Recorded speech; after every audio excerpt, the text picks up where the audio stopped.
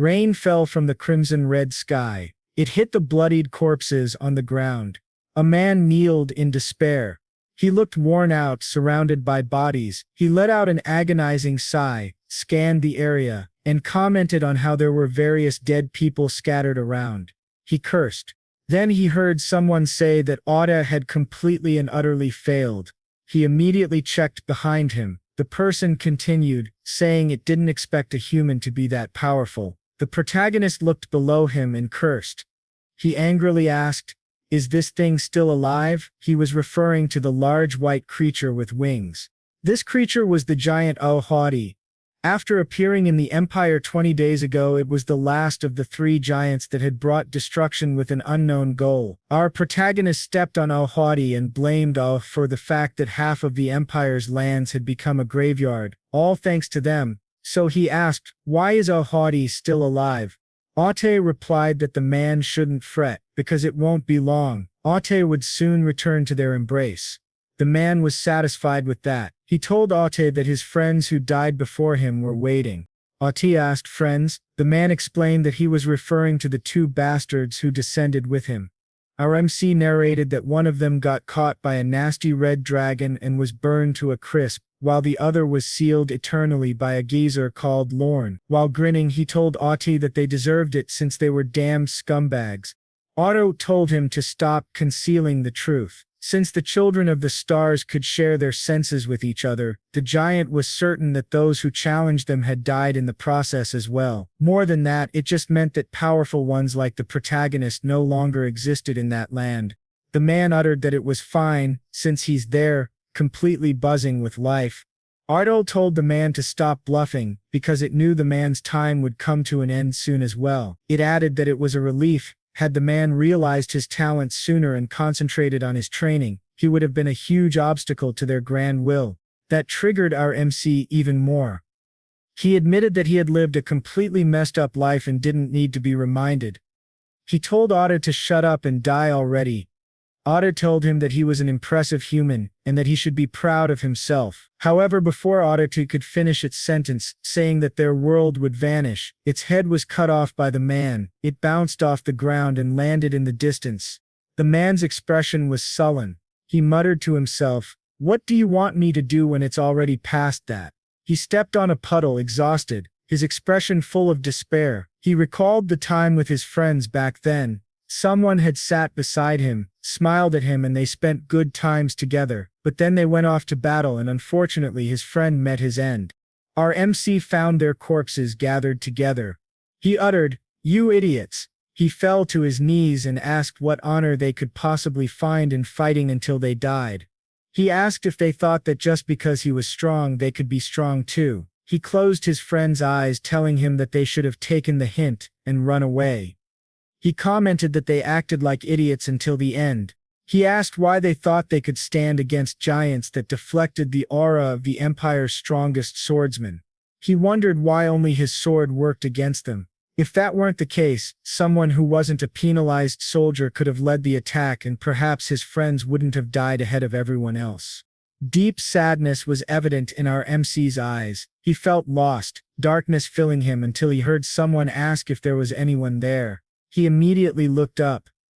The owner of the voice expressed that she couldn't move due to an injury. The man recognized the voice and was relieved that she was alive. The person kept calling out, hoping someone would respond. With renewed hope, the MC moved toward the voice. Though he struggled to move, he endured until he reached an injured woman propped against a boulder. He was pleased she was still alive, but his expression quickly turned to worry when he saw that her arm had been cut off. He called the woman by name, Addison. He bit his lip and decided to tease her instead, saying that for someone in command, she was in quite the dire situation. The woman remembered his name, Ronan, a corporal, and told him that he didn't look so well either. Meanwhile, Addison remained serious and asked if Atu was dead. Ronan replied that he killed it, and the body wasn't far. Then Ronan noticed something. Addison shed tears of joy. She thanked him for defeating the giant. Ronan remained silent for a moment, then told her that if she was thankful she should listen to his request. He talked about the cleanup of the disciplinary soldiers. Usually as per regulations they were abandoned or burned, but Ronan asked if they could be cleaned up properly this time. Addison replied that she wasn't sure about that, especially when Ronan looked more alive than her. She suggested it was better if he personally looked after those soldiers. He replied that he couldn't, then coughed, showing that he had coughed up blood.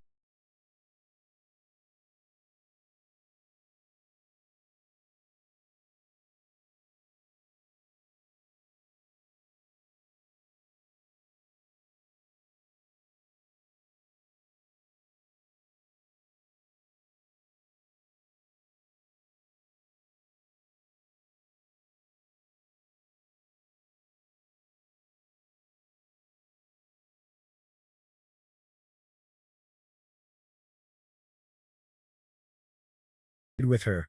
His family, Addison told him that when the rain stopped, the search party would arrive, but Ronan insisted that he was already a lost cause. He told her it was useless to say otherwise.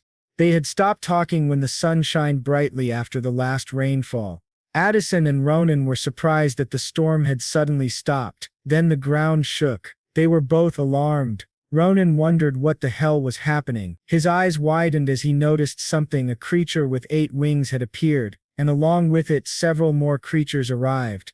These winged creatures filled the sky. There were hundreds of them. Ronan asked where they came crawling out from. Addison's face was filled with anguish as she realized that the 3 giants weren't the end of it. She uttered that, in the end, she couldn't save the world for the 3rd time. Her mind was filled with regrets. But Ronan kept calling her name. Ronan's loud voice brought her back to her senses. He told her to get a hold of herself. Then he suggested that she use telekinesis or something to shoot him upwards since his sword couldn't reach them from the ground. Addison was confused. He replied that if they weren't going to kill those creatures, then who would? She was surprised that he was still willing to fight in that situation.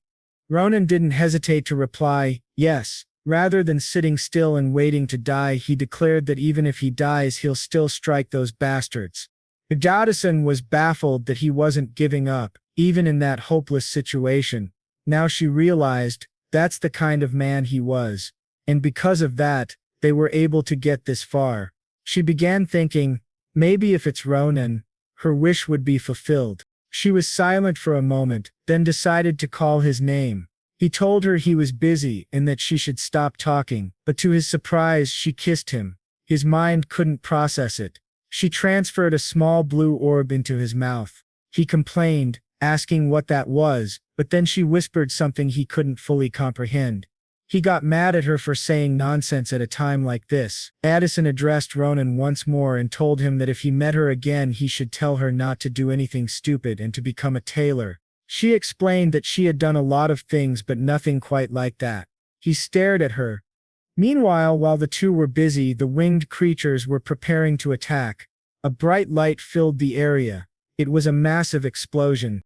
The small blue orb that had been transferred to Ronan seemed to fall from the sky. Then Ronan woke up. He saw a bright blue sky. He stood up and began looking for the Grand Commander. But when he saw the green field before him, he stopped. He was baffled. The sight was familiar to him. His hands caressed the grass. He looked around and realized he was in his hometown Neiman. He wondered if he had truly returned to the past. Folks, this marked the protagonist Ronan's first day since regression. Ronan's head still hurt from all this information. He thought to himself that the Grand Commander's words were really true. Right before they were attacked by the giants, that lady did something. She transferred a blue orb to him. Addison had revealed that this orb could turn back time. She also told him about her previous life. Before she obtained the orb, she was just a normal tailor. But the power of the orb allowed her to regress back in time. That's when she became the commander of the empire. This orb only allowed for regression, and Addison had already used it 3 times. She gave the orb to Ronan so he could use the 4th chance. She believed that the power to slay the giants was within his hands. He was the key to stopping the world's destruction. She also whispered to Ronan that this chance would give him more time to sharpen his abilities. It would also allow him to fulfill his dream of going to the academy. Grand Commander Addison also told him the name of the best academy he should go to, and that was Phileon Academy. It was a place full of people who could help him grow stronger. As mentioned earlier, Addison had requested one thing from Ronan. She wanted him to remind her to pursue her dream of becoming a tailor. Back in the present, Ronan was still confused. He thought it might all be a dream, so he tried to wake himself up. But if all of this were real, he didn't know what to do first. As he tried to process his current situation, he remembered something important. He picked up a stick that was near him and quickly ran back home because at this time his sister was still alive and well. He passed through a crowd too excited to see his sister again. He even had a smile on his face. But as he rushed down the road, he noticed something and stopped. He saw a bunch of young boys bullying someone. The poor boy was hanging upside down. Ronan sighed, recognizing the group. He thought to himself that these guys never change, even in the past. He was about to continue on his way home, but something caught his attention. He saw that the child wasn't being hanged with a rope, but with magic. Ronan looked around for the one using magic, knowing that such a power was rare and extremely useful on the battlefield. That's when he saw him, a boy with red hair. This boy was the one using magic. The red-haired child wondered how long he needed to maintain his spell. If this kept going, something bad might happen to the hanging child. The boy was pleading and begging the others to let him go. He said he really didn't have any money and that his mother's medicine this month had been too expensive. Then a boy with golden hair, clearly the leader of the group, told him he didn't care about his mother. He slapped the boy and said that if he really wanted to be a filial son, he should have earned more money this month. The other boys just laughed and watched. The bully then turned his attention toward the guy who used magic. He told him that since the boy wasn't coming to his senses, he should be lifted to the top of the tree. The red-haired person tried to stop him from giving this order, but his protest was denied. He had no choice. If he didn't follow the command, he would end up like the poor boy. The bully even intimidated the guy who could use magic. He was a coward, and we found out that his name was Asel. He then thought about how he had ended up in this situation. It all started with his desire to show everyone that he was good at using magic. Asel's hands were shaking. He wanted to refuse the bully's command, but he was just too scared. He was about to ask them to stop, but something interrupted him. It was a strike from a stick. The attack came from Ronan. He told Asel to stop casting his magic. As Asel lost focus, the poor boy fell to the ground. The bully became furious with Asel and was about to turn his attention to the red-haired boy, but someone stopped him. Ronan told Asel not to mind the bully and to just talk with him. Ronan asked Asel where he had learned to use telekinesis magic. He did this while completely ignoring the bully. The magic user revealed that he had just bought a cheap grimoire from a peddler.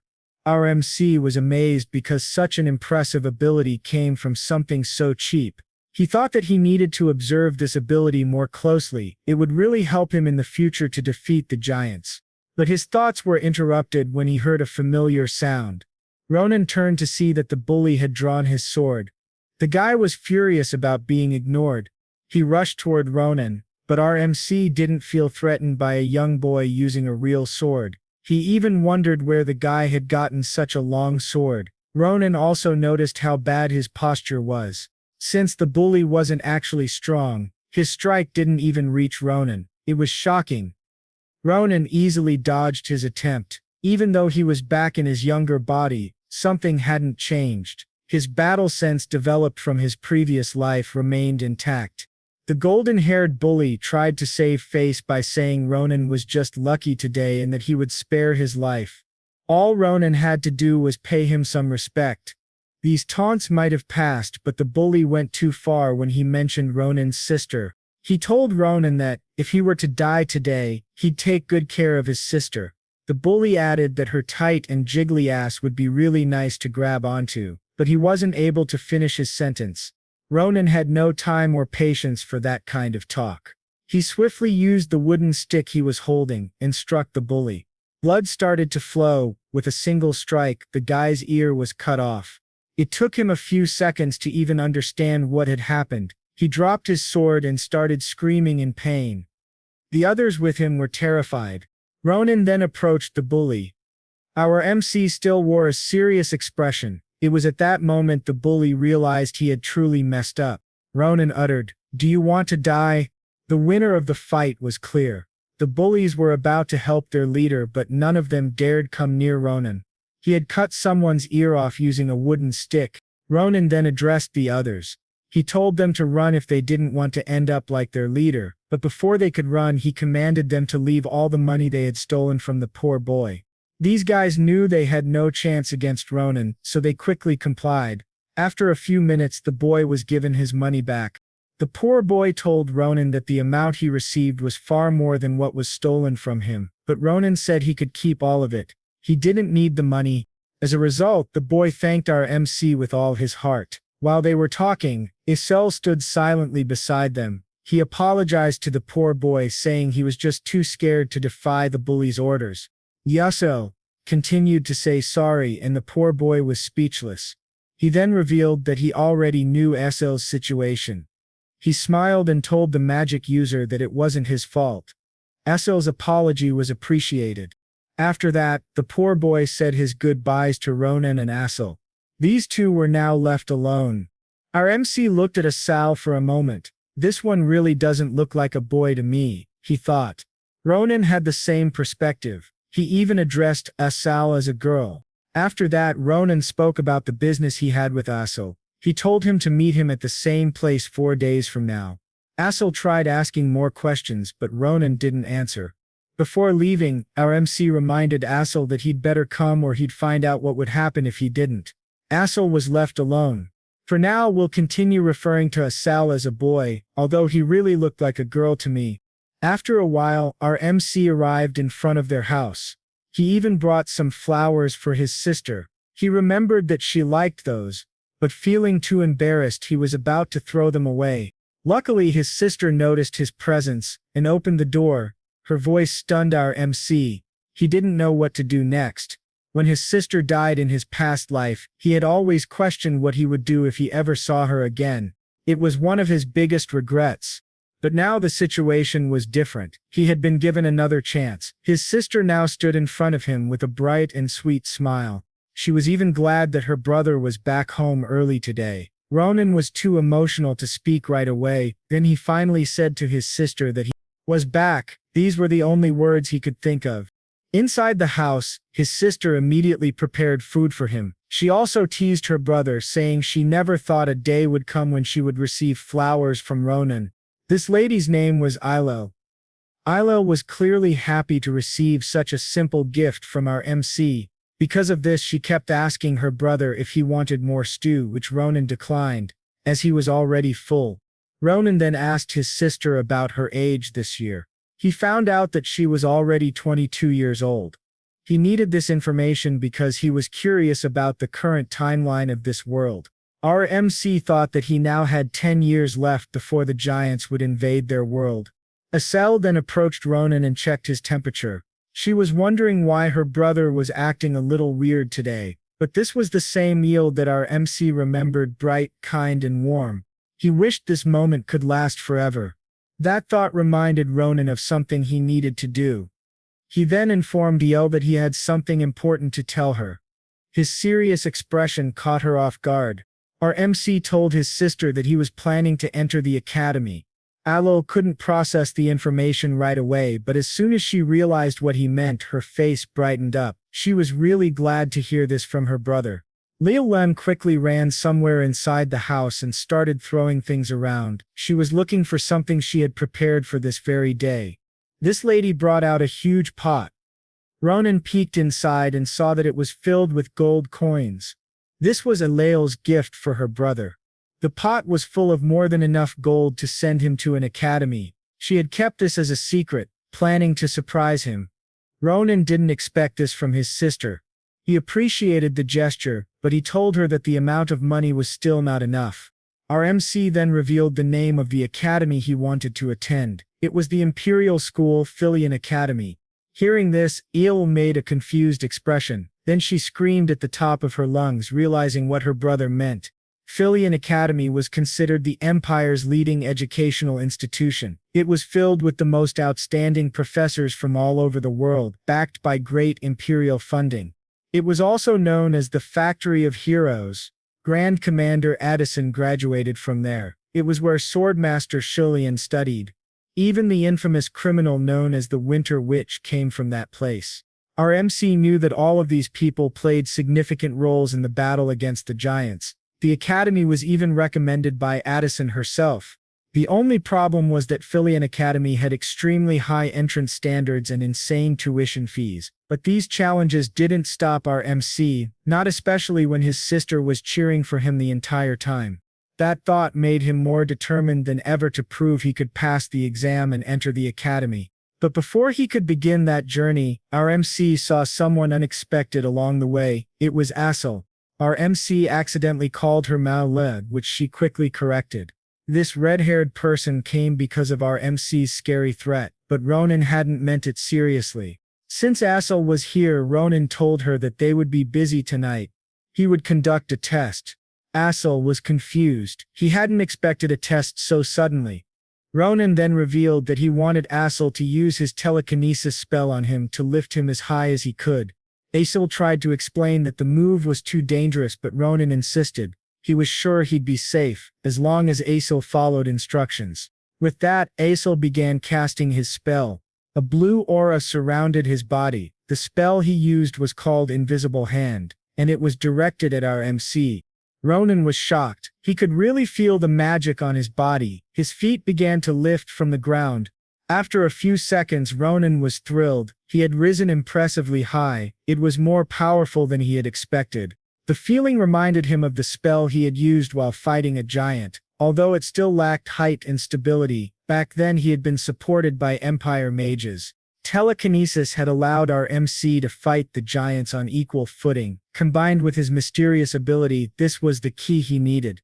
Ronan smiled. He hadn't expected to find someone this early to assist him in his journey. Asel had just become the most important ally he needed in the battle against the giants. Our MC grinned. This was a great start to his quest. But after a few more seconds, Asel was already struggling to maintain control. Ronan told him to hold it a little longer. He still wanted to test something. He told Asel that he would bring himself down, which confused the red-haired boy. Our MC brought out his weapon, then slashed the air. Asel was amazed. He realized that Ronan had just slashed the mana and cut off his telekinesis spell. As soon as Ronan landed, Asel asked him about the technique. It was the first time he had ever seen someone cut mana. But his questions weren't answered. Ronan himself didn't know why the phenomenon occurred. Our MC thought that his mysterious ability was another part of the puzzle, something he needed to investigate.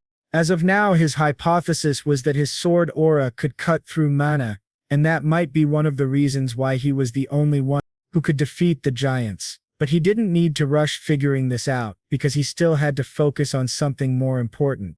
After that quick test, Ronan informed Asel that he had passed. He then gave Asel the extra bag he had. Our MC told him that they had something to do before the moon disappeared. This task was so important that it could be considered the first page in Ronan's saga, which he branded as the greatest historical record in the Empire. The two continued their journey. He tried to confirm if what he heard was true, since the said academy only accepted the Empire's elite. Our MC got annoyed because Asel kept repeating the same questions. He assured him that the plan was indeed happening, but Ronan also asked if Asel wanted to enter the academy as well. Asel admitted that he did want to go, but he had no great talent. On top of that, he confessed he was a coward, too timid and afraid. Our MC had enough of this mindset. He asked Asel if he really wanted to live his life like that. That question gave Asel a sudden realization. He thought that he was truly wasting his potential. Ronan didn't deny that Asel had these negative traits. He admitted that Asel was a crybaby, a loser, and scared of everything. But all of those things were fine because he still had the chance to change. Ronan reminded Asel that time is the most important asset in this world. Every second that passes can never be taken back. And if Asel didn't start changing now, he would eventually regret everything. Our MC meant every word. because they were based on his personal experiences. His past life was full of regrets. Ronan then asked Asel if he could start making these changes now. Meanwhile, from Asel's perspective, he never expected Ronan to have so much concern for his well-being. But since he didn't respond right away, our MC resumed walking. That's when Asel finally spoke. He said the words Ronan had been waiting for. Asel wants to change, and he would go with Ronan to Philian. Our MC turned to Asel and told him that this was the first time he ever acted manly. But all of this had already been planned by Ronan. You could see it from his expression. Later that night, their first mission had already begun. Asel was shocked after being briefed by our MC. The two were now observing something in the distance. This was the first hurdle that Asel needed to overcome. Our MC brought Asel to his first opponent, the one he needed to face to improve his skills. This opponent was none other than the lunar goblin. At the moment, all of the monsters were asleep. Ronan had a bright aura about him. He felt this was the perfect time to execute their plan. He even had a determined expression when he said, "Now then, why don't we get started?" The lunar goblins were a type of monster commonly found in this area. People could distinguish them from normal goblins by their yellow skin and disfigured bodies. But what truly set them apart was their addiction to gold and other treasures. These goblins often ambushed merchants to steal goods. Once they gathered enough treasure, they would put it all in one place and celebrate. They usually held these festivals on nights with a full moon. And as planned, the night they saw this group of lunar goblins, there was a full moon. Asel began to tremble, realizing what their mission was about. Ronan revealed that they were going to steal the treasure that night. Asel was confused. This was the first time he had ever heard of such festivals. He asked Ronan how he knew this information, but our MC couldn't really answer. This knowledge came from his previous life. Ronan then wrapped his arm around Asel and told him to use his telekinesis skill to move the treasure into their bags. Asel hesitated. He told Ronan it wasn't that easy. He was still worried about making a mistake and waking the goblins. That was exactly the kind of situation they had to avoid. Asel asked Ronan if they could think this plan through one more time. But Ronan only called him a coward. Ronan then explained why the plan had to work. They needed two things to enter Phileon Academy. Money, to afford the tuition fees. 2. Real battle experience. He explained that the aristocrats being sent to Philian had been trained since birth. If they wanted to compete, they had to gain experience by risking their lives. This was the most effective way. The lunar goblins were the perfect opponents. This mission would give them both money and combat experience, like hitting two birds with one stone. Asel had no choice but to cry. He knew that Ronan's statements were all true. And since the plan was decided, our MC told Asel to begin casting his telekinesis spell. The night continued peacefully. In the silence, the treasures were being transferred, one by one. Ronan's and Asel's bags were slowly being filled. These items were the last ones inside the goblin's treasure chest. Asel focused deeply on maintaining his control. He didn't want to mess up. They had emptied the goblin's treasure chest. Our MC smiled, seeing that the transfer had been a success. Their bags were even glowing from the treasures inside. 2 bags completely filled. And it was all worth it. Ronan praised his buddy for doing such an amazing job, but all along he knew that Asel could really do it. He even thought that this guy was better than he had expected. Ronan's eyes and smile then shifted into a devilish expression as he thought to himself that he had gained a really good minion. He began to pack everything up as their mission was complete. He told Asel that they should head back now. They needed to hurry before anything went wrong. Ironically, Ronan seemed to have jinxed it. As something stirred in the forest, 2 men were running at top speed, trying to chase a bird. Their loud shouts alerted Ronan and Asel, who wondered who these people were as they had just caused chaos in the forest. The noise those 2 created also woke up the goblins. Their leader immediately checked the treasure and realized it had been emptied. The goblin panicked, wondering where their shiny treasures had gone, and quickly alerted the rest of the group. This all happened within seconds. They had a quick meeting, and while trying to figure out where their treasures had disappeared to, the goblins noticed 2 humans trying to escape. Ronan and Asel knew they had been found out. The goblins immediately rushed toward them. Asel panicked. He didn't know what to do and fell to his knees, too scared to move. He sensed that something bad was about to happen. Things had gone too smoothly until now. Asel suggested that they should run and leave the bags behind, but Ronan remained calm. They would not run or throw away the bags just because of these goblins. Besides, they had no other way to pay their tuition fees if they lost the treasure. The monsters were closing in, but Ronan was still checking his weapon. He thought that the longsword was made of cheap steel, but it should withstand 15 attacks. The only problem was that the goblins who had jumped toward them numbered around 30.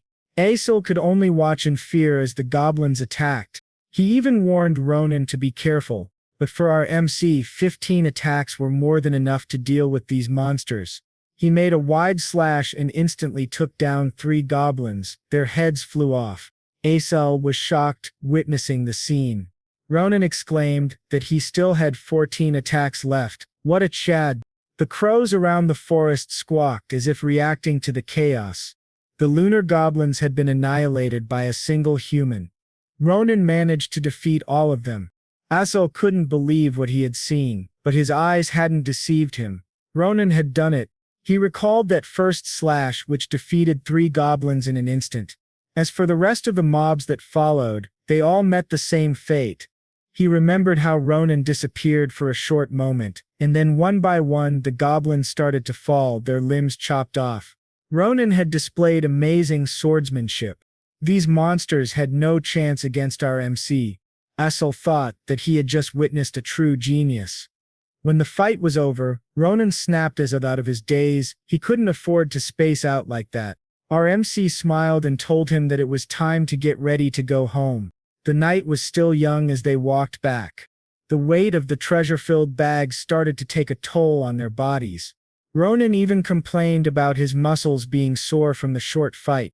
He thought to himself that he would do some intense physical training tomorrow to strengthen his muscles. Asel then asked Ronan about the noise that had alerted them, and the goblins, but Ronan had no idea either. He was still annoyed that the loud voices had interrupted their perfect plan. He thought those people were out of their minds screaming in the middle of the night, but as they peacefully walked back home, an arrow was suddenly pointed at them. A few seconds later the arrow flew aimed directly at Asel. Asel managed to notice it, but it was already too close. Luckily, Ronan caught the arrow mid-air before it reached him.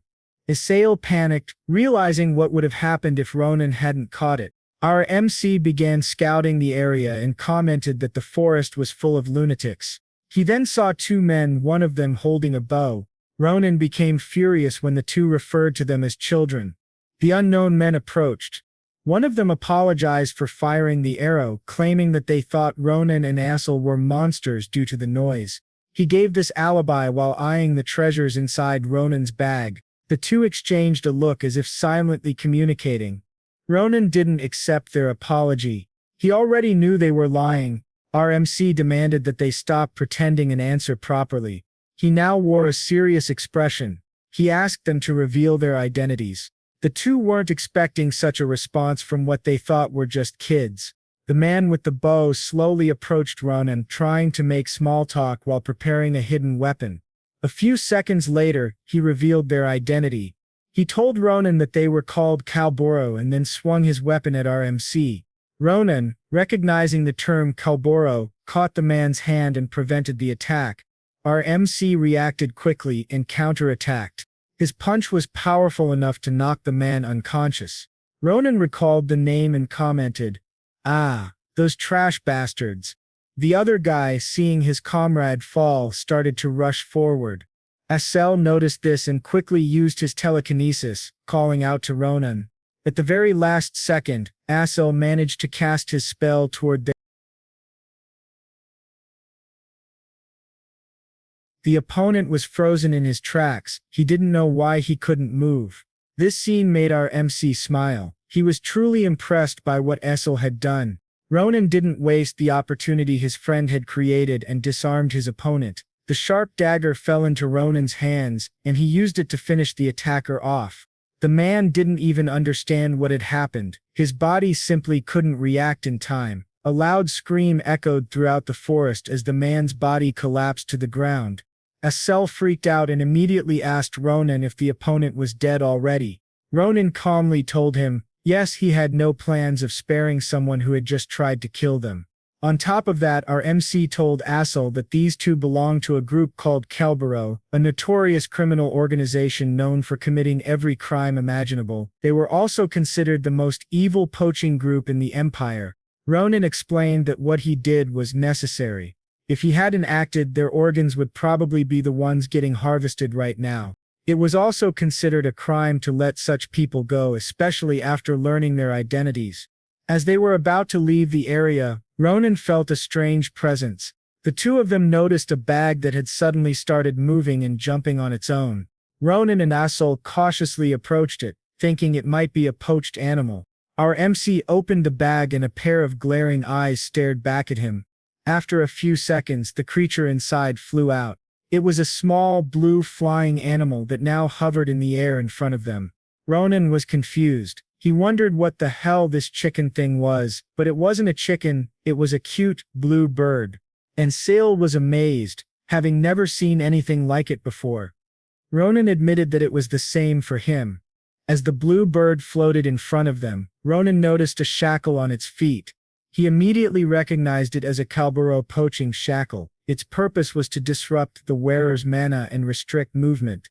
Our MC recalled that these shackles were usually used in rare cases, especially for capturing fantastical creatures.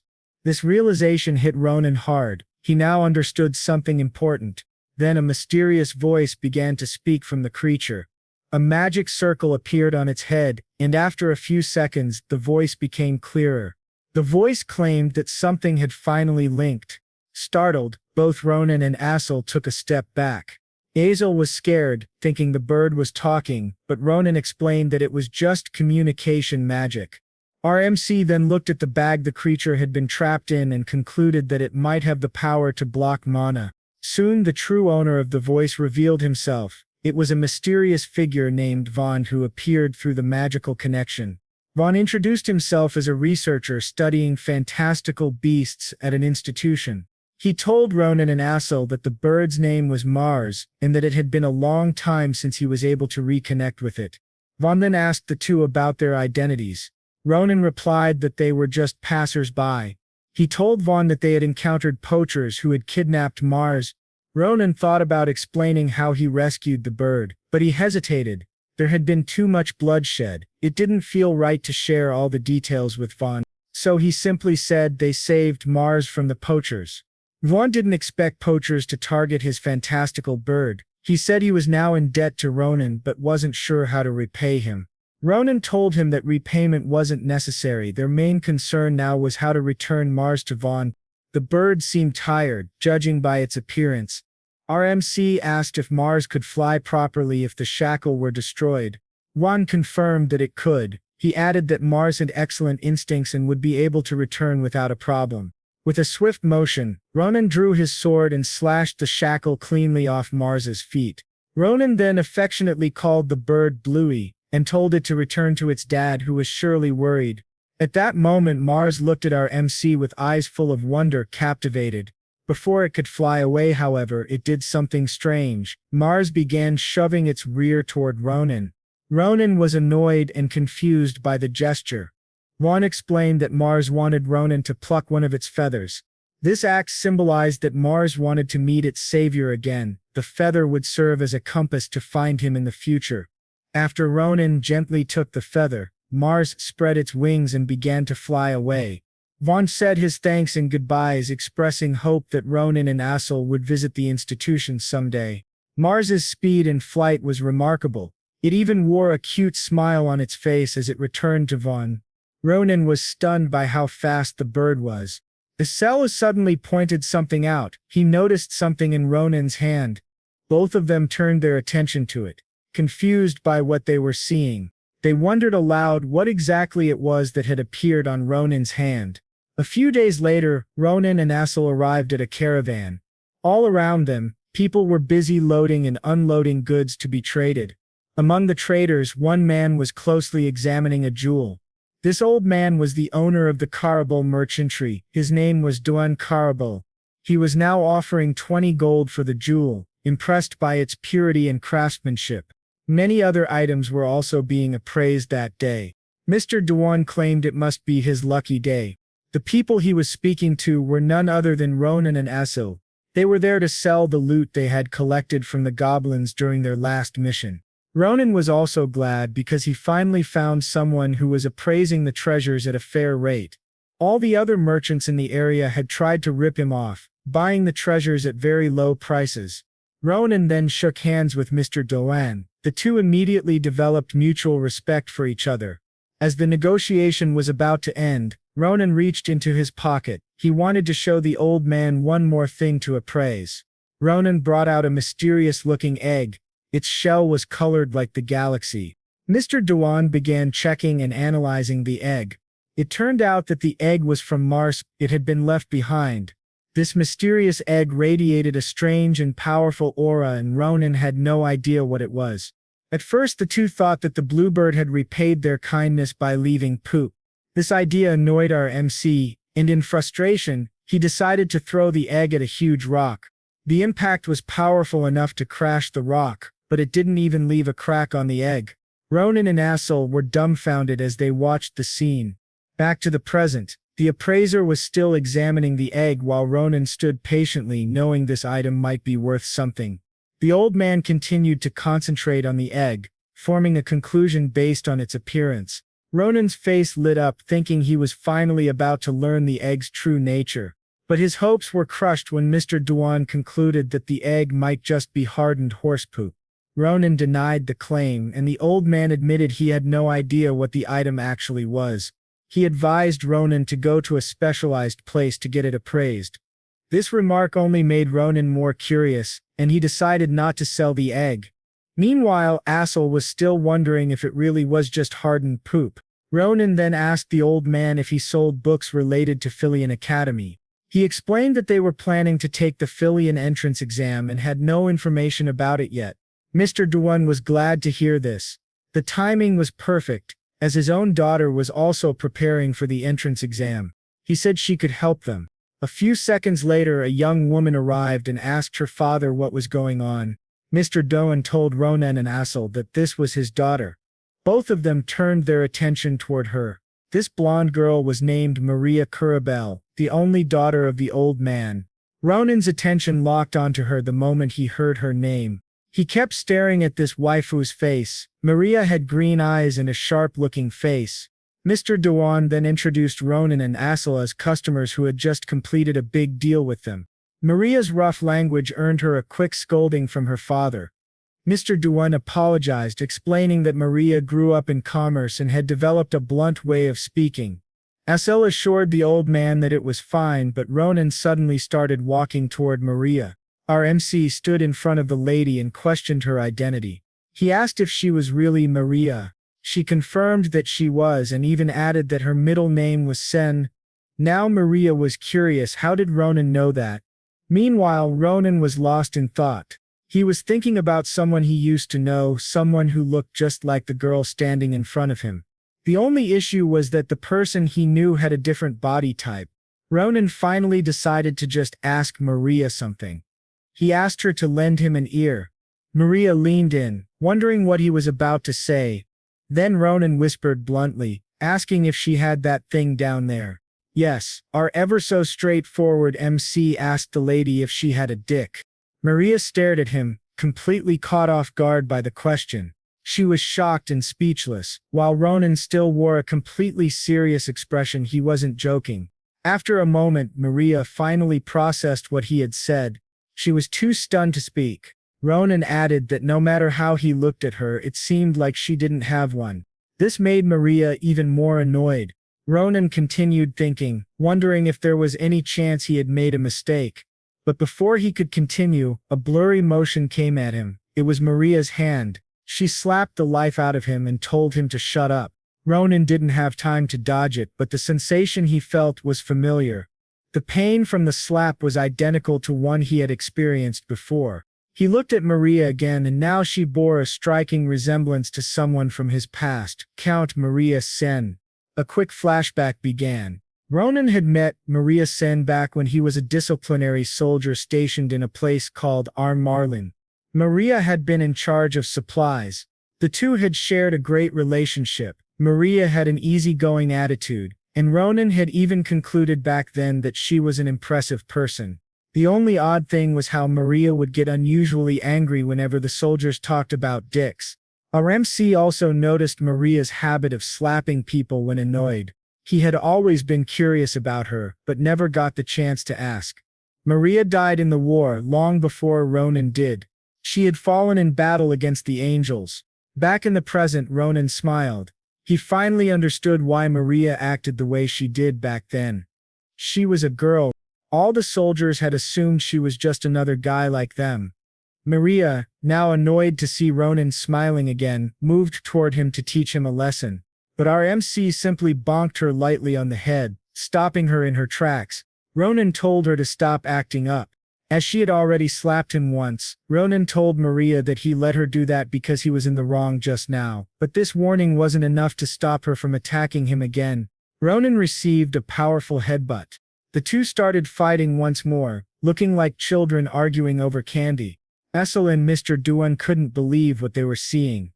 They could only watch as Ronan and Maria kept going. Since the fight wasn't stopping, they were eventually forced to break the two apart.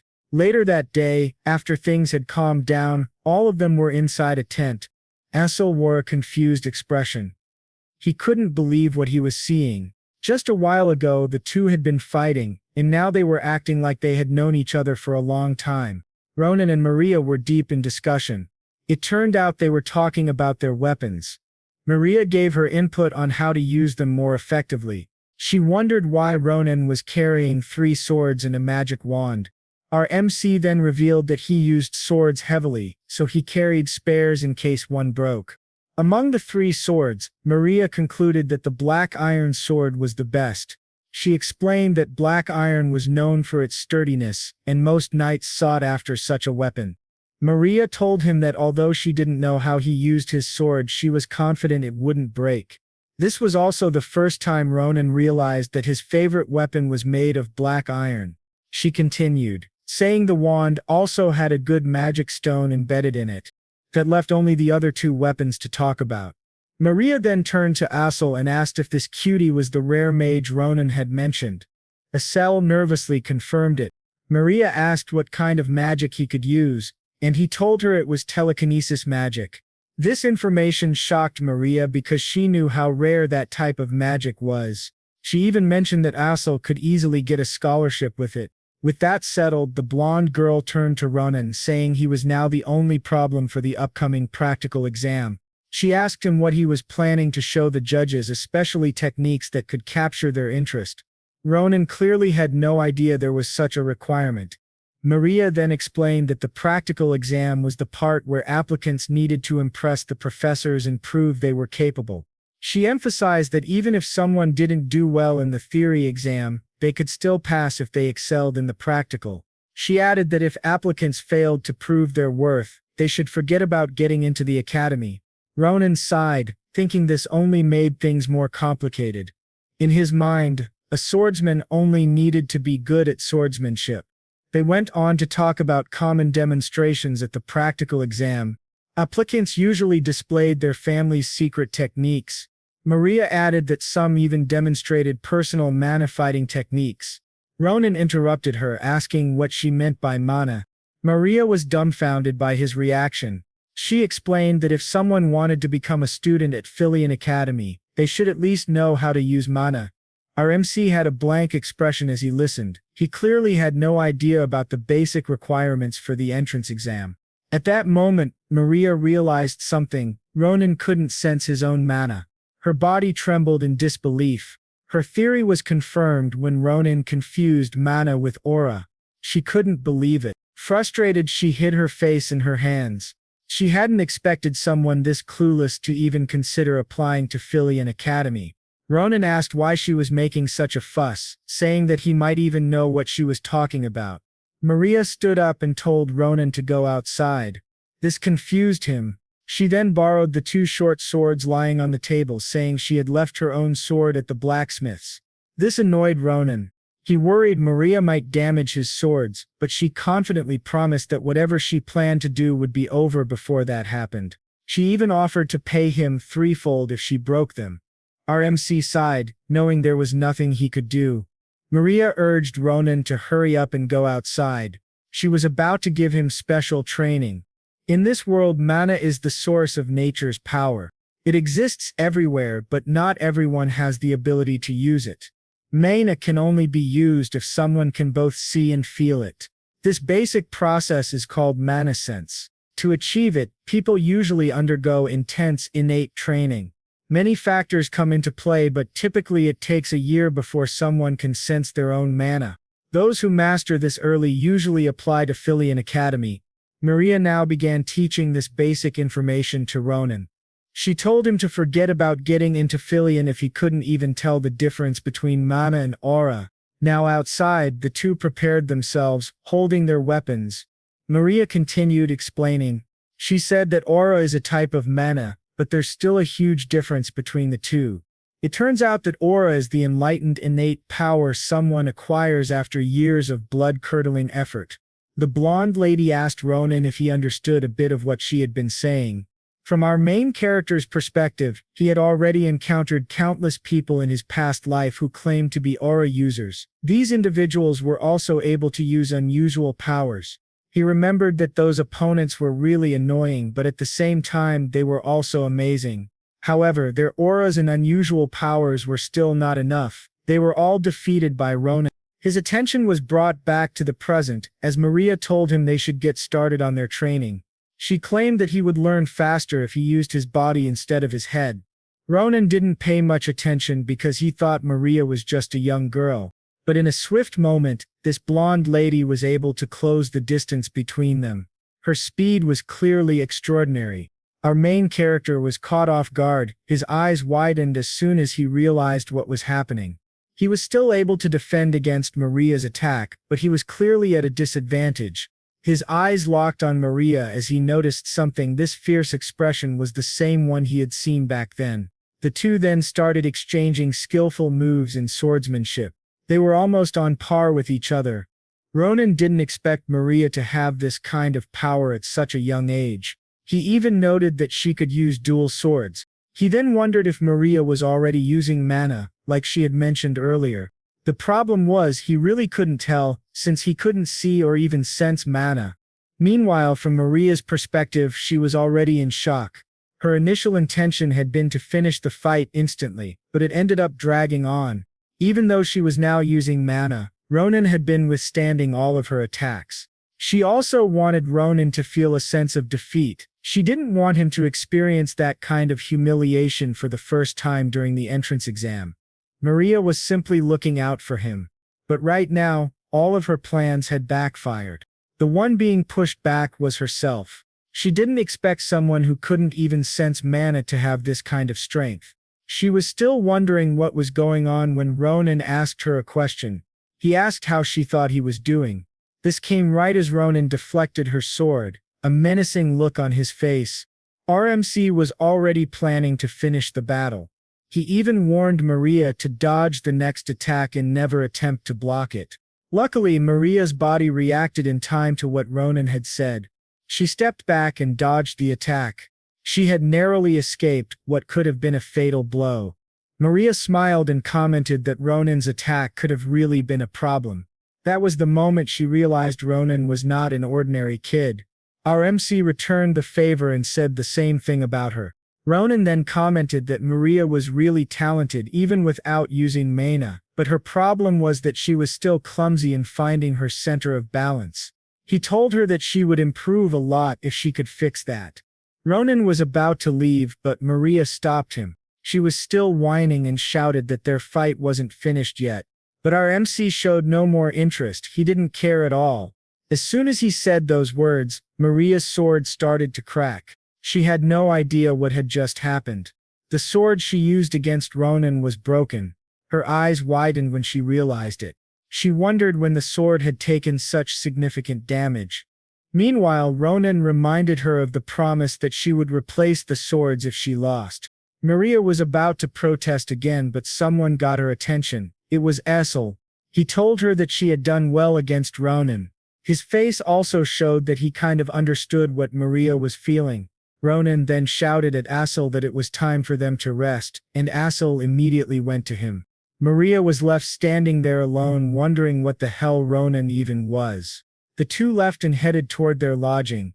The next day, Ronan and Asel returned to the place where the merchants were, just to pick up the sword that had been promised by Maria.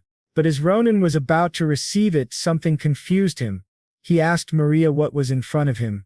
It turned out that aside from the promised swords, Maria had also taken the liberty to give him books they would need for the Philian entrance exam. These were all the summarized notes that Maria had made. She said they would really need these, since the entrance exam was only a month away. Asel's eyes were already sparkling. But Ronan still asked Maria why she was doing all of this. He even warned her, thinking she might just be pulling some sort of prank. Maria tried calming him down and told him that she had just come to like them. She added that she wanted the three of them to get accepted into the academy. And to top it all off, everything she added was free of charge. Maria admitted she wanted to teach them herself, but her life as a merchant prevented her from doing so. She and her group needed to move from one place to another because of trade. The lady then gently bumped her fist against Ronan's, and told him she wished them the best of luck. She told them to study hard on their own. She also playfully warned them that she wouldn't let them off the hook if they failed the exam. Ronan smiled. He told her she didn't have to do all this and that she should just focus on herself. A few moments later, Maria was already riding in the carriage. She told Ronan and Asel that she'd see them at the Imperial capital for the exam. Asel waved his hand and said his farewell to her. While all of this was happening, Ronan was lost in thought. In his mind, he had trained his weakened body, and all he needed to do next was to study all of these things that were not included in his previous life. But doing all of these preparations didn't feel really bad, as this right here was the start of his new destiny. After coming back home, Ronan's days were spent as usual, but somehow slightly different. Unlike in his previous life, he would now always have his meals with his sister All. This guy would also eat every meal until his belly burst. He was just enjoying each meal that he had missed in his previous life. With all of the calories he gained from eating a lot, he would burn them off by hunting monsters all around the village. This method really came in handy because it increased his stamina and body's adaptability. Ronan had really come a long way since he got back in time. This even resulted in extinguishing all the monsters around the village. They all went completely extinct after his hunting. He also spent his time studying something he wouldn't even think of doing when he was still just a soldier. Right now he was still not sure if this would all be worth it, but he promised to do his best. A month had passed, and the setting of this story had finally been reached. This magnificent place was called the Imperial capital, Balan, and the best educational institution of the whole empire was built in the center of this capital, the mini-city of the White Tower. Asel was then seen standing in front of this huge building. He couldn't believe what he was seeing. It felt like a dream. Today was the day they reached the inside of this place, the Phileon Academy. Asel was still amazed by the sight he was seeing. He confirmed the writings he had read about this city being a work of art by itself. While he was still in awe, someone cut his daydreaming off, and you guys all knew who this guy was. He even told Asel to stop showing off that he was a country bumpkin and to just go inside. Asel was glad to see this familiar face again, but then he noticed something. He couldn't help but notice that Ronan had a different look and aura now. In just a month, our main character had grown a lot stronger. Ronan had enough of this and gave Asel a warning. They should just keep walking. While Ronan was about to enter the academy, he remembered someone from his past and wondered if that certain person was also here now as well. The one he was thinking of was the sword saint named Schulpen. This guy represented a renowned swordsmanship clan, Grania. Schulpen was also considered to be the strongest in the empire. Ronan thought that since Schulpen was also around his age, he might meet him here. But since he was still not sure, he would just leave those things to fate. Asel then interrupted his thoughts and asked if Ronan had brought something. The feather. The one Asel was referring to was the feather that our MC plucked out from the bird they had saved that night. That feather was supposed to help them find the owner of the bird. Asel then brought the feather out and thought that they should go meet the owner first before heading toward the examination area. Ronan then noticed that the feather was pointing upwards, and that only meant one thing: the one they were supposed to meet lived at the top of this building. Meanwhile, inside the top floor of this building, someone was whining about his work of becoming a professor. This certain someone had the bird that Ronan and Asel saved that night perched on his shoulder. The bird started chirping, seemingly noticing that its savior had finally reached the capital, and its owner was Warren van Facer, Philian's zoology professor. Vaughn was just about to open the windows to let some air in, as he thought the room could use some fresh air when the savior of the bird came in. But something didn't feel right. As he was about to open the door, Ronan's face greeted Vaughn. This scene clearly shocked the professor. Ronan noted that this beastman dude was the owner of Bluey, because this was a really unexpected way of meeting each other. The roar of the Wardian professor was heard all over the academy. Vaughn started trembling in fear. He didn't expect someone to come into his room through the window. He asked Ronan to reveal his identity immediately. These two then made themselves comfortable inside. Ronan whined because the voice of the Wardian was just too loud. It almost made him deaf. As for Asel, he was still out of breath from climbing to the top floor. Vaughn was still scared, but he asked these strangers if they were after his blue bird, which was named Mars. But upon looking at them carefully, he noticed the feather that Ronan was holding. Vaughn's face then lightened up as he realized the identity of his sudden visitors. These two were the heroes who saved Mars from the poachers that night. Warren, the weary young professor, then started apologizing for behaving that way in front of his awaited guests. He kept apologizing until Ronan told him to just stop and forget what happened. Our MC even blamed the way of climbing the tower on Asel. It turned out they used Asel's telekinesis ability to float and make a shortcut. As Asel was about to reveal that it was really Ronan's idea, his face was smudged to prevent him from telling the whole story. Ronan then changed the subject. He told Vaughn that he didn't expect to see a werelion, a rare were-human type, to be the owner of Bluey. On top of that, this guy was even a professor. Vaughn returned the favor and said that he was also not expecting the heroes of Mars to be applicants of Phileon Academy. He added that if he had known about this, he would have made a recommendation letter to make their lives easier, but William C. was really not paying attention to this. Instead, he came here because of something he needed to ask Vaughn. Ronan brought the purple thing that he pooped out last time. This statement confused Vaughn, but as he got a closer look at the said poop, he figured that this thing right here was a dream bird egg. Vaughn started to feel amazed as he held the egg. Ronan thought that this was just a normal egg from the bird. The professor then explained that this egg right here was not an ordinary egg. This is a dream egg, and the most interesting thing about it was that no one has an idea what's going to hatch from this egg. He further explained that if this was just an ordinary egg, it would be natural for a bird to be watched on it, but in this case it was different. A dream egg depends on the environment surrounding it, as it absorbs unique mana in order to hatch. Legends say that in an area of lava, a phoenix wrapped in flames will hatch from the egg, and if it has absorbed mana in a monster's nest, a new form of monster would come out. There were also some circumstances where it wouldn't take the form of a bird at all. Vaughn then added that he could still predict what creature would come out from the egg by observing the mana from it, but he emphasized that this one was kind of unique. The types of mana inside this one were countless, and in great numbers. It even had these rainbow colors in it. As for the moment, Vaughn wouldn't be able to know what creature would hatch from it. Ronan became confused from the amount of information he got from the professor. He then commented that the professor was putting such meaning into a mere egg. Our MC's attention was then shifted to Mars. He asked the bird why he would lay an egg like this and then leave it to his care. In Ronan's mind, he had never seen a bird so shameless like this one. As for Vaughn, he was about to ask something important. He revealed that he wanted Ronan to keep looking after the egg. This guy didn't expect it, but he really didn't mind keeping it. It was also revealed that this egg was really precious. A dream bird only lays one egg in its lifetime, so apparently this was Mars's next generation. But Vaughn thought that this was really not surprising, as this one laid its egg in front of its heroes. He knew that this bird felt something special towards Ronan, and since this bird had been Vaughn's friend all his life, he wanted to respect Mards's decision. Ronan was then given the responsibility of keeping this one. He then wondered what creature could come out of it. These two then stood up and were about to leave as the time for the examination was coming closer. Ronan then told them to wait for a moment. All this time he was thinking of something to give to these two as thanks for saving Mars, and he just thought of something that would be helpful.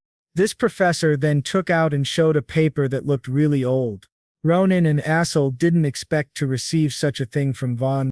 After a while the two had left Vaughn's building. They also went toward another building, which was where the practical testing hall was. This was Galleon Castle's main building. Inside this one, all the applicants gathered in the waiting room. The facilitator then confirmed that applicant number 1111 had ended. There were still a lot of hopefuls waiting for their turn. Some of them were even praying before entering the examination hall. As for the next guy who would take the practical exam, it was evident that he was still nervous. A huge hall was waiting at the back of these doors, and of course, our MC was also present in this area. After applicant 112, he would be the one who was next. Ronan was already bored waiting in this long queue. He even commented that they were making him wait for too long now. The person beside him was none other than the blonde Maria. She was also still waiting for her turn. Ronan then asked why she was wearing this kind of outfit. She boastedly told him that Phileon Academy is a private academy which all nobles attend, so she paid attention to her clothes. She was already hoping to find a wealthy customer for their merchant business, so preparing like this wouldn't be in vain. Maria then sighed as she was expecting to see Asel here, but the magic testing hall was in a different building from theirs. After a few moments, applicant number 112 was already done with his practical exam. The facilitator then looked for the next applicant. Ronan knew it was his turn, so he quickly stood up. Maria told him not to be nervous and just to do his best. She also playfully warned him that if he failed she wouldn't let him off the hook. Ronan said his goodbyes and thanked her for her ironic, heartfelt support. Before entering the room he turned around and told Maria that he'd be back. Inside the practical exam room, there were different banners representing different organizations inside the academy. Our MC quickly fixed his gaze toward the people also inside the room.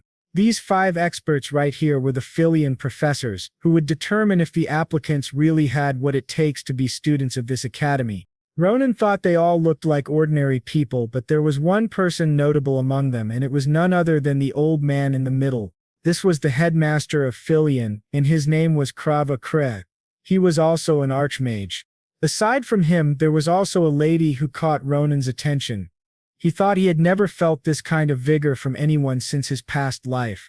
This one was the swordsmanship instructor, Navaros. She was also the Grand Sword Saint. After assessing the instructors, Ronan introduced himself. The professors also did the same. Kra then revealed the instructions for the exam. All Ronan needed to do was to attack the magically engineered dummy in front of him and demonstrate any techniques that he had learned. Ronan then prepared himself and told the professors that what he was about to do was nothing special. He was just planning to do a fast cut. His statement confused the professors because usually the students would showcase techniques that allowed them to use mana. The other professors then started to laugh. They even said that there was always one applicant like this. One of them also commented that it was to be expected, especially if the applicant was from a faraway country. The dummy looked normal, but in truth, it had the ability to withstand aura. Its regeneration was also fast. In short, this training dummy was a product of precise magical engineering. The professors then whispered to each other that even the genius Schulpen barely left a trace on the training dummy with his sword. Kreia got embarrassed by the way these professors were acting. They were boldly saying these things even though the applicant was right in front of them. The old man hoped that Ronan would do something to prove them all wrong. From his perspective, RMC was already positioned and stood in front of the training dummy, but something felt different. Krell wondered how this young man had such vigor within him. In a swift second, Ronan made his move. What he did felt like time had momentarily stopped. One clean cut toward the training dummy. The force of the attack even reached someone. Navaros felt something and was startled. As for RMC, He was already done showing his skills. He then notified all the professors that he was done and that was all he wanted to show. The other professors laughed and belittled him. They noted that one normal cut wouldn't be enough to pass. A blonde professor even tried to get the approval of the headmaster, but Crackery was already in a state of disbelief. The old man was sweating in his seat, his eyes still fixed on Ronan. Instructor Navaros then suddenly placed her leg on the table. This shocked the other professors. In the blink of an eye, the sword saint disappeared from her position. She appeared in front of Ronan with a menacing expression. Her blade was about to hit him with full force. Ronan just stood there like it was nothing. Our MC then told her that she had scared him. As for Navaros, she now seriously asked for Ronan's identity. She wanted to know where he had learned that swordsmanship. These two stood in the middle of the room. Her question confused Ronan, so Navaros rephrased it. She asked if Ronan was able to see her movements and our MC replied that yes he could, and that they were amazing. Ronan explained that from her position at the table it would have been difficult to unsheath her sword, but by the time she reached his position she had already swung her sword 3 times. Navaros then confirmed he was right. She had indeed swung her sword 3 times, just like what Ronan had shown against the training dummy. The demonstration Ronan gave earlier seemed arrogant to the professors. It turns out that Navaros already knew this would happen. By the time Ronan had positioned himself in front of the training dummy, his movement looked like one clean cut, but in reality he had already attacked 3 times. On top of that, Ronan had purposely slowed his last strike so that the other professors could catch up on what had really happened. Ronan, being considerate toward the professors, had ironically offended Navaros while this confrontation unfolded. Kra kept silent. Meanwhile, the theory professors were still confused about what was happening. These sons of beaches shouldn't have been professors in the first place. Ronan looked down, thinking it was all just a misunderstanding. He had slowed his last attack because he thought his sword wouldn't withstand the impact against the training dummy, but judging from the mood of Navaros and the others, no one would believe him even if he tried to explain. The sword saint still had her blade pointed at Ronan. After a few seconds she withdrew it and sheathed her sword. While walking back to the table she told Ronan, with an intimidating expression, that she would remember his name. She also claimed that she would be teaching Ronan herself. Navaros then sat down again, still visibly annoyed by what had happened. Professor Kra took note of her words in his mind. He knew she was just acting that way, but deep down she was already planning to make Ronan her disciple. Wanting to stay composed in front of the applicant, Kra began complimenting Ronan on his demonstration. The old man noted that it was a very good effort, in many ways. He then proceeded to the next part of the exam. Kra told Ronan that he would now be asked a simple question. There was no right or wrong answer. All Ronan needed to do was answer honestly. Kra then asked our MC what he wished to learn inside Phileon Academy. Ronan froze in place. He hadn't expected such a question. It was then evident in his eyes that he had remembered something from his past. That was the scene where all of Ronan's comrades were piled in one place. It was at that moment he realized that he was now alone. This memory gave our MC a definite answer to the question he had been wanting to answer, and that was to learn how to live without regrets. Ronan's answer left the headmaster in shock. The entire room fell into an awkward silence. After a while, all the professors realized something. They then instructed Ronan to leave, as his entrance exam was done. Our MC followed their command and shut the door behind him. Kra was still wondering about the answer Ronan had given. What he wanted to learn was a really tricky thing. The old man then started to laugh as he found himself already thinking of ways to teach Ronan something as abstract as that. Meanwhile, the other professors were still protesting as they had no idea what Ronan had done earlier. But this was clearly not a deception. The training dummy, which had been magically enhanced by the professors, had started to crumble. Around the neck area of the training dummy, a cut could now be seen. This was the proof that Ronan possessed extraordinary talent. The 2 professors who had mocked him earlier widened their eyes in disbelief upon seeing this. The head of the training dummy had completely fallen off and hit the ground. The student who had managed to achieve this feat was still standing at the door. Ronan was still caught up in the swordsmanship that Navaros had shown him. He was now wondering if with the strength of his past self he could have beaten this lady in front of him. In his mind he thought he had already experienced all kinds of fights in his past life, but in front of Navaros, Ronan felt insignificant. This reminded him that he still had a long way to go. Our MC then chuckled, thinking he had made the right choice by entering the academy, and it was all thanks to his captain, who gave him another chance at life. Ronan started walking, a smile forming on his face knowing he would definitely be able to learn a lot more here. Our MC then proceeded toward the venue for the written exam. He was quite confident, as he had spent the whole month memorizing everything. He even thought that entering the Phileon Academy would be easy peasy lemon squeezy. But after taking the exam, his current situation was far from that. Ronan looked like he had just returned from an unwinnable battle. Maria and Asel were now standing in front of him as he was being consumed by hopelessness. He commented that he had messed everything up. It turned out that our MC was only able to answer half of the questions on the exam, even though Maria had included everything in the book she had given him. That was because he had only reviewed one book out of all those placed inside his bag. Ronan had gotten so focused on that one book that he forgot he still had a lot of material to cover.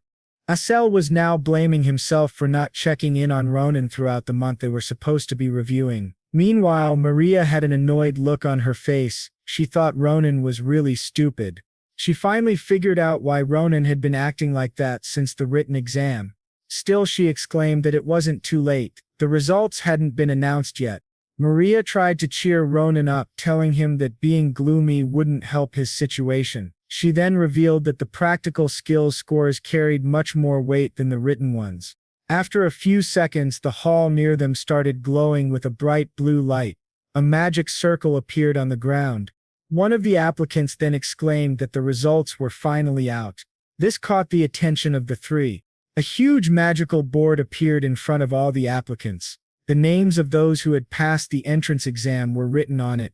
Asel and Maria looked at the board and were surprised. They hadn't expected the results to be released this early. As for their results, Asel was placed 12th in the practical exam and ranked 1st in the written test. Meanwhile, Maria ranked 9th in both the practical and written exams. They looked at each other and realized what this meant. Maria couldn't help but blush. She had passed the examination. The two of them started celebrating. They were now officially students of Phileon Academy. Maria even noted that Asel had really aced the written exam. Asel looked more closely at the rankings and noticed that he was tied with two other students. But Maria continued teasing him, noting that this was still an impressive achievement. The blonde waifu then turned her attention toward Ronan. She wanted to ask if our MC had seen his name on the board. From their perspective, he was just standing there unmoving. His expression was unreadable. Ronan finally spoke, looking as though his soul had just left his body. He commented that it was to be expected his name wouldn't be there, since he had messed up the written exam. Maria couldn't believe it. Out of all people, she had expected this extraordinary young man to pass. She tried to open Ronan's eyes, literally and figuratively, and told him to look again, but Ronan's hopes were already gone. He told them that he had already checked all the corners of the board. As Maria scolded him for not passing, a quick fireball suddenly fell from the sky toward their direction. When the fireball hit the ground, all the applicants turned their attention toward it. Ronan wondered what all the ruckus was about. Maria, knowing what it meant, told him that it was the final firework of congratulations for passing the admission test. Their eyes widened as they saw a mythical beast in front of them. This creature was called the Glory Phoenix. This creature then closed its wings. After a second, it started casting another set of fireballs. One of them was heading toward Ronan, but he was too distracted to notice that he was about to be hit. A huge explosion then shook the area.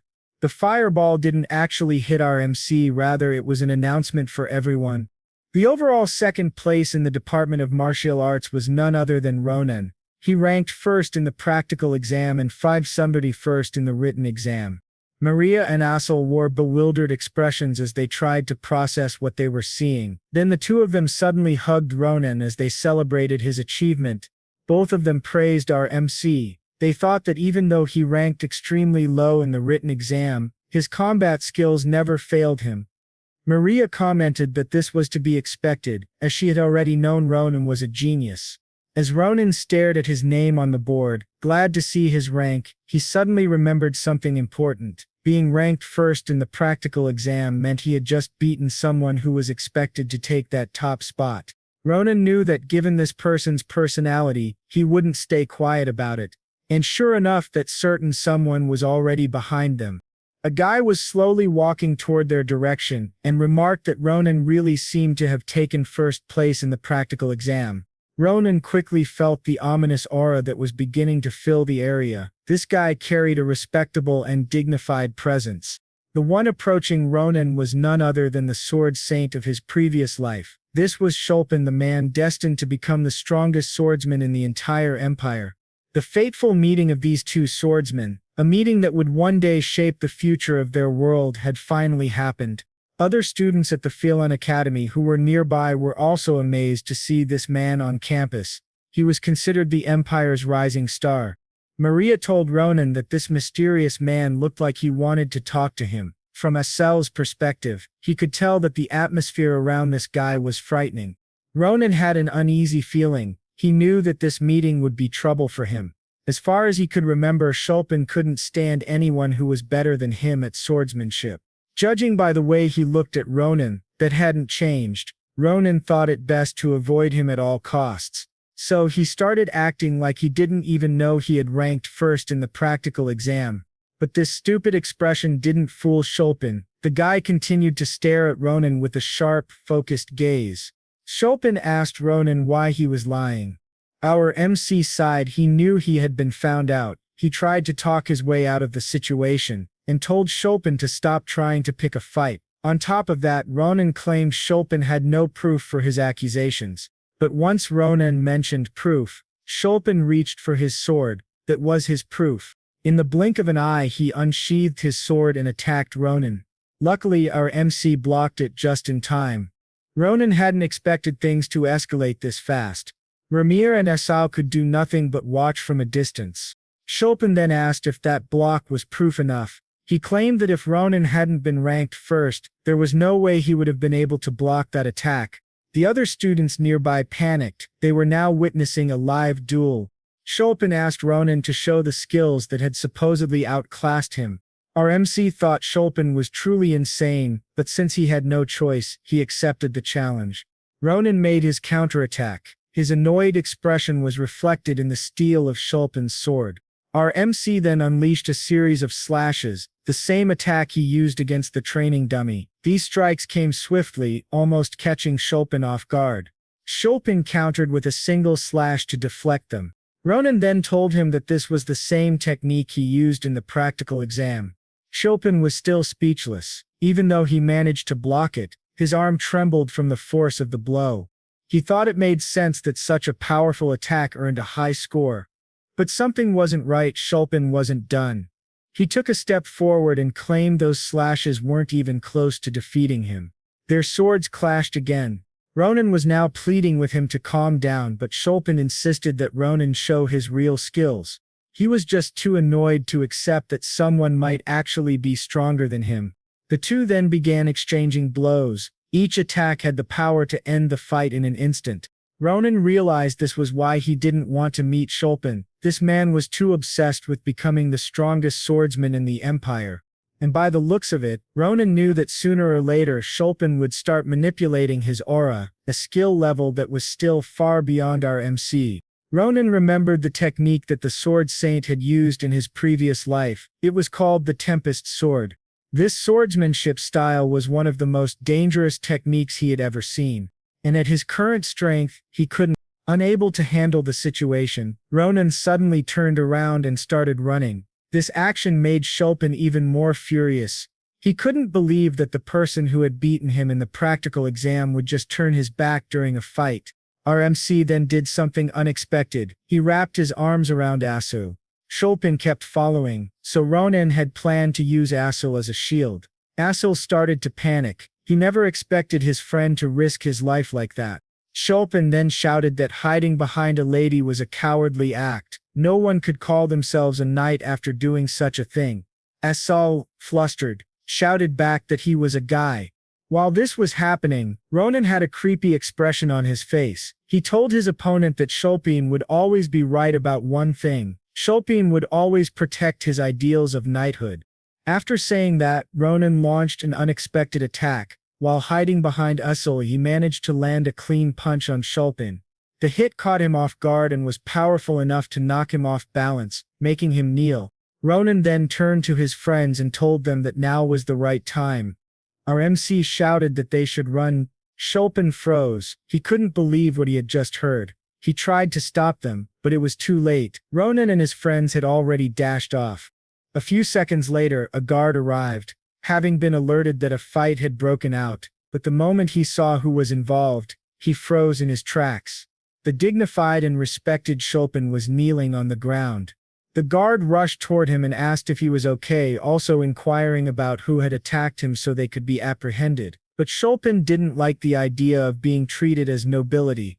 He stated that he was just an applicant for the academy. He stood up and calmly told the guard that there was no need to worry. What had happened was simply a fair fight between two swordsmen. Schulpen claimed he could take care of himself and brushed the dust off his clothes, but as he did, something caught his eye, a crack on his sword. This was almost impossible. The sword had been crafted from the highest grade mithril. Schulpen then recalled the attack Ronan had used. He had thought it was just a simple technique, but clearly he was mistaken. A smile crept across his face. He thought this development was interesting. From now on he would remember the name Ronan. The next day in the outskirts of the capital, in a place called Shimo Forest, footsteps echoed through the trees. They belonged to Ronan and Asel. Our MC was holding a map and they seemed to be searching for something. While catching his breath, Asel asked Ronan if they really should be exploring right now. What lingered in Asel's mind was the incident from the day before. Ronan had punched the heir of the Grania family. Ronan's punch had been so strong that it nearly broke Schulpen's nose. This red-haired guy was now worried. What if Schulpen decided to retaliate? Ronan told him to stop overthinking. He believed Schulpen was a good person. As far as he could remember, Schulpen was obsessed with swords, but deep inside he upheld principles and trust. He was also a role model, someone who protected the weak. In short, he was the epitome of a noble knight. Ronan had already expected that Schulpen would tell the guards it had been a fair fight. And Asel started to calm down, realizing Ronan might be right. This was when Ronan told him they were now at the location Professor Vaughn had spoken of. A bright shining blue water greeted the two. Ronan smiled and shouted with excitement. This was the Fardo Spring. The mana that hovers around the world and gathers in a single spot to form a puddle is called a mana vein. With its presence, surrounding matter absorbs mana. For instance, an ordinary rock that comes in contact with a mana vein could become a high-grade mineral. A regular weed could transform into a miraculous medicinal herb. The Fardo Spring was one such rare place where mana veins flowed directly into water. Ronan claimed that the value of this water was astronomical. Anyone who discovered it would want to monopolize it. Looking back, Ronan thought Professor Vaughn was extremely generous to have given them a map to this hidden place, all just for the sake of hatching a single dream egg. Asel then touched the water, and commented that he had never sensed such concentrated mana in one place. He thought that if he trained here, he could cast spells far stronger than usual. Then Asel noticed something strange. The egg inside Ronan's pocket was glowing again. This had happened before. The egg was absorbing mana from the spring at an incredible rate. Ronan told Asel that he wouldn't have noticed it himself as he couldn't see or sense mana. He then remembered Maria, who hadn't come with them because she was busy with work related to the merchantry. Asel agreed but said something still felt off. He asked Ronan if he wasn't feeling anything strange about this place. Asel recalled what Professor Vaughn had said. The spring should have been surrounded by fantastical species due to the high mana concentration. But they hadn't seen a single creature. Ronan stared, stunned, as he realized the same thing. What truly disturbed them both was the silence. They couldn't even hear a single animal sound in the entire area.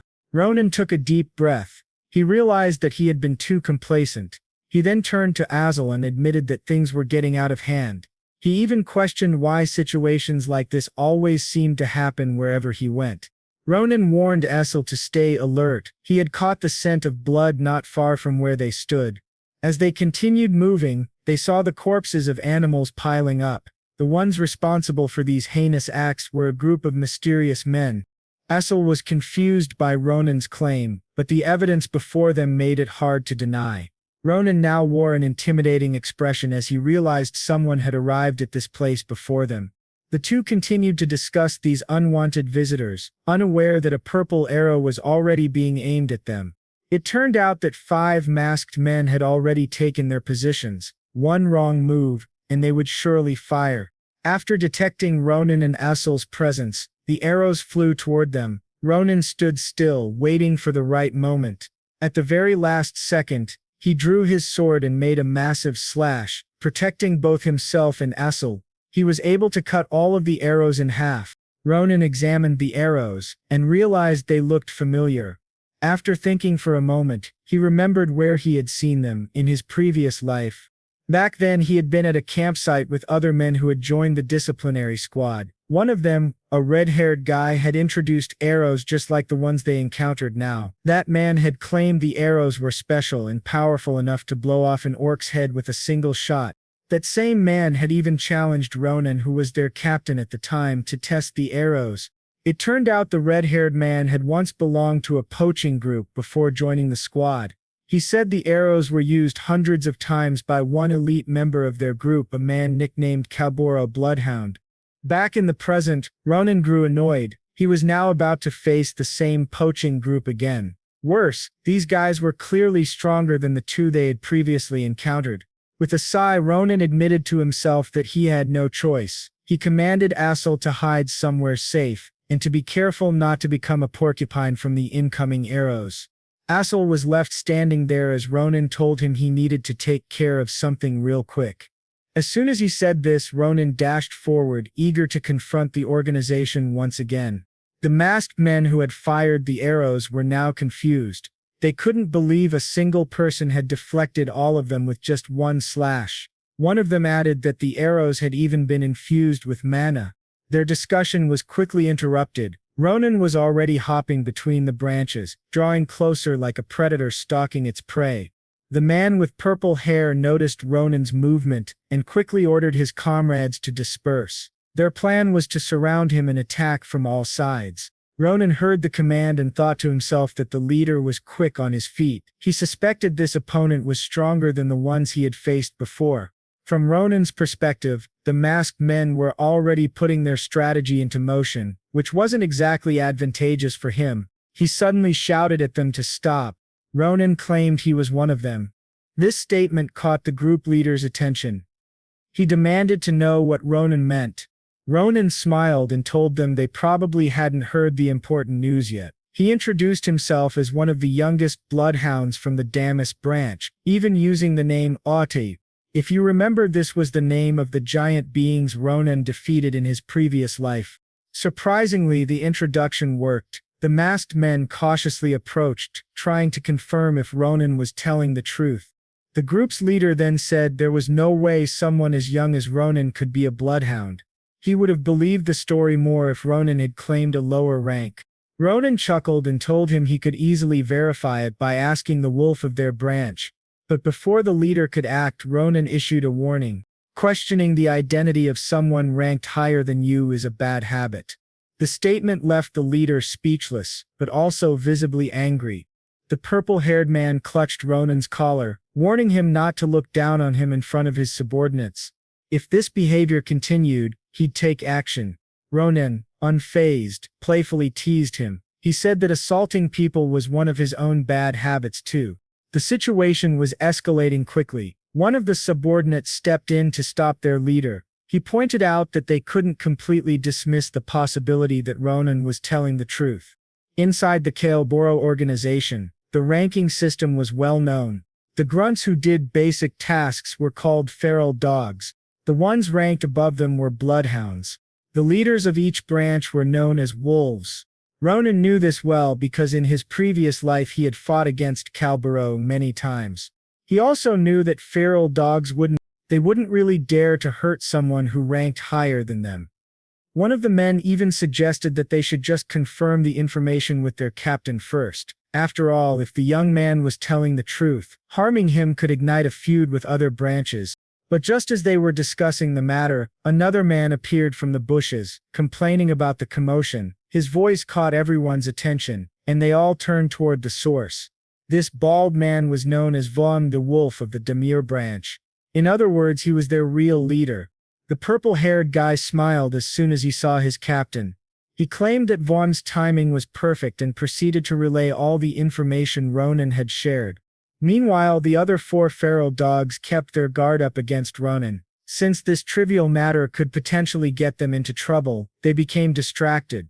Ronan hadn't expected to meet someone of wolf rank here. He smiled, realizing that it seemed every single one of them was now present. The bald man then spoke, asking Ronan to confirm whether he was truly Otto from the Damas branch. Ronan affirmed it, but Vaughn found it strange. He recalled that the organization had already assigned this side of the mountain to the Navaros. Vaughn smiled and said that perhaps Ronan wasn't properly informed, but that wasn't because of poor communication. It was because he wasn't really a bloodhound and he wasn't even a Hyatt. This revelation enraged Vaughn, but before anyone could react to Ronan's deception, a powerful slash cut through the bodies of the feral dogs. They had no chance to dodge. Ronan teased them, saying that he had just made up that name. The only ones left were the purple-haired guy and Vaughn. Before they could even raise their weapons, Ronan had already appeared in front of them, still smiling. He hadn't expected his acting skills to work so well. Vaughn realized too late that he had fallen right into Ronan's trap. In a swift and devastating moment, Ronan defeated one of Calboro's strongest members. The purple-haired man stood frozen, unable to do anything but stare at his leader's demise. It took him a few moments to process what had just happened. Then he began trembling, as he heard Ronan's voice. Our MC reminded him of what he had said earlier. The end for the conceited ones is always the worst. An attack followed. The purple-haired man looked at his hand. His fingers were already falling off. He screamed in pain, shock evident in his wide eyes. Kneeling, he mourned his lost fingers. Ronan stood calmly as if nothing had happened. He told the man to get a hold of himself and pulled out a piece of paper, ordering him to look at it. Ronan then commanded him to draw a map showing the location of all Calboro's branches across the mountain. With a grin, he asked the feral dog if he didn't want to do the task.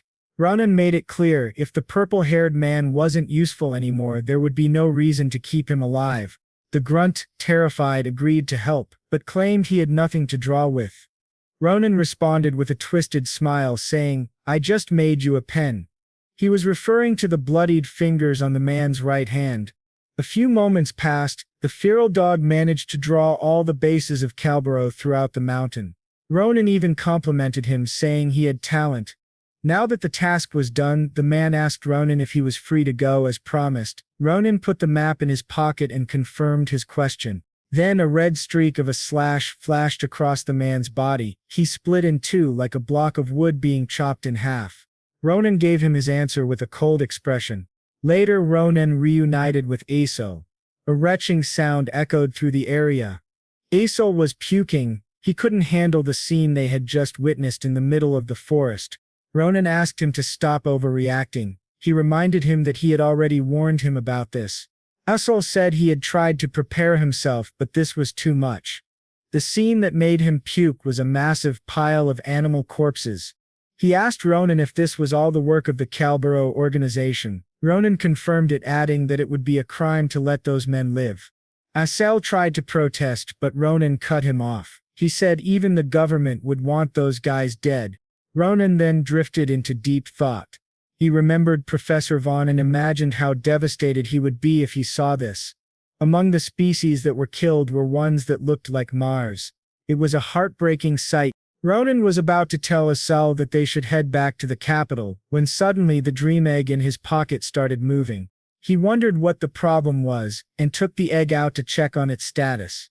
Meanwhile, Asel tried to call Ronan's attention. He was staring at something, his finger trembling in fear.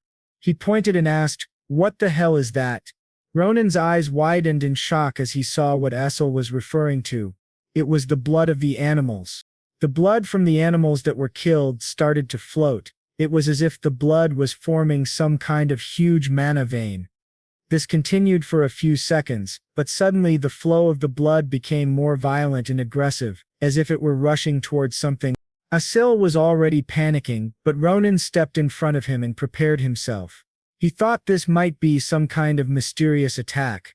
As he reached for his sword, our MC accidentally dropped the dream egg. It didn't fall to the ground. Instead, it emitted a bright purple light. Ronan grew more confused as he witnessed this. The blood, which had formed a large mana vein, began surrounding the dream egg. Our MC then realized that the dream egg was absorbing this pure mana. The absorption accelerated, and the light coming from the egg nearly blinded both Asel and Ronan. Asel tried to ask what was happening, but Ronan admitted that he had no idea either. Still, he smiled because there was one thing he was certain about: whatever creature was inside that dream egg was not an average being. After a few more minutes, the absorption stopped. The last drop of blood was gone, and the dream egg had finally completed whatever it was doing. The two stood in front of it, wondering if that was the end. Ronan was about to comment that the egg didn't seem to have changed at all until something happened. The dream egg started to crack. It began wiggling, and the cracks spread quickly across its surface. Both of them held their breath, knowing the egg was about to hatch. From the creature's perspective inside the egg, the first thing it saw was Ronan's face, smiling with excitement, eager to see what would emerge. Then the creature rushed toward our MC and headbutted him in the face. It was an unexpected greeting. Ronan's nose was almost broken, yet he was still curious to see what had come out of the egg. The first thing he saw were dark, galaxy-colored wings. The rest of its body was revealed shortly after. This was the creature that had been inside the dream egg, a truly mythical being. But no matter how they looked at it, the creature didn't resemble Mars. As they examined it further, Asel commented that it looked more like a dragon. Ronan asked if he was sure, and Asel confirmed it, saying the creature looked exactly like the ones he'd seen in books. Ronan was confused as he tried to recall the characteristics of Mars. He wondered what kind of mana the egg had absorbed to transform into this. Nevertheless, both of them were happy. The creature was adorable. However, the mood shifted as Ronan remembered the greeting he had just received from the dragon. The dragon then closed its eyes, and a magic circle appeared in front of it. A mysterious force surged toward Ronan, and all of a sudden, he realized the injury from earlier had disappeared. Asel was amazed. They had just discovered that this baby dragon could use healing magic. On top of that, Asel noted that the dragon seemed to have taken a liking to Ronan. Ronan was also pleased. Clearly the creature possessed even more hidden abilities. Asel then suggested they give it a name, since calling it Dreambird didn't make sense anymore. While looking at the baby dragon, Ronan pondered what the perfect name would be. Before he could decide, the baby dragon's expression changed, as though it had sensed something nearby. It suddenly took flight in the opposite direction, moving at a remarkable speed. Asel wondered where it was going, but Ronan simply smiled. He hadn't expected the baby dragon to also sense a presence watching them. The sound of running footsteps echoed through the forest. A mysterious figure was sprinting for his life. This man was an errand boy from the Dare branch, and his name was Bullies. Bullies gritted his teeth, trying to process what he had just witnessed. Apparently he had gone out on an errand, but when he returned he found all his comrades dead. He had also seen the blood absorption and the hatching of the dream egg. Now the mysterious creature was chasing him. Bullies turned around to check and panicked again when he saw that the creature was still behind him and rapidly closing the gap. Unfortunately, Bullies tripped on a tree root and fell, injured and bleeding. He realized his life might be over. He turned around once more, only to see the creature absorbing his blood drawn from the cut he received from the fall. Bullies screamed for help. He didn't know what else to do. Thankfully, footsteps approached. A voice commanded the baby dragon to stop. The dragon turned its head and saw Ronan and Asel approaching. RMC told the dragon, now referred to as Sia, to stop or else it might kill the man. At that moment, Asel discovered that Ronan was naming the baby dragon Sita. Ronan asked Sita if it liked the name. Meanwhile, Bullies remained on the ground, trembling. He couldn't believe the young man in front of him was the owner of such a mysterious creature. But his thoughts were interrupted when Ronan spoke. Our MC asked Belos if he was all right. Belos quickly thanked him for saving his life and even knelt in respect, but suddenly he stopped speaking. Something felt off. This was their first time meeting and yet Ronan already knew his name. Police asked him about it, but Ronan only responded by placing a sword near his neck. Ronan said he didn't need to explain how he knew. Police went silent. He could tell Ronan was serious. In Ronan's mind, he hadn't expected to meet his old comrade like this. Belos was the same guy from the poaching organization that introduced the arrows in his previous life. Sooner or later, this guy would be promoted and would become a bloodhound, a talkative one at that. Hearing Ronan's comment, Belos became confused. He claimed that he was just an errand boy. As soon as Ronan found this out, he smiled. This was just perfect.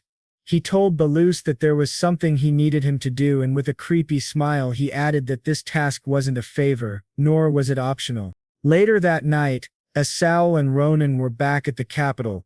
Our MC was even holding several gold coins. He claimed that their short trip turned out better than he had expected. Asel agreed, as some of the events had caught them by surprise. Back when they were still near the lake, Ronan had managed to secure some of the pure mana vein and stored it in a bottle. The two then headed to the new place where Maria's father was, hoping to have the pure mana appraised, and it ended up being bought at a hefty price. Back to the current situation. Sal noted that money wouldn't be a problem for them anymore. Ronan agreed. They wanted to thank Professor Vaughn for the opportunity, but by the time they went to see him, they learned that the professor was out on a business trip. They also missed the chance to introduce Saita to him. Still, everything went according to Ronan's plan, especially the part where he obtained a map detailing the other branches of the poaching group. On top of that, he also gained another pawn in the form of Belos. That guy would be busy for a while, carrying out the mission Ronan gave him. Our MC made sure Belos would do his best to complete the secret task by scaring him quite a bit. Asel then asked Ronan what he planned to do with the money. Ronan knew that the second best in the entrance exam would be exempted from paying tuition and would even receive direct support from the academy. This was the first time our MC gave it any serious thought. He wondered how he should make use of it. He also remembered that the entrance ceremony was coming up soon. A few days later, at a carriage station in downtown Vaughn, a butler greeted someone who looked like a noble lady. He informed her that they had reached their destination. She had bright silver hair and beautiful eyes. This was her first time entering the capital. The lady was none other than Ronan's older sister, Irel. She stepped out of the carriage and looked around, amazed by the sights. Our MC then greeted his sister and said she must be tired from her trip. Ronan asked if anything notable had happened back in their town while he was gone. Irel flipped the question back at him, saying she should be the one asking that. Apparently she had been shocked to see a high-class carriage in front of their house. She wondered how her younger brother had managed to earn so much money to afford it. After that, Irel did what older sisters do best. She checked on Ronan, asking why he had lost weight and whether he was eating properly. Ronan assured her that he was doing fine, and that calmed her down. Something else caught Irel's attention. Sata. Our MC then introduced his new pet to his sister, adding that Sata had started traveling with him due to certain circumstances. After the short reunion, Ronan told his sister that they needed to go as they had a lot of things to take care of. This confused Irel. She had just arrived and now Ronan was rushing her. But in the end, our MC assured her that these matters were important. He told her that once he entered the academy he would be really busy. They entered one of the shops in the capital. Irel had an overwhelmed expression on her face and asked Ronan if all of this was real.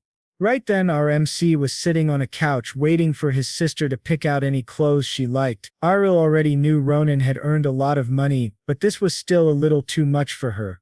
As she stepped out of the fitting room, she wore a beautiful, classy dress. She wondered how much it would cost. Meanwhile, Ronan was busy giving instructions. He had bought a whole lot of things for his sister and asked if everything could be delivered.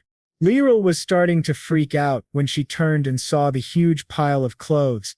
She hadn't expected to receive this much, but for Ronan, this was just his way of repaying his sister for all the good she had done for him.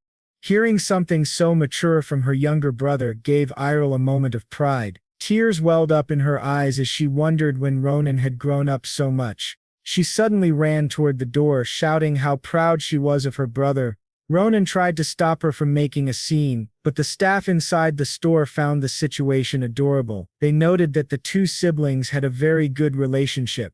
Irel asked where they were heading next, and Ronan told her they needed to go to a nearby blacksmith to look for a new sword. Ronan was about to tell her the story of how he met a crazy swordsman, when he opened the shop's door and that very swordsman was standing there. Schulpen greeted him and asked if he was done shopping. Our MC turned his head around and was speechless for a moment. It completely freaked Ronan out. He didn't expect this one to appear right in front of him. He then asked Schulpen what he was doing there. Schulpen answered that he had just ordered a new sword within the vicinity, but upon seeing Ronan, he decided to wait, claiming it was all a coincidence. Schulpen also asked our MC to stop with the repulsive misunderstanding attitude, but Ronan was not convinced. He knew that Schulpen had what it takes to become a stalker. Our MC became more annoyed and was about to show Schulpen what he did to his sword. The tension between the two was growing serious. They were even about to spar once again, but before they could draw their swords, Irel came in and stopped them. She even scolded Ronan for using such foul language. Our MC tried defending himself by saying that Schulpen was the one who started the fight, but he was cut off. That was also when Schulpen found out that the lady standing in front of him was Ronan's older sister. After scolding Ronan, Irel apologized to Schulpen. She told him that Ronan had a foul mouth but was a kind child. As Irel's face was revealed to Schulpen, he felt something magical. The heir to a grand and noble family and known as the Empire's rising star depicted the moment like this. It was as if he had seen a goddess descend from heaven. The future sword saint blushed heavily, unable to control his admiration. A few seconds passed before Schulpen finally managed to compose himself. Avril kept bowing her head and asking for forgiveness. Schulpen then claimed that the misunderstanding was due to his own lack of discretion. He assured Irel that she was not at fault, and said everything that happened was his responsibility. Irel's face brightened, realizing this guy had a kind heart. Since she was so happy to meet one of Ronan's friends, she accidentally held Schulpen's hand and thanked him. What a lucky guy. While the two continued exchanging kind remarks, Ronan stood nearby watching them. He noticed something interesting that made him wonder if what he was seeing was real. Apparently, Schulpen was so flustered that he even promised to replace Ronan's sword. The only problem, he wasn't carrying any gold at the time.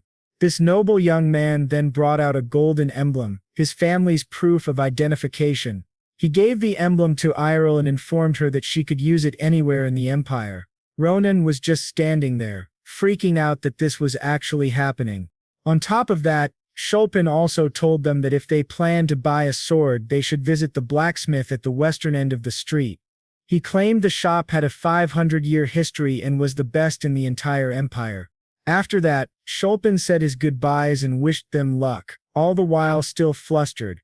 Ronan now had a particular expression on his face. He wondered if Schulpen had the slightest idea of what he had just done. With Grania's family emblem, they could practically buy entire villages. Our MC watched Schulpen exit the shop with an awkward walk and wondered if this was truly the same sword saint he knew from his previous life. The next day, it was time for Phileon Academy's entrance ceremony. All the students who had passed the exam gathered at the center of the plaza. The one who greeted them was none other than the headmaster of the academy, Krava. He told everyone that the freshmen standing before him were now officially Class 70E7. He reintroduced himself with a great smile, saying he was glad to see everyone today. Among the students with amazing skills and outstanding potential were 3 individuals who stood out. Krava congratulated all of them and added that with their boundless talent, anything was possible. On top of that, they would be guided by Philion's prestigious education. Krava believed that they would soon be recorded in the Empire's history because of their future achievements. Once again, the headmaster welcomed everyone. This was the class of 7087. All the while, Ronan was just there yawning. He thought the speech was a bit much for a welcoming remark, but as he thought more about it, it wasn't that bad. His sister was watching him and it was clear that she was proud. After that, Krava smiled and flicked his fingers. A mysterious and colorful bright light began to surround the students. Ronan along with the others widened their eyes as they noticed what was happening. A huge crack had appeared, affecting the space around them. One of the students even shouted that the sky was shattering. A bright light then enveloped everyone, and in a split second all of the students were transferred to a different place. They were now standing in the middle of a huge coliseum. The spectators in the seats started cheering them on.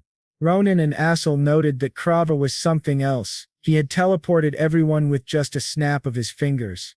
With a mysterious smile, the headmaster then announced that they would now begin the meeting between seniors and juniors. The senior-junior meeting. This event occurs between the incoming freshmen and the second-year students, and the Colosseum was where they were about to meet each other for the first time. It was also known to be a rather intense event between the two groups. This special Philian event was outlined such that both the first and second-ranked students of the freshman batch would face one of the top 4 students of the sophomore batch. Each of these seniors had a unique fighting style for the freshmen to choose from.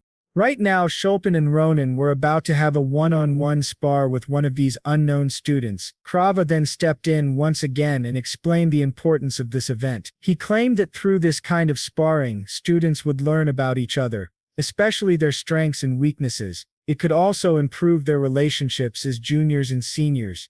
It was further revealed that these duels were the students' chance to take their first step toward becoming someone great.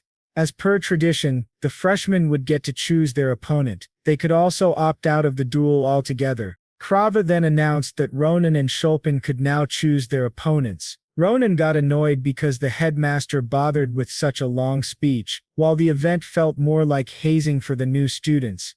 Among the potential opponents was a guy named Naso, the top-ranked sophomore majoring in martial arts. The buffed guy beside him was Brown, who ranked second. As for the other two, the guy's name was Karan, who ranked fourth, and the lady with orange hair was Arena, the third strongest among the sophomores. Ronan got awkwardly scared of Brown, who kept shouting that he wanted to fight both of the freshmen. Our MC knew that his sister was watching and thought that he should show her he could now protect himself. He also took a deep breath, deciding he should use this opportunity to demonstrate that he could also make friends with other guys. Lost in thought, Ronan had a eureka moment. Inspired by the words he had heard from the headmaster, he raised his hand to get Krava's attention and said he would like to make a suggestion. Ronan then repeated the words the headmaster had said earlier, that they were free to choose whoever they wanted to fight. Krava felt uneasy, now waiting for Ronan's suggestion. All of the seniors didn't expect to hear something like this from a freshman. Some even grew visibly annoyed. RMC then told everyone that he would like to fight all 4 of them at once. The atmosphere around the pit shifted. With such an unprecedented request from Ronan, the professors had no choice but to consult each other. This was the first time anything like this had happened. Krava then asked Professor Navaros about the matter, and this sharp, cool professor agreed. She told the headmaster that they should honor Ronan's request. It would embody the Academy's principle: if someone possessed the skills, they should be free to act as they chose. On top of that, whoever won the duel would earn significant respect among the students. Professor Navaros also assured them that if something went wrong, she would intervene immediately. The headmaster considered Navarro's input and after a few seconds came to a decision. They would agree to the duel. The match would proceed. After that short meeting, Ronan and the 4 sophomore students stood in the middle of the pit. The seniors truly felt belittled by this young and seemingly arrogant freshman. Their annoyance could be seen in their eyes. Karan and Arena voiced their anger, saying Ronan needed to be taught some humility. He couldn't just do as he pleased, simply because he ranked second in the entrance exam. But then the top-ranked sophomore, Naso, stopped them from speaking nonsense. He urged everyone to calm down. Naso warned them not to let their guard down, especially since even Schulpen seemed to recognize Ronan's skill. The new guy had even beaten this noble in their practical exam scores. He told them they should go all out from the very start. The 3 others agreed. They knew this seemingly simple duel was an important step in their careers, so they followed Naso's lead. Meanwhile, Iril was panicking. She felt the tension in the atmosphere rising. This supportive and pretty sister began cheering for Ronan. She advised him that if he was ever in danger, he should forfeit the match immediately. Ronan replied to his sister with a smile, showing that he had heard her. Seeing this, Asel was able to calm down. A few seconds later, Headmaster Krava announced that the duel between the seniors and Ronan would now commence. As soon as the battle started, Naso rushed toward Ronan. His speed was remarkable, but our MC calmly dodged the attack from the top-ranked sophomore. Ronan thought these guys were really sharp and strong. He even compared them to Maria's current strength and decided these students were a few levels above hers. While dodging, he wondered if these opponents were on a whole different level. Arena soon made her move and launched her own attack, but it was blocked. She had a serious and focused expression on her face. As the fight escalated, she continued unleashing her combos. Karen then suddenly appeared behind Arena and told her to duck. These two managed to move and act like they were thinking the same thing, but as for our MC, he just stood there, carefully watching them. He noted that his seniors had amazing teamwork. While blocking Karen's spear, the force of the attack was powerful enough to push Ronan back a few feet. Before he could even recover, our MC already sensed something beside him. Vaughn was near, his massive sword ready, and a pissed-off expression on his face. He seriously asked Ronan why he was doing this. Vaughn expressed his disappointment, saying he had hoped for a more serious spar against the freshman. While speaking, he completed his attack. Meanwhile, Ronan maintained his cool. He knew this was a swift and strong finishing blow. On top of that, the other three sophomores were already making their way in for a follow-up attack. These skills only showed that they were at a really high level. In that split second, the world seemed to stop. Ronan managed to check everyone's position. The next thing they knew, Ronan was already gone from his spot.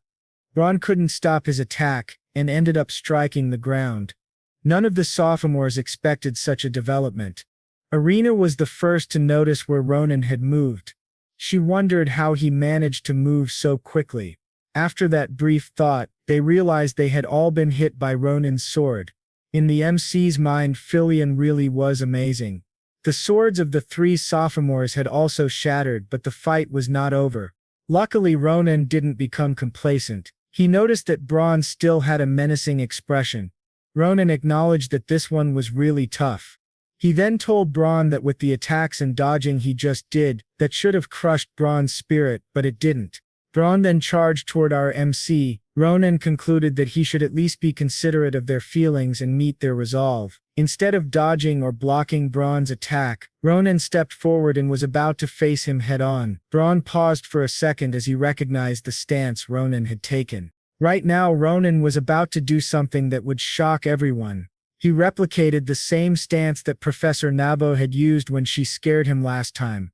Before releasing the attack, Ronan closed his eyes and smiled. He then performed a high-level technique that allowed him to deliver 3 quick and accurate slashes in a short period of time. It was enough to make cracks on Vaughn's massive sword. The sophomore could only smirk. He couldn't believe what had just happened. Ronan then thanked all his seniors and told them he had learned a lot. He still acknowledged their strength, but the truth was our MC was simply a genius, and the plot armor was just too strong. After that, the whole Colosseum went silent. Ireel was still processing what had just happened. Then within a few more seconds, the entire place erupted into cheers and admiration for Ronan. The other students were now wondering who this new freshman really was.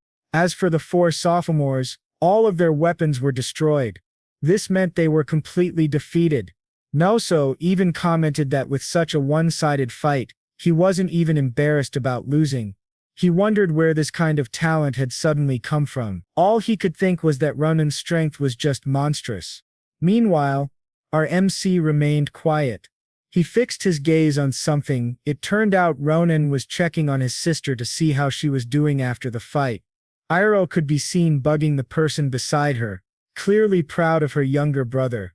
Ronan then turned his attention to his seniors and thanked them for their good work. He paid his respects and explained himself. He claimed that he only suggested the duel because he got too excited to be in Philian. In the end, he was met with their unimaginable strength. Maria and Asel were also watching their friend, and seeing him do these kinds of courtesies left them confused. In the end, Ronan bowed before the four and asked for forgiveness for his rudeness. He also asked for their assistance in the future. Neso, Karan, and Irina were left speechless after hearing all of that. Vaughn was the one to break the silence, happy to realize that Ronan was a good guy after all. He thought Ronan wasn't just strong, he was also polite. Vaughn then approached our MC and held his hand. He told Ronan he didn't need to be so humble. All he did was show his abilities. Vaughn then raised Ronan's hand and declared that he had won the fight fair and square, and that this was exactly what being a Philian student was all about. Our MC was starting to form a bond with the other students, and this was all planned. He wanted his sister to see that he had good social skills. Lo and behold, he was spot on. Asel was already crying because she felt her younger brother had grown up so much. As for the guy beside her, people felt bad for him. His t-shirt had been turned into an off-shoulder dress during the excitement. While this glorious moment was happening, a mysterious student had taken notice of Ronan's existence. This student thought that Ronan was a truly interesting boy. Later that night, all the students were back inside their dormitories. They were having a sumptuous dinner that the academy had prepared for them. This made them feel that all the preparation for passing the entrance exam was worth it. Ronan, Asel, and Maria were also enjoying the feast. Our MC had already expected this, but in reality it was more grand than he had imagined. Maria then claimed that this was to be expected from the best institution in the empire. Asel then changed the topic and asked about his sister. It turned out our MC had already sent her off. He remembered that it took him a while to assure her that he would be fine here. Ronan even left his cool and Chad baby dragon with her so she could be safe along the way. Asel praised Ronan for being an amazing brother to Iroh. Our MC was just about to taste the food Philian had prepared for them, but then Schulpen appeared beside him with an ominous aura. This guy was asking how Ronan could eat his meal right now. Ronan turned towards the source of the voice and found Schulpen's face close to his. That was the moment Ronan lost it. He was really annoyed because he couldn't even eat in peace. He then asked Schulpen what his deal was and what he wanted this time. The noble told him that he was just checking something important. Schulpen brought out a pen and a notebook and began asking personal questions. He wanted to know where Aero lived and if the place was far from the academy. He even tried to find out if the road leading to their house was safe enough. Ronan was confused by all of this.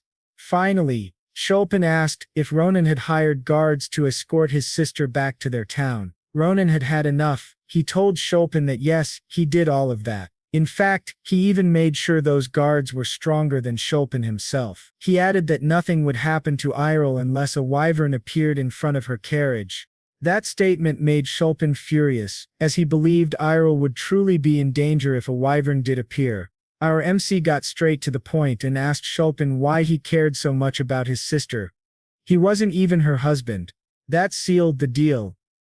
The noble went quiet. Schulpen then muttered that he was just concerned about her safety. While the two were still confronting each other, a lady with purple hair appeared in the dining area. She smiled, claiming this was an interesting scene. She said it was the first time she had seen the Wolf of Grania being this talkative. Schulpen turned to her direction and asked what business she had with him.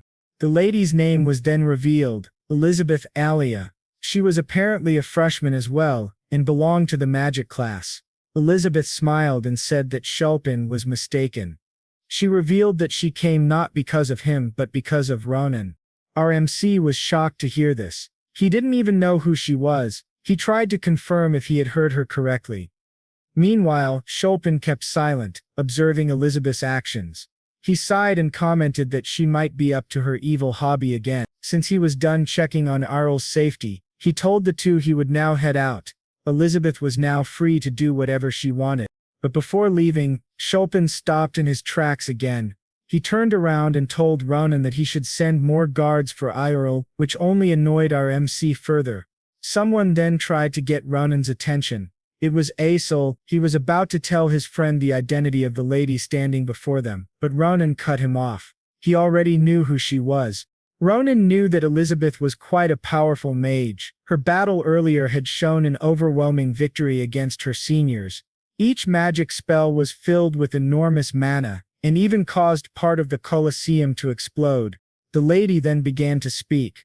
She told Ronan that those who bear their claws need to be taught a lesson.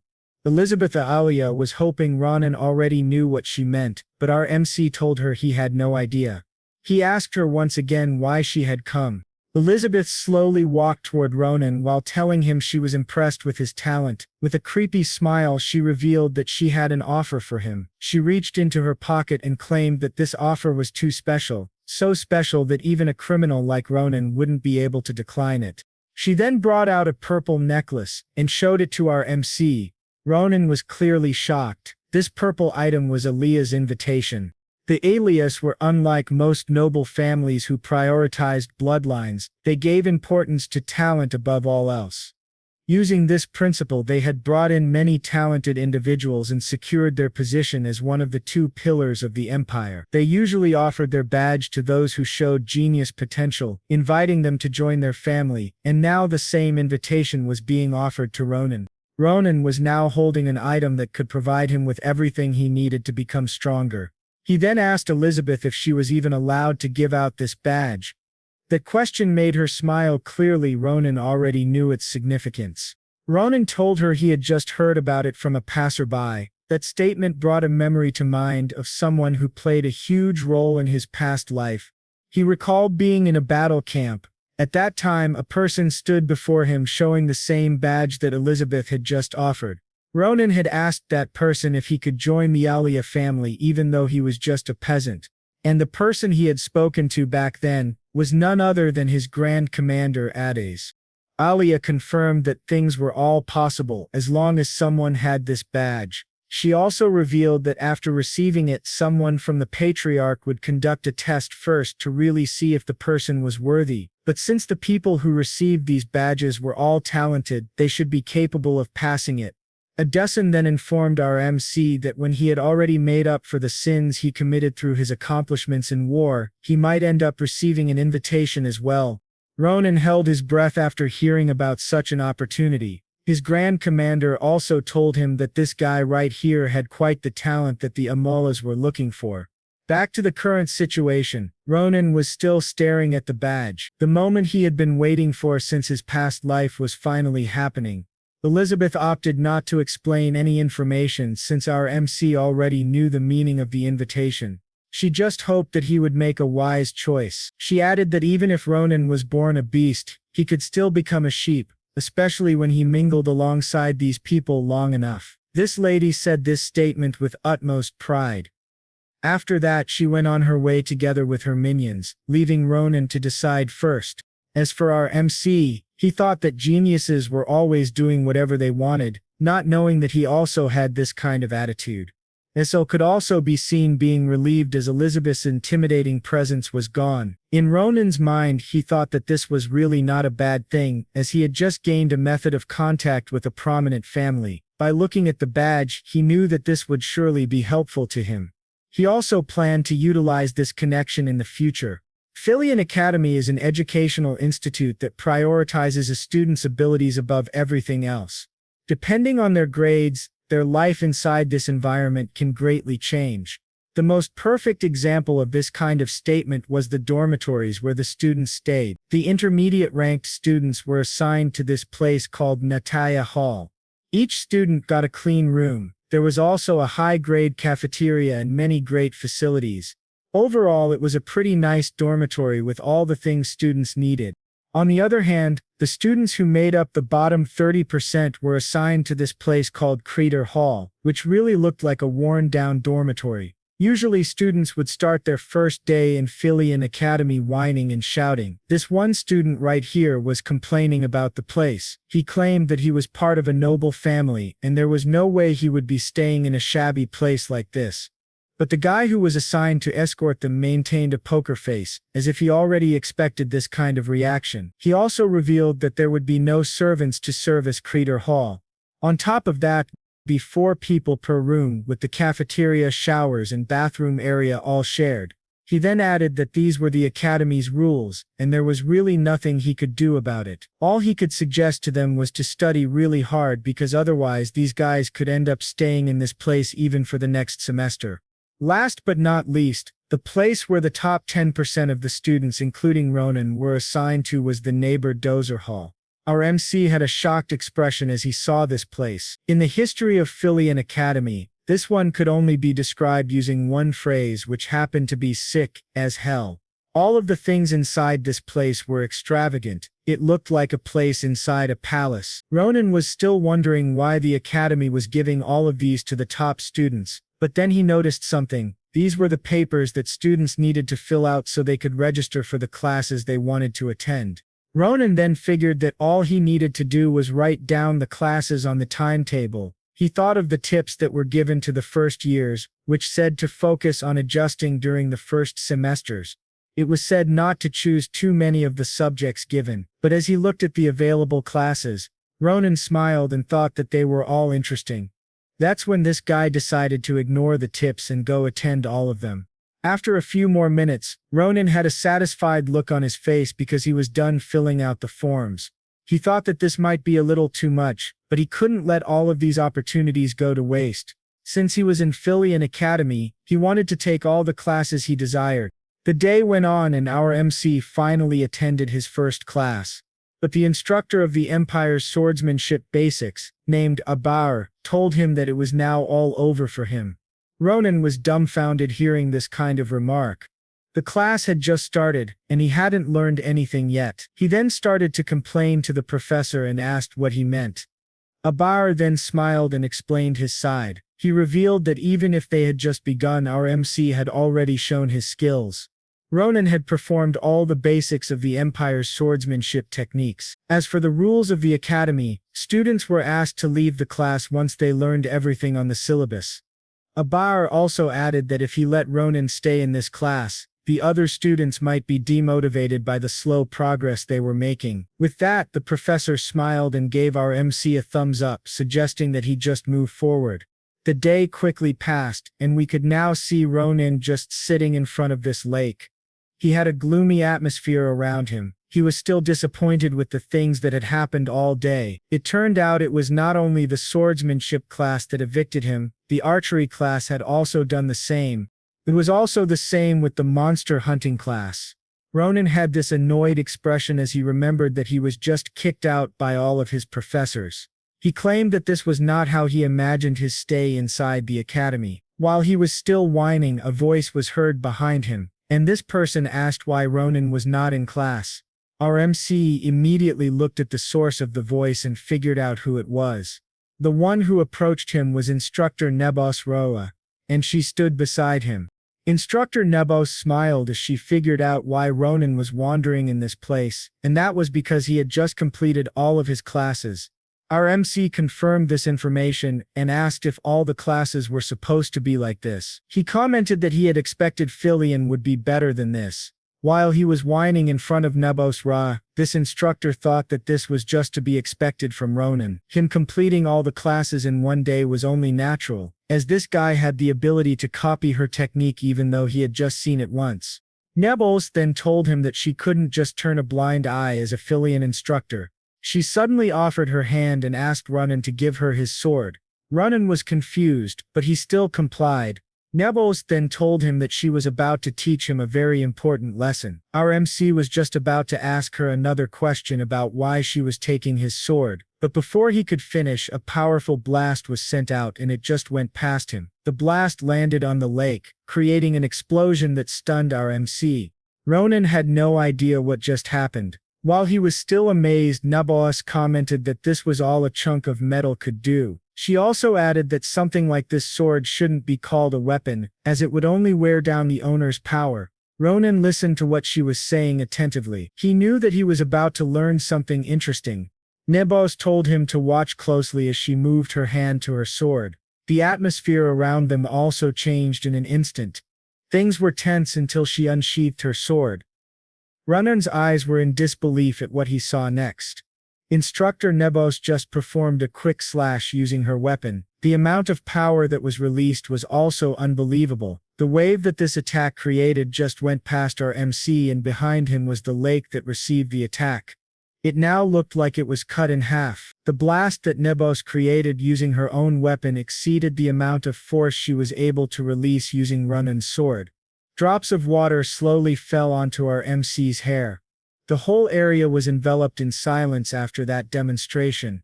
While having this calm expression, Nebos asked Ronan if he finally understood what she wanted him to figure out. This badass lady just showed our MC what he was still lacking, and it was none other than a personalized weapon. These pieces of steel that were sturdy and sharp were the ones that warriors used to fight against their opponents. Weapons shouldn't break when wielded, and even if they did, warriors could just obtain a new one. In short, these things were expendable. Up until now, that was the kind of description our MC had for these things. But all of that changed as he witnessed what Instructor Nebos demonstrated.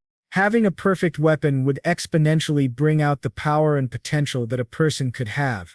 Our MC could only think of this as too ridiculous. He was certain that Nebos used the sword in her hand. She performed the same slash, but hers proved to be several levels stronger than the previous one. Nebos then cut off his train of thought as she commented that one breath and a handful of strength could make such a difference in one's life on the battlefield. Wasting these small details could also determine one's life. She also revealed that if Ronan would be using mana, he really needed to find a new weapon suited for him. However, she added that he still wouldn't get this because he couldn't yet use mana. Our MC's hand moved as he heard this information. He then asked Nebos if she knew this all along, and she confirmed it. But even if he was still not able to use mana, this instructor praised him because he was still too amazing. She assured Ronan that one day he would also be able to use mana. To prepare him for using that kind of power, Instructor Nebos commanded him to find a perfect weapon of his own. Ronan had been quiet the whole time, and it made Nebos comment that this guy now had a lot of things going on in his mind. That was until our MC heard her asking him to attend her class. This was really an unexpected offer to have. Ronan asked her again if he could really attend, and Nebos assured him even though the ones who attended her class were the second years and above. But before leaving, she emphasized that Ronan couldn't just bring that lump of steel he was wielding now. She told him to bring a proper one, and that was her only requirement for him to attend her class. The next day, the whole city was greeted with fine weather. Ronan, together with these two bitches, was now standing in front of a wooden signage. Our MC told them what happened yesterday with Instructor Nebos, so they accompanied him to find a new weapon. To start things off, Ronan wanted to find the place that Schulpen recommended to him last time. He followed the directions, but he was still not sure about it because it only led them in front of this shabby forge. Even Asel and Maria commented that this didn't look like the right place. They even added that it could collapse at one touch. They now wondered if this was really the blacksmith shop that Grania went to frequently. With this unsure smile, he answered that he thought so. He claimed that they would confirm this once they went inside. After that, the group opened the door, but all they saw were some cobwebs on the ceiling. This place looked a lot shabbier and more disappointing than it did from the outside. The only thing that kept Ronan staying there were the words of Philian. He knew that the sword saint wouldn't dare to lie. The door in front of them then opened, and a hairy hand with long nails appeared. The owner of this hand also commented that it had just become too noisy. Another stomp from his hairy feet was also heard. A huge creature emerged and asked Ronan's group about their identities. Seeing this made them freeze for a second. The creature continued talking to them, and all the while, Asel was already panicking. As for Ronan, he commented that this was really fascinating. The one talking to them was a wolf beastman, and seeing this creature running a forge was really unusual. The wolf grew more impatient as his questions were not being answered by the group. He asked them if they were somewhat deaf. He was also about to send them off, but he stopped as Ronan showed him the thing that Philian gave. Our MC also informed the wolf that they were there because they wanted to buy a weapon. He further added that it was Schulpen who recommended this place, saying that the weapons here were all premium. The wolf got interested as this guy in front of him had the symbol of the Grania family.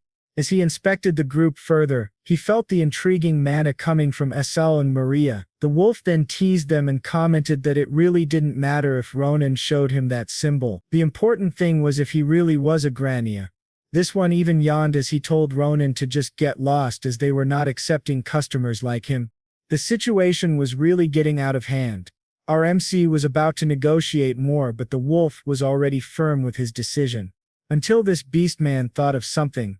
While licking his face, he informed Ronan that there was still a way for him to accept his request. The wolf pointed towards Asel and said that if Ronan could give him the arm of this guy, he would maybe consider the request.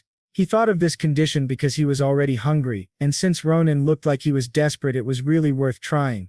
As for Asel, he was already hiding behind our MC, but as the wolf was laughing at this situation, Ronan was not. He then addressed the wolf with a more serious tone. While holding his weapon, Ronan warned the wolf and told him that he had just crossed the line. In a swift movement, our MC then launched an attack, and it landed cleanly on him. The wolf had no way of dodging it. All he could do was wonder what just happened. As he groaned in pain, the wolf was sent a few meters backwards. Ronan then smiled as he claimed that he just felt a familiar feeling, and that was when his sword was hitting hard armor. Our MC then asked the wolf where his sturdy armor came from. All of a sudden, as this one was now equipped with defensive armor while still coughing in pain. But then our MC started walking towards the wolf and claimed that the armor was really not that important. This got the attention of the wolf, who now had an annoyed and furious expression. Ronan decided that he would just destroy the said armor, which made the wolf panic. This beastman pleaded and asked for forgiveness. He also revealed that this was just a test. He informed Ronan that he was just following a protocol for people they had never seen before. In short, this wolf was just verifying our MC's skill. He added that he really wanted to test out his new invisible armor, so he tried provoking them on purpose. Ronan calmed down as he figured out that this wolf had no intention of harming them. He also thought that the reason this beastman gave was kind of original, but that didn't mean the wolf was telling the truth. However, the beastman added his point that it would really be more shady if the blacksmith that the Grania family used had no verification process like this. The wolf also told our MC that if he was still doubting him, Ronan could ask Philian himself later. This one then further apologized for going overboard with the testing process. He also asked Asel for forgiveness and told him that he was not fond of eating people. Asel awkwardly smiled and thought that it was really a relief. After that rough start, the wolf introduced himself as Addison. Apparently he was an apprentice at this blacksmith and sometimes also the gatekeeper. Addison then asked Ronan his name and confirmed his purpose of wanting to have his own weapon. He also told them to follow him inside, as he would be the one to guide them. Addison claimed that this area right here was just the entrance to their real workplace. The true forging area was right this way, behind the door that was in front of them. The four then entered the room. Addison asked them if they were all good. He warned the group to prepare themselves mentally. As he clicked this hidden button on the wall, multiple gears started to turn. The whole place sounded like there was a huge machine moving. After a few seconds, the room trembled as if it was moving. Ronan and his group could only look at the ceiling while they started heading downwards. Addison then confirmed that this was an elevator made from a magic stone and a pulley. He claimed that this was the fastest way to get to the forge.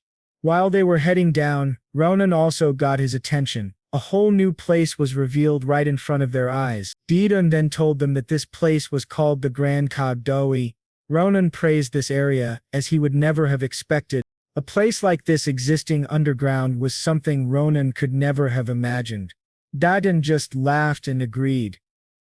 The wolf also told our MC to be more excited, as he would take him somewhere really amazing. Ronan and Saita grew more interested when they heard this statement. As a reward for passing Addison's test, the wolf thought of the best gift, and that was to take Ronan to the dwarf who was considered the capital's best master craftsman. The blacksmith wielded his hammer with tremendous force. Several blacksmiths were diligently working at their anvils. Ronan couldn't have imagined that there was such a huge forge underneath the capital.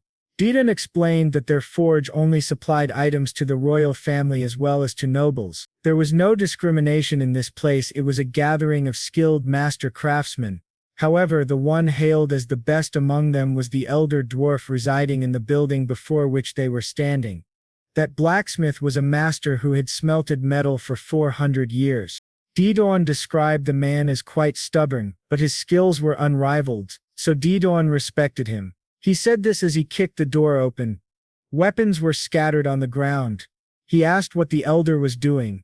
He entered the room and announced that he had brought guests. The blacksmith was currently forging a blade.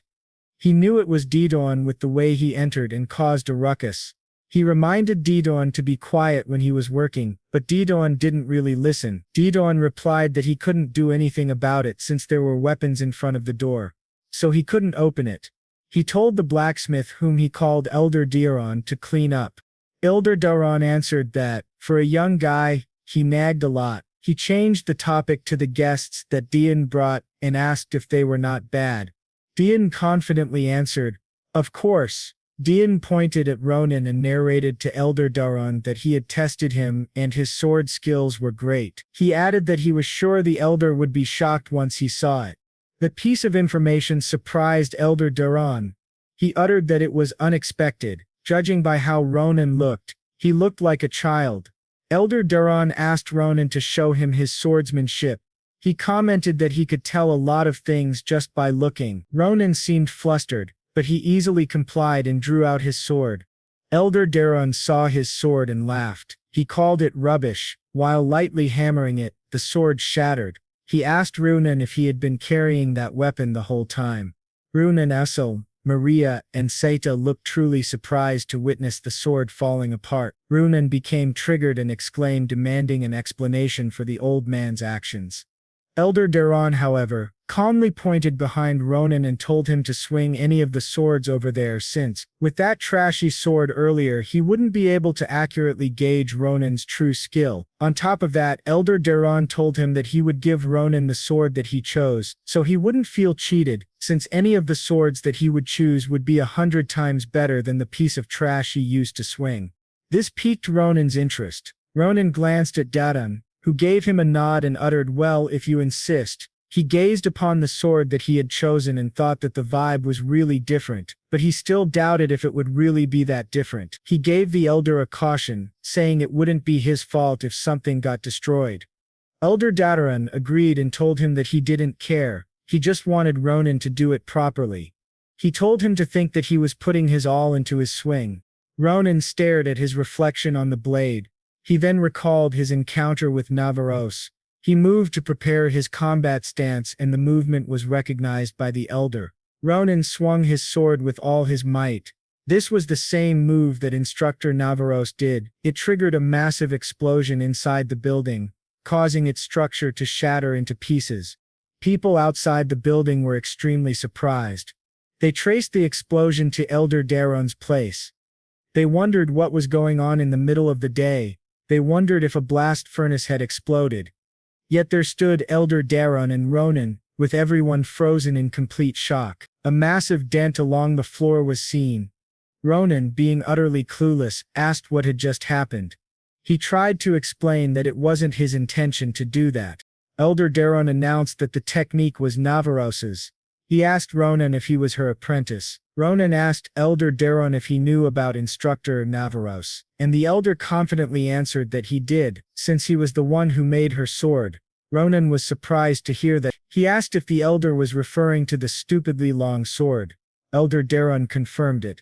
That sword was called the Secret Sword Yusa.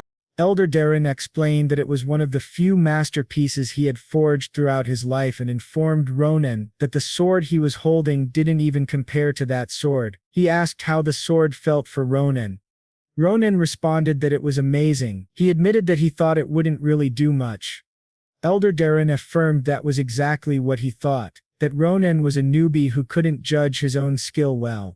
Elder Daron was elated to convey that it had been a while since he had witnessed such talent. Fueled by his excitement, he patted Ronan's back with such force that it elicited a groaning noise from Ronan. Elder Daron informed him that it's also a problem if he's too talented because it would be hard to forge a sword that could suit him. It could be easily seen that the sword he just used was finding it difficult to handle his swings. Ronan noticed the crack on the blade of the sword. He asked what he should do.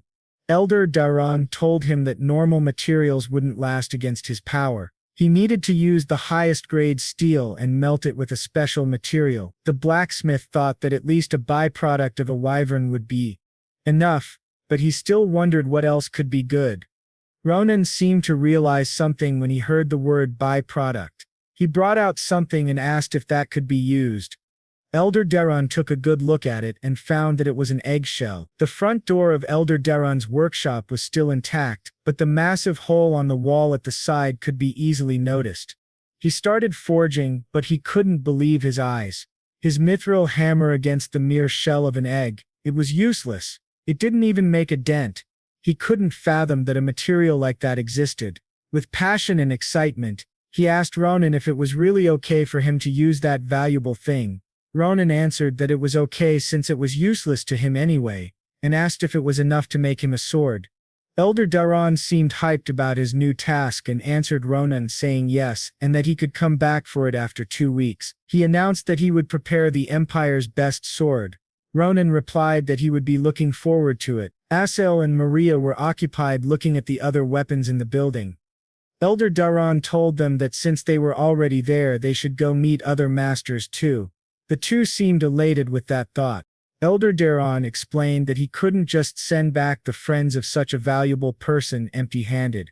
He told them to inform the masters that they visited upon his referral, and the masters would look after them. He admitted that he wanted to take care of them too, but at the moment he couldn't do anything else except for smelting the egg. He worked with his hammer and let out a hearty laugh as he commented that it was a great sound. Ronan and the rest witnessed this, and they all had funny expressions on their faces. Ronan couldn't help but think that the old man was crazy. Meanwhile, an underground location was being lit up by several torches. An angry person wearing a white hood lamented that the guys above them were loud and annoying. He added that he was at the point where he wanted to set them all on fire. Another guy in white robes told him to hold back since it was not yet time to reveal themselves, and that it wouldn't be that much longer now. Inside the underground base, there were several massive stone figures. The person in white robes narrated that starting from those ignorant blacksmiths to everything in the Empire, the day that everything disappears and is buried in light is coming. They were looking at a massive entity with red glowing eyes enclosed in a yellowish crystal. A few days later, Ronan was walking in the school grounds. He recalled his encounter with Elder Daron, the old man who was regarded as the best blacksmith in the Empire, and who was going to make him a sword. Asel and Maria were even commissioning the other blacksmiths in the area. He was aware that it looked like it would cost a lot, but none of it was his problem. He happily took out the Grana emblem. The costs weren't his problem, because it wasn't his money. He would pay for everything using the emblem. But there was just one problem. The sword would take up to half a month to be completed. Ronan was bored, and he was thinking of what to do until then.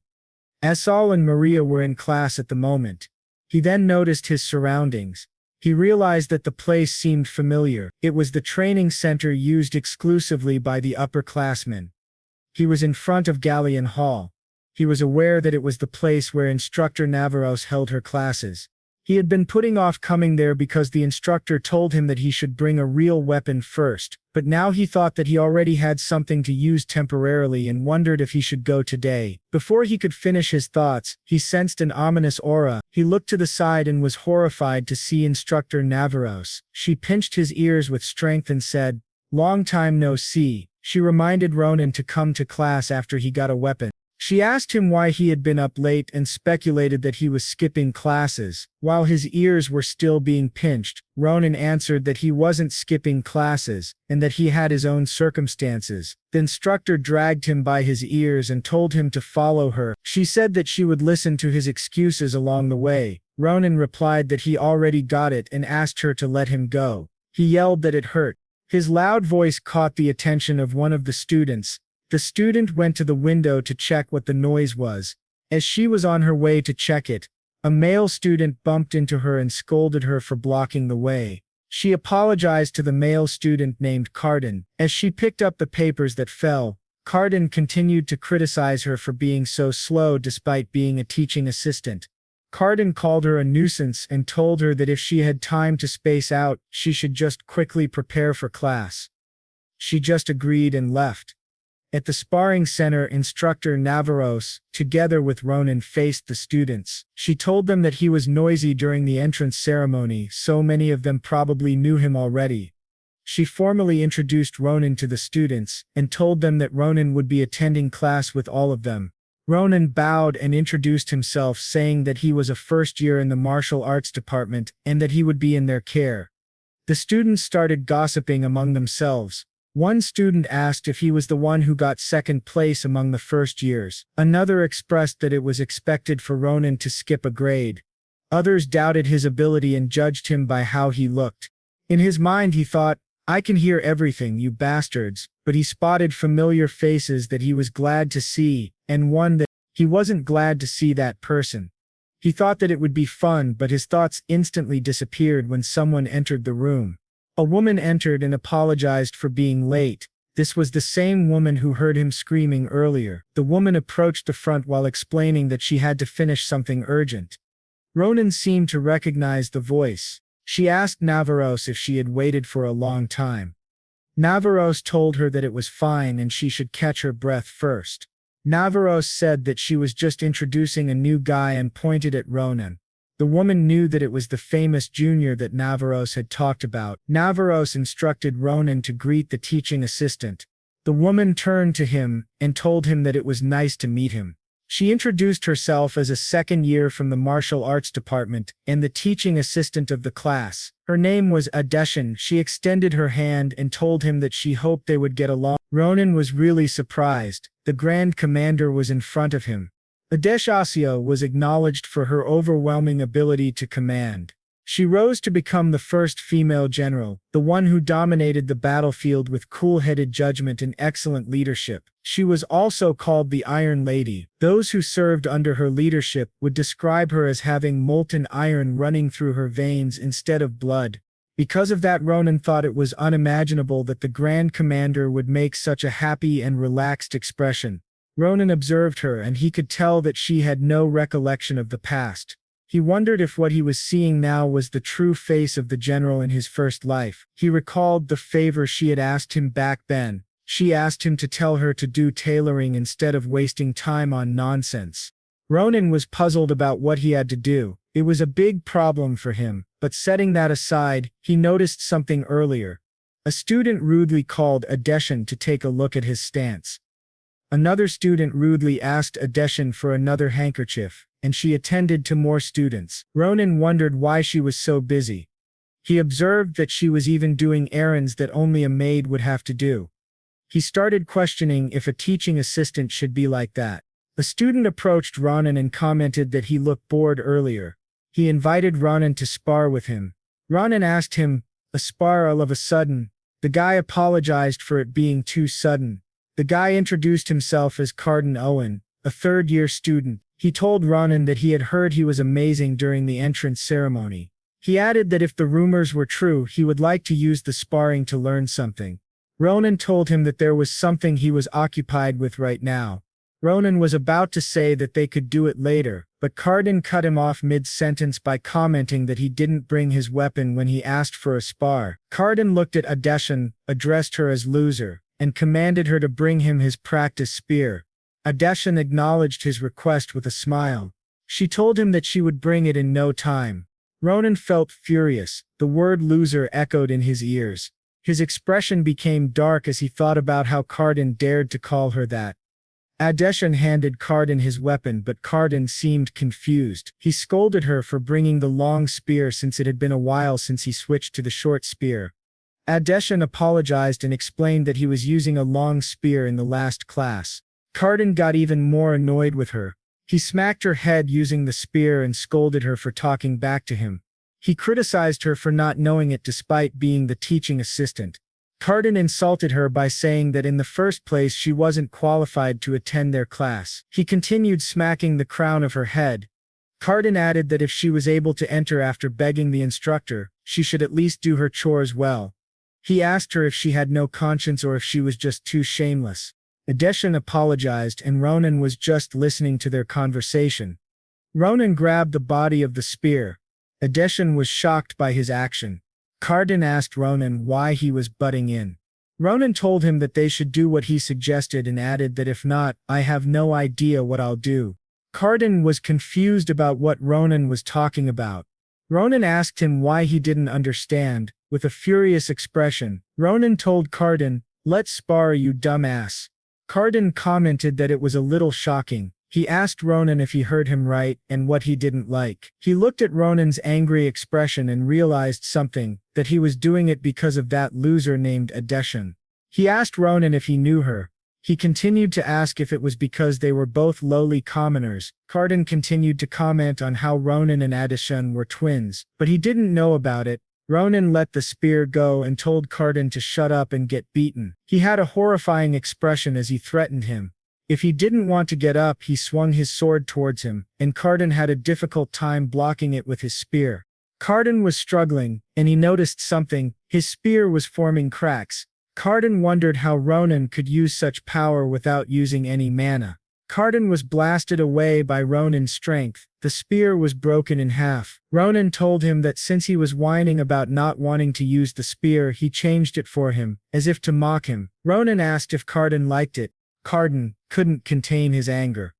He charged at Ronan, while telling him that he didn't know his place. The spear was approaching Ronan, but he remained calm. Carden threatened Ronan by asking him if he thought he'd get out unscathed after that. The spear was just an inch away from Ronan's face, but in a swift motion it broke. It was cut cleanly into several pieces. Pieces of the spear scattered. Carden was shocked, while Ronan calmly answered him, "Yeah, I will be." Carden couldn't believe it, while Ronan continued to talk to him and told him that he should just worry about himself. Ronan swung his sword several times, hitting Carden with a powerful force that blasted him away. But Ronan didn't stop there. His sword met Carden's face and torso, and he held the sword with both hands to prepare for a powerful strike. He swung it swiftly, hitting Carden's body and jaw. Carden groaned in pain. His face was swollen as his body collided with the ground. With a fierce expression, Ronan told him that he was lucky they met inside the academy. If they were outside, Carden would have already died. The onlookers couldn't believe that Carden had lost when he was one of the highest ranked among the third years. Ronan approached the students, picking who the next one would be. He pointed at the guy with the towel. He stepped close to the guy while scolding him, saying that if it smells, he should be the one to wash it and not ask others to do it for him. Ronan was about to address Adeshan as Grand Commander, but instantly changed it to Assistant Instructor. He asked the guy if she was his servant. The guy panicked in fear. Ronan asked him to step forward and told him that he would wreck his nostrils. But Adeshan stepped in. She told him that she didn't understand why he was doing this but assured him that she was fine and asked him to calm down. However, Ronan told her to move. It was evident in Ronan's expression that he was trying to contain his anger. He told her that he could hold back on other things but not when she was being looked down upon. Ronan had a serious expression as he thought that it wouldn't just be those idiots, and corrected himself, no one can look down on her. He recalled the Grand Commander and thought that at least in the Empire she was someone who wasn't supposed to be treated that way. He brushed past her and politely asked her to move, saying that he wouldn't stop until he beat those guys. But the atmosphere changed as soon as Navaros commanded everyone to stop. Her aura covered Ronan as she commanded him to stop. This made Ronan come back to his senses. She approached him while emitting a horrifying aura. She told Ronan that he wouldn't be held responsible for the fight he just had since more unfortunate accidents can happen in real battles. Navaros's aura was depicted as a ferocious serpent's eye, and it was like her scaly serpent-like body was wrapped around her. She wore a serious expression while she explained that if Ronan escalated things further, she would no longer overlook them. She told him to drop his sword and walk away. Ronan couldn't move his body. He had a horrified expression as he looked back. He saw a huge snake ready to devour him. Its tongue almost reached his face. He started to realize that it was the unprecedented Sword Saint instructor Navaros's aura. Navaros told him that what he was about to do couldn't be considered as a spar, and since she was the instructor for the class, she couldn't let the lesson deviate further. Ronan replied that she should have known what her teaching assistant was going through. Ronan gripped his sword and continued, saying that up until now, Navaros had just stood and watched despite knowing what was happening. Navaros told him that it was between her and her assistant, and it didn't concern him. With fierce eyes, she gave him her last warning and told him to stop. Ronan met her gaze with the same fierce expression. He told her that it didn't matter if she was the unprecedented sword saint or not. He pointed his sword at her and told her that his decision remained the same. With a furious expression, he told her off. Navaros commented that it couldn't be helped. She called out the grieving snake, and the snake's mouth opened wide as if it was ready to devour Ronan. Ronan smirked, and a green aura continued to envelop him. He recalled a memory from the past where he asked the Grand Commander why she volunteered to take the position of commander when everybody else declined. The Grand Commander answered that he would understand one day, explaining that there are things you can't force someone else to do, and it becomes one's own destiny. He clearly remembered the Grand Commander's reply and wondered what she was thinking. He recalled the time they stood in front of a pile of corpses and wondered what burden she was carrying on her shoulders. The Grand Commander addressed him and sincerely apologized for passing the burden on to him. She told him not to forgive her. Ronan woke up screaming, "No!" He was panting, and someone asked him what was wrong. The lady asked if he had a nightmare. Ronan was surprised to see who it was. He couldn't help but stare at the Grand Commander while she stared back at him. Ronan called Addison Grand Commander when he woke up. Addison was surprised to hear this. She asked Ronan what he was talking about. Ronan laughed and told Addison that he made a mistake and told her not to worry about it. Addison was very confused by Ronan's behavior. Ronan then asked her if he was currently in the clinic. Addison told him that he was. She told him that Navaros asked her to bring him here. She revealed to Ronan that Navaros said she would correct his behavior in the supplementary classes. When Ronan heard this, he immediately knew that he had messed up and Navaros was going to kill him. After passing on Navaros's message, Addison asked Ronan if he was angry for her sake when he fought Navaros. Ronan was startled when he heard Addison's question. He looked away from her and told her that the reason he fought was because he is an upright gentleman who values manners a lot. Addison immediately knew that Ronan was lying when he said this. She told him that he was a bad liar. She told Ronan not to hate Carden and the other students too much. She said that she understood why they treated her like that. Ronan was shocked to hear this. With an angry look on his face, Ronan told Addison that she did not do anything wrong other than working hard as a teaching assistant. He asked her why she was even a teaching assistant in the first place. Addison was surprised to hear this question. Ronan told her that he understood the fact that Navaros allowed the students to misbehave because they were young and got caught up in the moment, but he would never accept the fact that an instructor turned a blind eye to the evil deeds of her students. He asked Addison if she was not angry with Navaros. Addison smiled and told Ronan not to misunderstand anything. She told him that the reason Navaros turned a blind eye to her situation was because she asked her to. Ronan was shocked to hear this. He thought Addison was spouting nonsense. Addison told him that she was enjoying privileges that she did not deserve. She revealed to Ronan that one has to reach the level of sword expert to attend Navaros's class, but even after taking a 1-year leave from school, she could barely control any aura. Ronan was surprised to hear this. He could not believe that Grand Commander Addison, who had such an incredible aura on the battlefield, also had a time when she was powerless. Addison told Ronan that she asked Navaros to turn a blind eye to whatever treatment the students gave her. She asked for this favor because she did not want to burden Navaros, who accepted her as her teaching assistant. She told Ronan that she was enjoying a lot of privileges, so she had to pay the price for it by enduring any humiliation. The lady also told Ronan that she could handle it, so he should not worry. She thanked Ronan for what he did for her. She told him that she used to believe that she had gotten used to trivial things, but today was a bit painful for her. The room was then filled with silence. Ronan asked Addison if the reason she was going through such lengths was because she wanted to become a Grand Commander. Addison was surprised to hear this. She did not understand how Ronan was able to find out about her goal. With a smile on her face, she told Ronan that her dream was to become the Grand Commander of the Empire. She told him that while her dream may sound stupid coming from someone who has not reached the level of a sword expert, she did not plan to give up. She told Ronan that she was confident in military science and tactics, and she was working hard to reach her goal. After saying this, she realized that it was already time for her next class. She told Ronan to take a good rest before going back to class. Ronan thanked her for watching over him. Adeshan smiled and told him not to worry about it. After saying this, she left. When Adeshan left the clinic, Ronan remembered her last moments. He remembered Adeshan telling him that if they ever met in the past, he should advise her to stop trying to become a grand commander and just focus on tailoring. With a smile on her face, she told Ronan that she had done a lot of things, but she had never tried tailoring. Ronan was in a dilemma. He did not know how to tell Adeshan to give up on her dream and try being a tailor.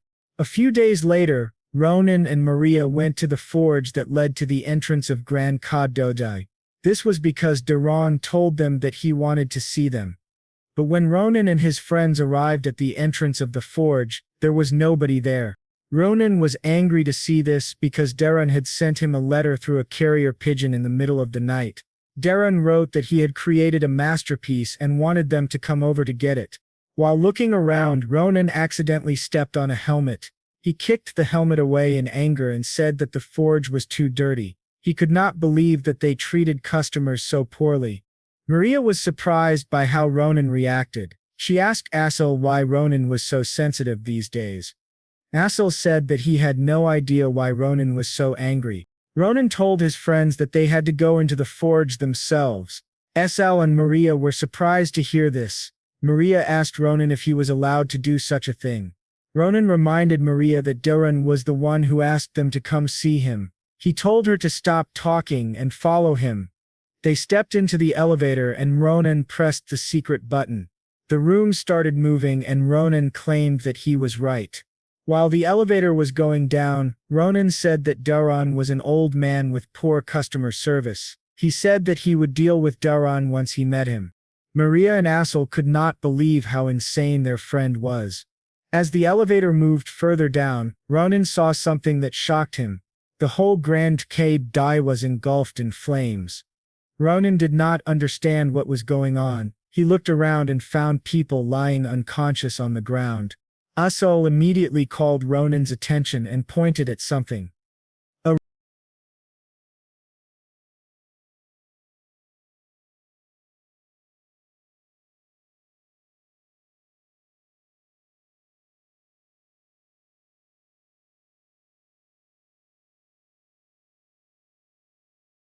Asel was very confused by the situation. As for Maria, Ronan told her to go back up and bring any master or soldier she could find and she immediately complied. Our MC then jumped down from the elevator. He asked Asel to use his telekinesis. Asel immediately used a skill called Invisible Hand. The scene shifted, and we saw the blacksmiths about to get crushed by a rock giant. The creature, still on a rampage, held its hands up high. Fortunately, Ronan jumped over the giant and destroyed its hand. When he landed on the ground, the creature didn't expect this, and was still confused. Ronan addressed the blacksmiths and said that there was a lot on his mind these days, and his head was a bit stuffy. With a terrifying look on his face, he told the giant that it chose the wrong day to attack this place. The rock giant was not even intimidated. It used its other hand to attack Ronan. It swung its arm with great force. Its fist moved towards our MC. Meanwhile, this guy was not moving. He maintained his serious expression, but when its hand got close to Ronan, he suddenly vanished. Ronan dodged the attack and jumped on the giant's hand. He used this opportunity to leap off the giant's shoulder, and in a split second he destroyed its head. The creature had no way to process what really happened. The head fell down and it created a massive explosion along the area. The blacksmiths who Ronan saved could not believe that someone as young as him could defeat a rock giant in one blow. They also recognized him as the one who came to Elder Duran last time. Our MC then got their attention. He climbed on top of the giant and asked the blacksmiths for an explanation. Ronan was now hoping to find out what the hell was really going on. Their conversation went on, but this time Asel was already with them. Our MC couldn't believe what the blacksmiths had told him. Dozens of rock giants barged into the forging groups. The blacksmiths said that they did not know why the rock giants attacked them. They came out from somewhere underground and destroyed everything as they saw fit. They killed and captured several blacksmiths, including Duran. After capturing some blacksmiths, they went back to where they came from. The old men also informed our MC that Didun chased after them, but given that the werewolf was not good at fighting, he might also be in trouble. Ronan's expression quickly shifted as he knew that those who had been captured could immediately become food for the rock giants. After hearing about the situation, Ronan stood up and asked the blacksmiths if the giant he killed was the last one. The blacksmiths said yes. Ronan then ordered Alel to check for other injured people with Maria. He also told Asel to heal anyone they found. He asked her to take Shita with him to assist in healing. Asel was shocked to hear this. He asked Ronan what he was going to do. Our MC told Bulao that he was going to save the captured blacksmiths, especially since he had something he wanted to get from Dirun. The scene shifted, and we saw Elder Darun holding a sword while shaking in fear. He told Darun that while he was grateful that he came to save him, it would be better for Darun to run away. Two rock giants were forcing their way through an enclosed space in order to get to Darun and Darun. Upon seeing the situation at hand, Darun urged Didan to run away quickly. He told Didan that he would be able to survive with his invisible army. The werewolf had enough of it, and shouted to Elder Darun to shut up. He told him that things were already tough for him, as it is, so he did not need Darun to be spewing some nonsense. With an angry look on his face, Didan told Darun to swing his sword if he had the strength to say such ridiculous things. But Elder Darun told Didan that he could not swing this sword because it was his best masterpiece. While gleaming in amazement, he said that he did not want to taint the sword with his stupid swordsmanship. Didun called Detran a crazy old man when he heard this. He told Detran that this was not the moment for him to act crazy about swords. While they were talking, the rock giants had slowly managed to break the place they were hiding in. They finally entered. The rock giant held its gigantic hand up high, and was already targeting them. The next thing we saw was that the hand had already hit the ground with tremendous force, but something seemed to stop the gigantic hand. Elder Dirun thought that they were going to die, but something surprised him. Dirun had managed to block the giant's attack, but even with this feat, the werewolf clearly took significant damage. Didan could also tell that all the functions and benefits that his armor provided him got destroyed in one hit. The rock giant started to retreat its hand. While he was thankful for surviving that attack, Didan thought that he should have done everything he wanted in life. The werewolf was so busy contemplating life that he didn't notice something move swiftly near them. As he thought that he still had so many regrets in life, someone appeared right behind the rock giants. This person was also wielding a sword. The werewolf was then frozen in shock as he witnessed something incredible in front of him. Multiple red slashes were seen, and these attacks were done in a split second. Slowly the rock giants crumbled to the ground. A voice was also heard, and it praised Didan for doing a great job. The person that just defeated multiple rock giants was none other than Ronan. He also told him that he could now rest easy as he would handle everything. Elder Darun and Didan were very surprised to see Ronan standing in front of them. The werewolf asked Ronan how he was able to get to this place because there were a lot of giants along the way. Ronan smiled and told Didan that he killed all the rock giants in the process. He also saved the remaining blacksmiths. Didan and Diran could not believe what they heard.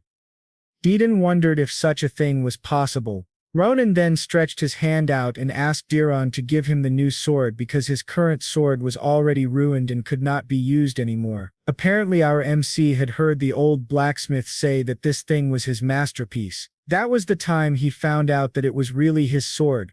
Elder Diran asked Ronan to take it. The old man also added that the hilt was still incomplete, but the sword was already usable. Our MC smiled and thanked him for the sword. He took a stance and unsheathed the sword. He wondered how good his new sword really was. The moment he did this, more rock giants entered the cave they were in. The giants rushed to attack Ronan.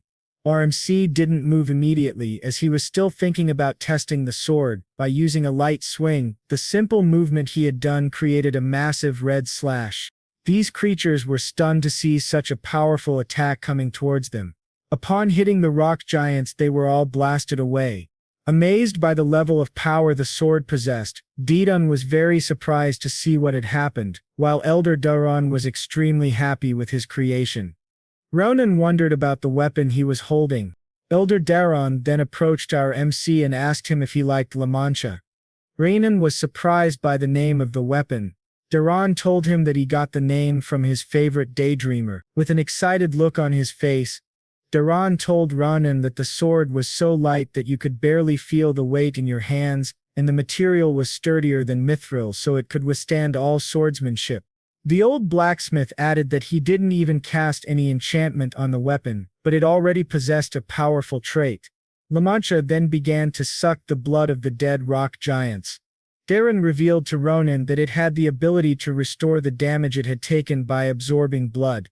Ronan wondered if the reason La Mancha had this ability was because it was made out of Kaza eggshell. After that, our MC told Daron that he was more amazing than he expected. Daron told Ronan that he was glad that he liked the sword. Meanwhile, Addison was confused by the situation. He could not believe that Ronan and Daron were complimenting each other in their current situation. He told Ronan that they were the only blacksmiths left, so it was better that they get out of this cave. Ronan was relieved to hear this, but instead of coming along, Ronan told Addison to take Elder Daron out of there. He said that he had something he needed to check. Addison asked Ronan what he wanted to check. This guy took a deep breath and said that it was nothing much. With a menacing look on his face, Ronan said that there was a rat hiding in this place, and the rat was a very big one. Along with it, there were two mysterious beings guiding it. Addison didn't get the metaphor that Ronan meant. He got confused hearing the word rat. The werewolf then asked our MC to explain more about it. Ronan revealed that he knew something was off. He further discussed that he knew a lot of things about the rock giants, and these creatures were not known for mobbing or attacking anyone. As a matter of fact, they were considered well-behaved. After that, Ronan touched the rock giant. It then started to vibrate, and it startled Elder Daron and Addison. There was something unusual at the back of the heads of the rock giants. A few seconds later, a magic circle appeared, and Ronan told them that this was the first time he had seen one from these creatures. Our MC asked Elder Daron to inspect it, but the old man revealed that he was not quite familiar with these kinds of things. However, he mentioned that the reverberation of the mana from this magic circle was quite crafty. Sweat fell down his face as Elder Daron revealed that this was the reason why the rock giants went wild. He wondered who did this, and Ronan also seemed to have no idea.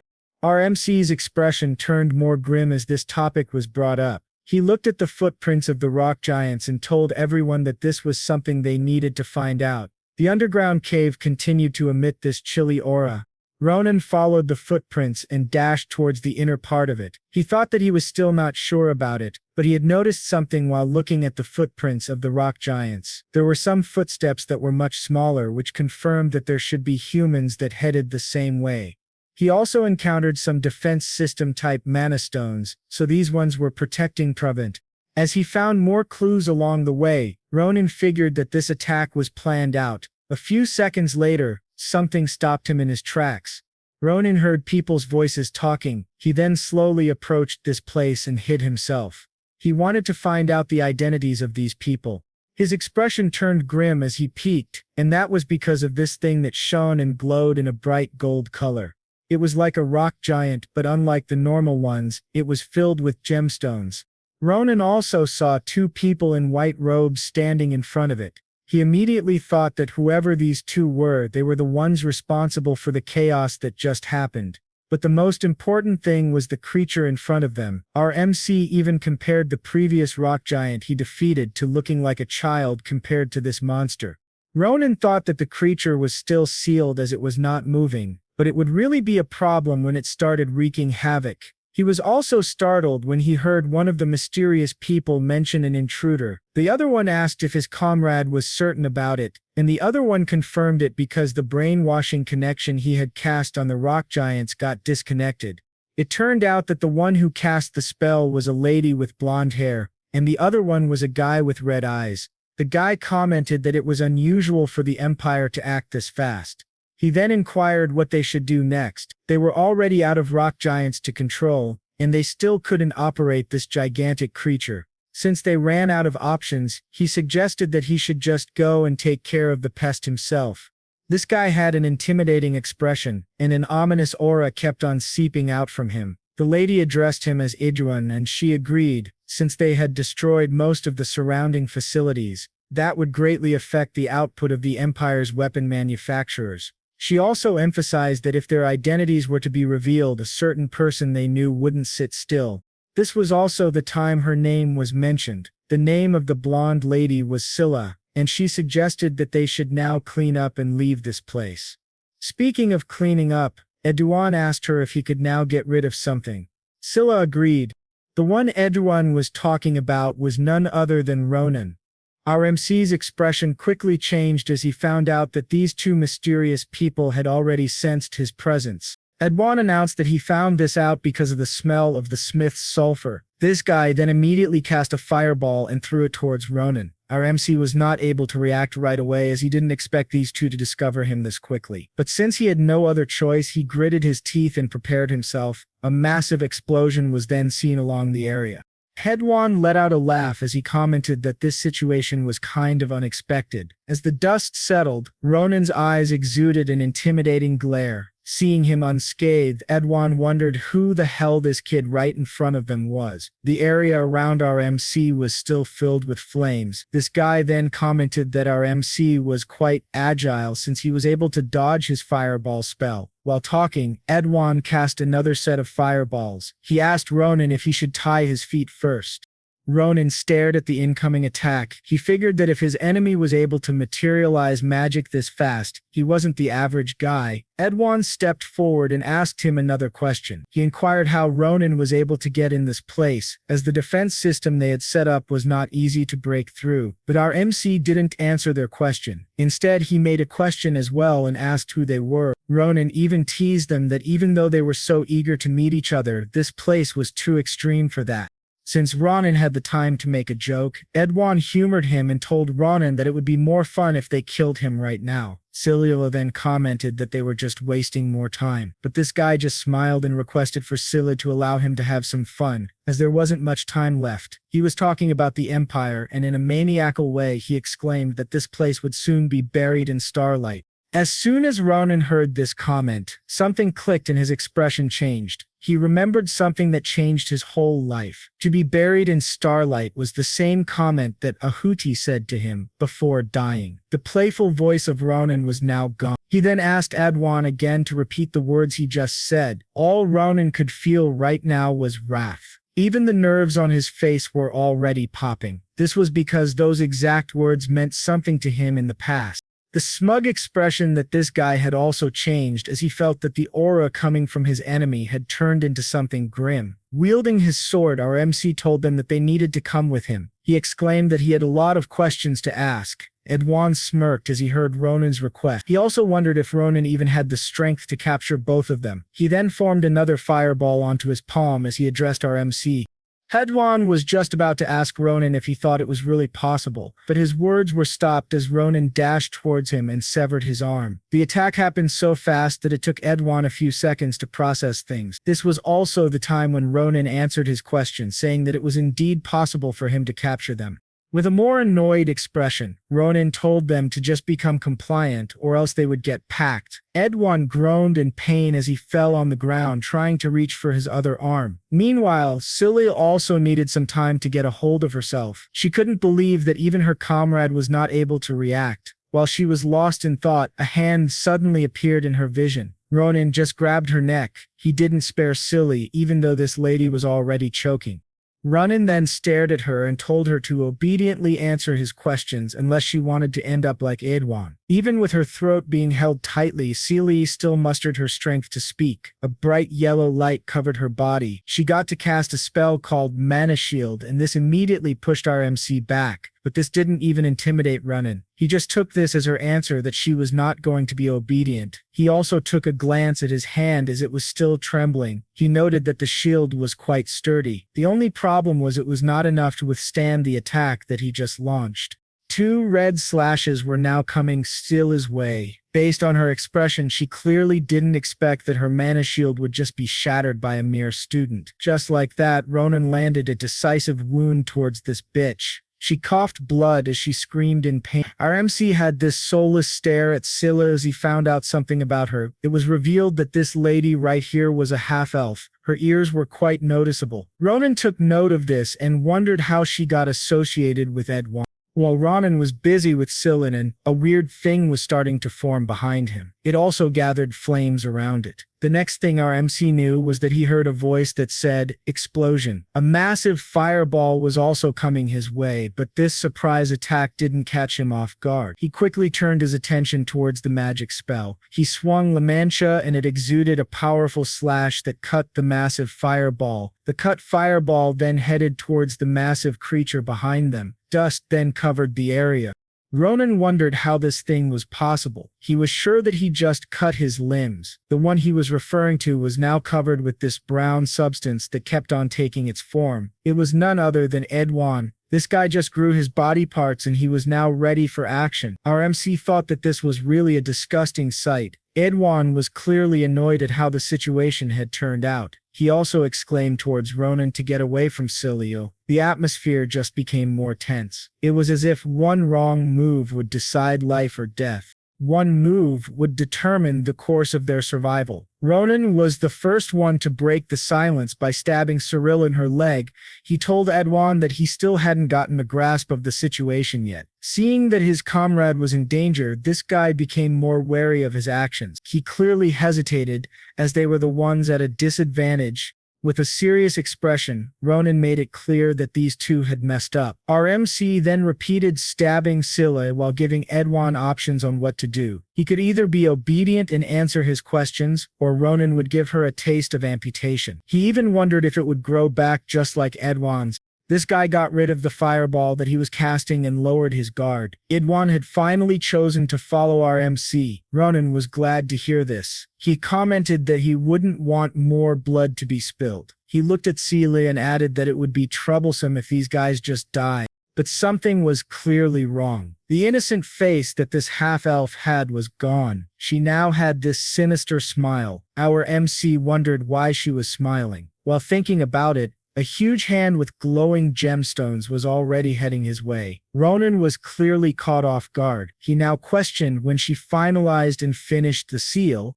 Luckily, he was still able to use his sword and attempted to block the attack, but the force coming from the giant was powerful enough to send him flying. Ronan crashed on the ground. The impact was quite massive, and the whole area was filled with dust once again. Incomplete regenerated feet then emerged. It was from Vaughn. He asked Cyrilla if she was fine. The lady said yes, and she noted that she owed him one. Turns out Vaughn's massive fireball was just a diversion to distract Ronan's attention. During their talk, Cyrilla managed to cast a magic spell that hindered our MC's perception. That was the time when she was able to activate the giant. But the thing was, its arm was the only thing she could control. She was still thankful that the surprise attack had done significant damage to their opponent. Just to make sure, Vaughn told her that he would check and put an end to their opponent now. While still groaning in pain, Scylla reminded her comrade to be careful. She even commented that Ronan was a monster with the face of a child. Vaughn then assured her that he wouldn't be reckless. In his mind, he agreed with Cyrilla. The one they were fighting just now was no mere child. He knew that if he didn't kill our MC now, he would be a huge threat to their organization later. The dust was clearing out, and we could see that Ronan was still on his knees after that massive attack. Our MC thought that he wouldn't lose to someone like this. Then, he dashed and vanished in an instant. The next thing Vaughn knew was that his limbs were all severed. Ronan followed it up by releasing more slashes. This guy played Fruit Ninja for sure. The regenerated body of Vaughn fell on the ground, and while holding his sword tightly, Ronan asked them where they thought they were going. He gritted his teeth and exclaimed that he thought he had made himself clear a while ago. Cyrilla was shocked after seeing that Vaughn just got defeated in an instant. Our MC told them again that he really had a lot of questions to ask, and the sound of his desperation filled Scylla with fear. She couldn't even move her body. Instinctively, she moved and was about to cast a mana shield again just to protect herself. She wondered how an injured student could still move. Meanwhile, Ronan's body was already trembling. The strain that the previous surprise attack gave to his body was significant, but he uttered that he would never let them go. The moment he said this, something happened. It was as if time froze. Ronan fell on his knees once again. The adrenaline that kept him fighting was slowly fading away. He struggled, thinking that his body wouldn't even listen to him now. He was at his limit.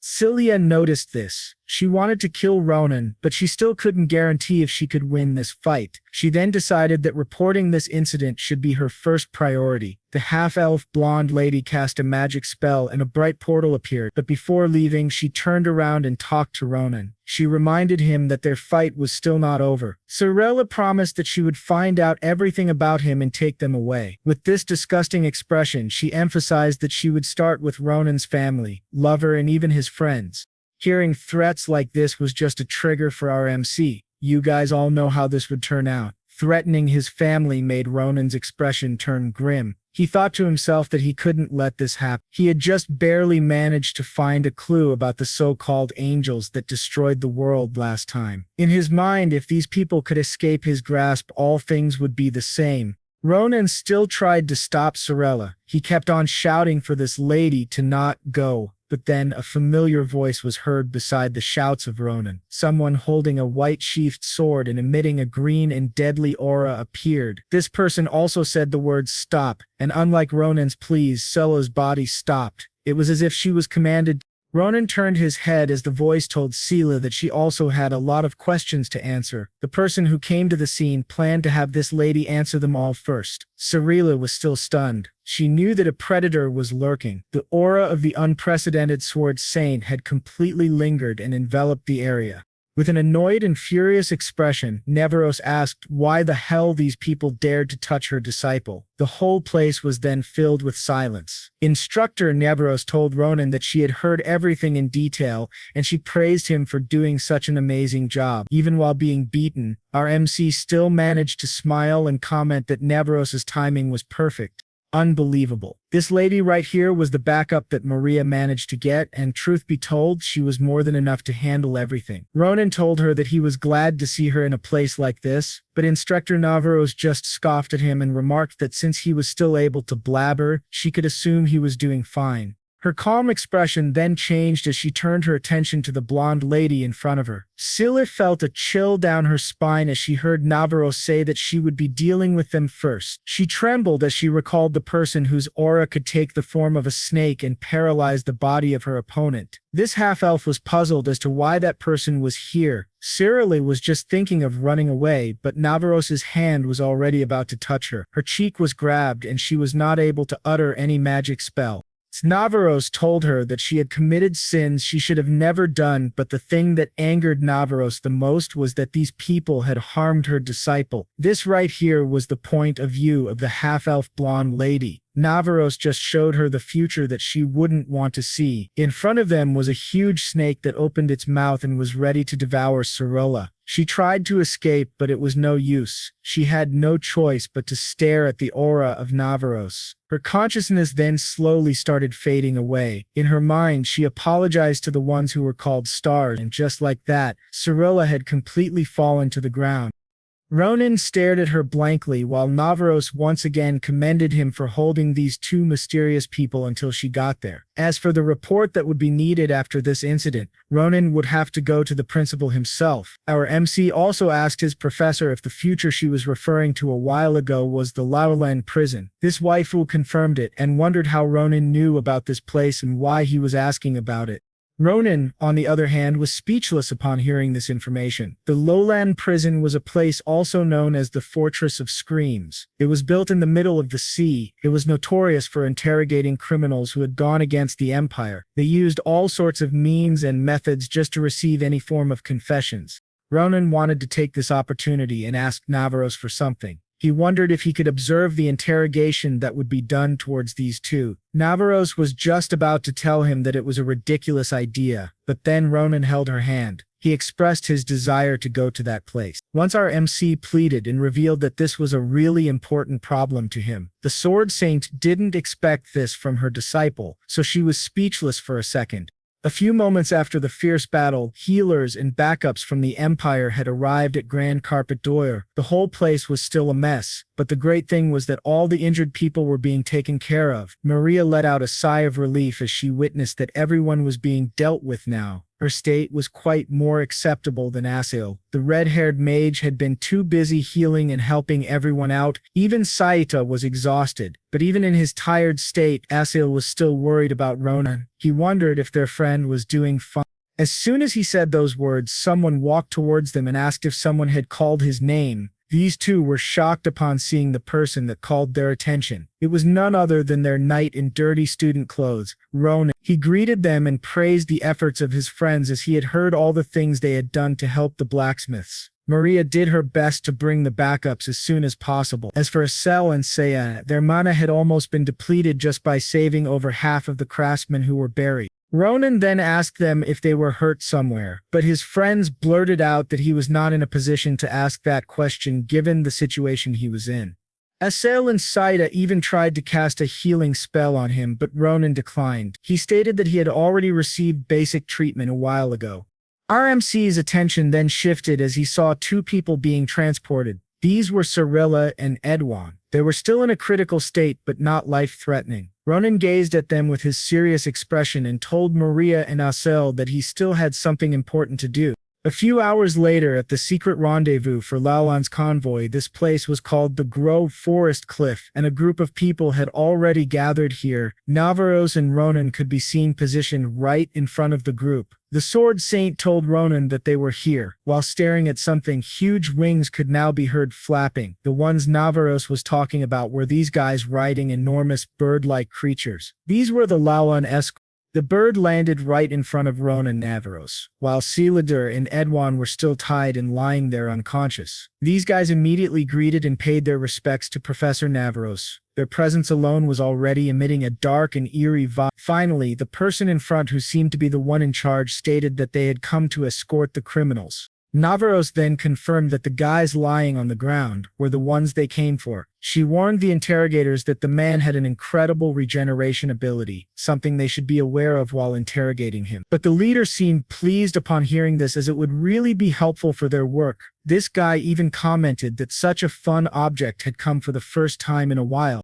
Leoland's escorts then brought Cirilla and Edwan with them. The leader told Navaros that they would be contacting her after the interrogation was over, and with a blank stare, this guy thanked Navaros for her continuous work. For the peace of the Empire. After that, the escorts made their way back to Leoland prison. Ronan and Navaros watched them as they slowly faded from their sight. The Sword Saint broke the silence and told Ronan that 1 week was more than enough for those guys to open their mouths. She would also let him know once she received contact from the escorts. Navaros reminded Ronan to always be prepared to leave at any time. Our MC knew that this was more than enough for now. He then thanked Navaros for the opportunity. This guy was now closer to finding out some clues about the giant beings that destroyed the world in his previous life. So after that, time moved quickly. The restoration of Grand Karaoke proceeded immediately, thanks to the support of the Empire. Ronan also returned and started his training with Navaros. The supplementary class was really aimed at improving our MC's sword skills. A few days after that, in a distant land, something was happening inside the Fortress of Screams, Laulan. Even along the hallways, pleas and screams could already be heard. The interrogation tools had also been set on one of the tables in one of the rooms. One guy was busy picking the teeth of one of the criminals. The interrogator even commented that he got so absorbed that he almost forgot something. This one was talking about the arrival of his guests. It was business as usual in the Fortress of Screams. The interrogator remembered his expected guests and immediately went outside to greet them. It was Ronan and Navaros. This old man politely introduced himself. He revealed that he was the one in charge of the new criminals that were brought there. He would also be their guide for today's visit. The old man gave a bright smile and told them his name, which was Karaka. Karaka asked Navaros if they already wanted to see the criminals right away. The Sword Saint confirmed it, as she planned to hear more of the details along the way. The old man immediately turned around and asked them to follow him. Ronan kept his serious face while staring at Karaka. He then commented on something that caught Navaros's attention. He remarked that the old man was just too nice looking to be a Lalan interrogator. He thought that it was strange. The Sword Saint let out a laugh as she had heard this comment a lot. Turns out everyone says that the first time they meet Karaka, but she reminded Ronan to never judge a book by its cover. Doors had opened, and they had finally entered. As Karaka opened more doors, Navaros told Ronan that soon he would be able to know why this old man was called the worst nightmare here in Laolam prison. Inside, the hallways were only being lit by these large torches. Karaka spoke and told them that the cell of the criminals was not far from them, so he would start briefing them. His kind expression from a while ago had already changed as he revealed the first important information that Ronan and Navaros needed to know. It was the group where the two belonged. It was called Nebula Claire. Navaros replied that this was the first time she had heard of it. She then inquired if this organization was like Kalboro, but Karaka still couldn't confirm anything. However, he was sure that Nebula Clater was far more dangerous. Apparently, the group had already conducted several attacks throughout the Empire. They were able to destroy a place called Namalna Granary and the Magic Engineering Research Facility, Edaman. These guys were now wanted for the large-scale attacks that happened this year. Ronan took note of them and tried to remember this information from his past life, but he knew that he had never heard of them. Karaka then continued, saying he would be giving them more information along the way, but Ronan cut him off to ask something. He mentioned if the criminals they caught ever used the word starlight or the star's advent. This remark shocked the interrogator, as he told him that he hadn't heard that before. Ronan was put in an awkward spot as he was desperate to find more clues. He tried scratching his cheek as he thought of some alibi. All he could think of was that the criminals had said these words while he was fighting them. Karaka was left there speechless. He then held his mask and it was as if something changed. Ronan was still awkwardly trying to get out of the situation, but as he turned his attention to the old man, he saw that Karaka was already filled with an ominous aura. The old man was clearly annoyed. Our MC was stunned. This feeling was completely different from the kind and nice-looking old man from a while ago. He was sure that the atmosphere around them felt heavier. The old man was now done wearing his mask again. Turns out he thought that he had displayed his shortcomings on their first meeting. Karaka was ashamed because of it. This was the very first time he was not able to get all the crucial information he needed from the criminals. As he opened the door of the cell, the old man commented that it seemed he had not shown them his full sincerity. He added that he now had no other choice but to put in all of his effort. Ronan was shocked by what he saw inside the cell. He recalled the smug faces of Edwan and Scylla the first time he met them, and right now their state was far from what he remembered.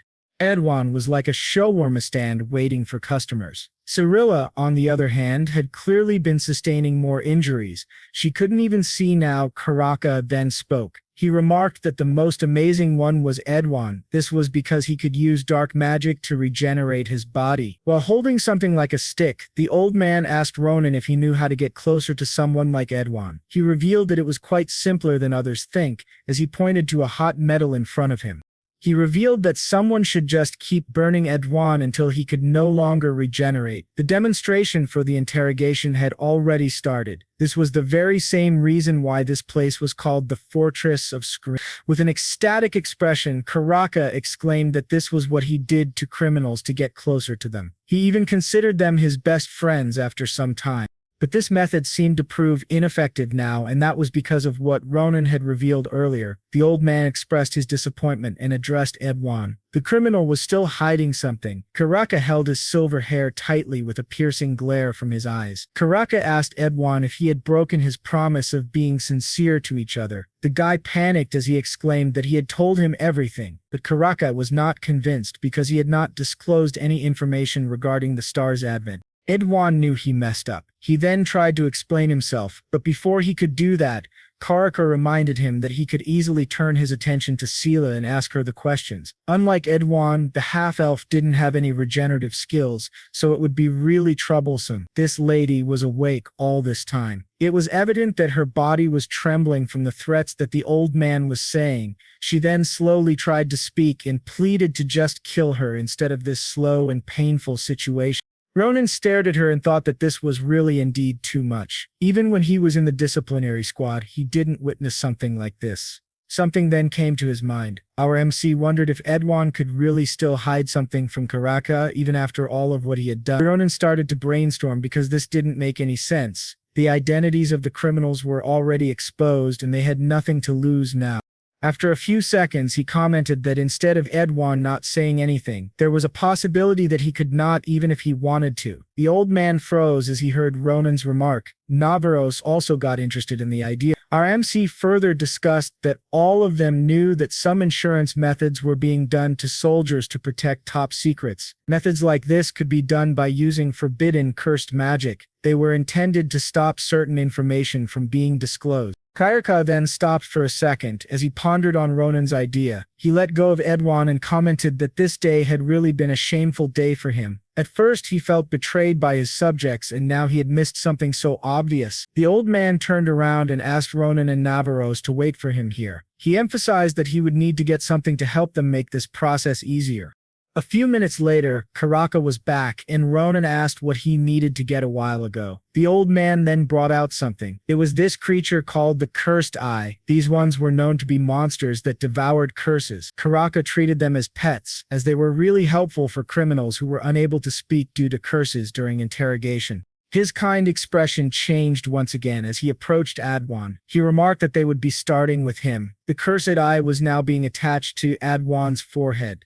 Chair told the creature that it could now eat to its heart's content. The small tentacles from this one started clinging to Adwan. Once it was fully attached, a bright purple light invaded the area. Adwan also screamed in pain. The eye of the creature started glowing up until it changed its color. This was the indication that the process was done. Karaka then told Edwan that he would now start asking him questions again. The first thing he inquired about was the star's advent. Edwan was not able to respond right away, but then words started coming out from his mouth. He said that the star is an eternal entity and it's the only grace that will save the lowly beings on this earth, as the small lights who are waiting for them begin beyond the stars. Cyrilla was startled as she heard the information being leaked out. Edwan continued to tell them what they do. The organization works to make sure nothing interferes with their long-cherished wish. Cyrilla then shouted for him to stop talking. Karaka spoke and asked for a simpler explanation. He asked if something would soon fall from the sky. The cursed eye continued to eat the curse that prevented Edwan from talking. Soon enough he revealed that those beings were called the star's children. The room was then filled with an ominous aura. Ronan froze in his position as he heard the revelation. His previous assumptions about these guys were true, and the first thing that came to his mind was the name of the giant that he defeated in his past life. Aho was definitely involved with this.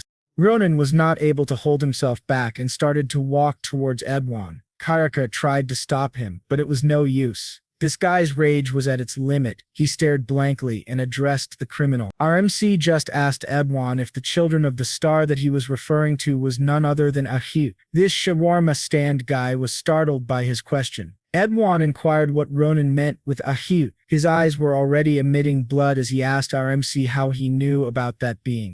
Edwan was about to talk about Vada hot more, but then his face became distorted. There was something wrong about him. Ronan noticed this and he didn't know what to do next. Karaka then touched his shoulder and told him to stand back. The old man immediately cast a red magic circle towards Edwan. Bright light was already seeping out of this guy's face, and after a few seconds, Edwan's body burst into millions of pieces.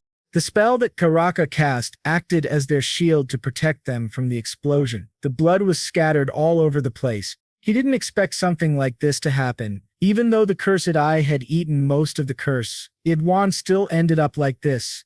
Ormuk was disappointed with the outcome. He asked Karaka if things like this usually happened. The old man said that it was rare for things to get to this point. He revealed that the curse cast on Edwan had two parts. The first part was to not reveal anything about the star's advent to someone who wasn't a member of their organization, and the second layer was to prevent the members from mentioning words related to a hut, otherwise the curse would explode. Since the interrogation was practically done, Karaka then held Ronan and asked about a hawk. The old man thought that a hawk was part of the secret information within Nebula Classier. He was now interrogating Ronan about how he knew about it. This one was already gathering ominous mana in his hand in case something bad happened. With his intimidating glare, he told Ronan that since he was the interrogator handling this case, he really needed to know the truth.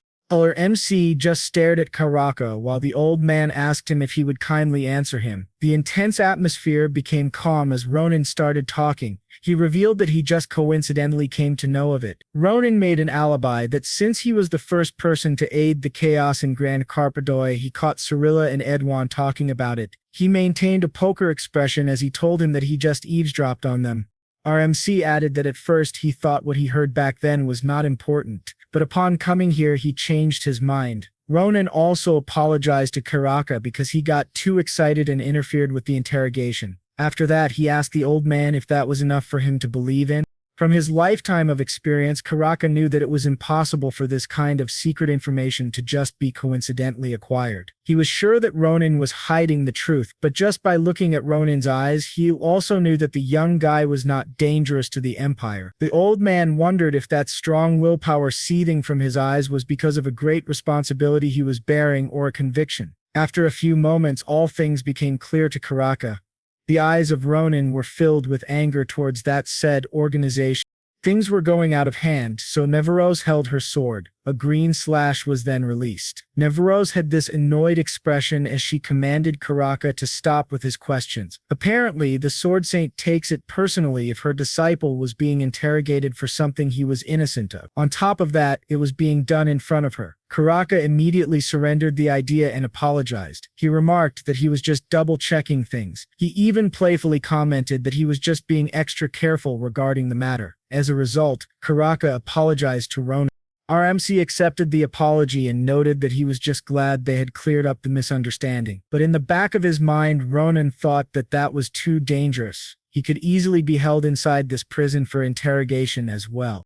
The old man changed the subject and told everyone that he was still ashamed that he lost one of his precious cursed eyes. They were very hard to kill, unlike most fantastical monsters. Ronan was taken aback as he found out that these tiny monsters were that powerful. Karaka even suggested looking at them closely to appreciate their cuteness. The old man was just about to suggest for Ronan to touch them, but something happened. The cursed eye was acting weird. The color of its eyes had already changed, so it meant that this one just absorbed a curse.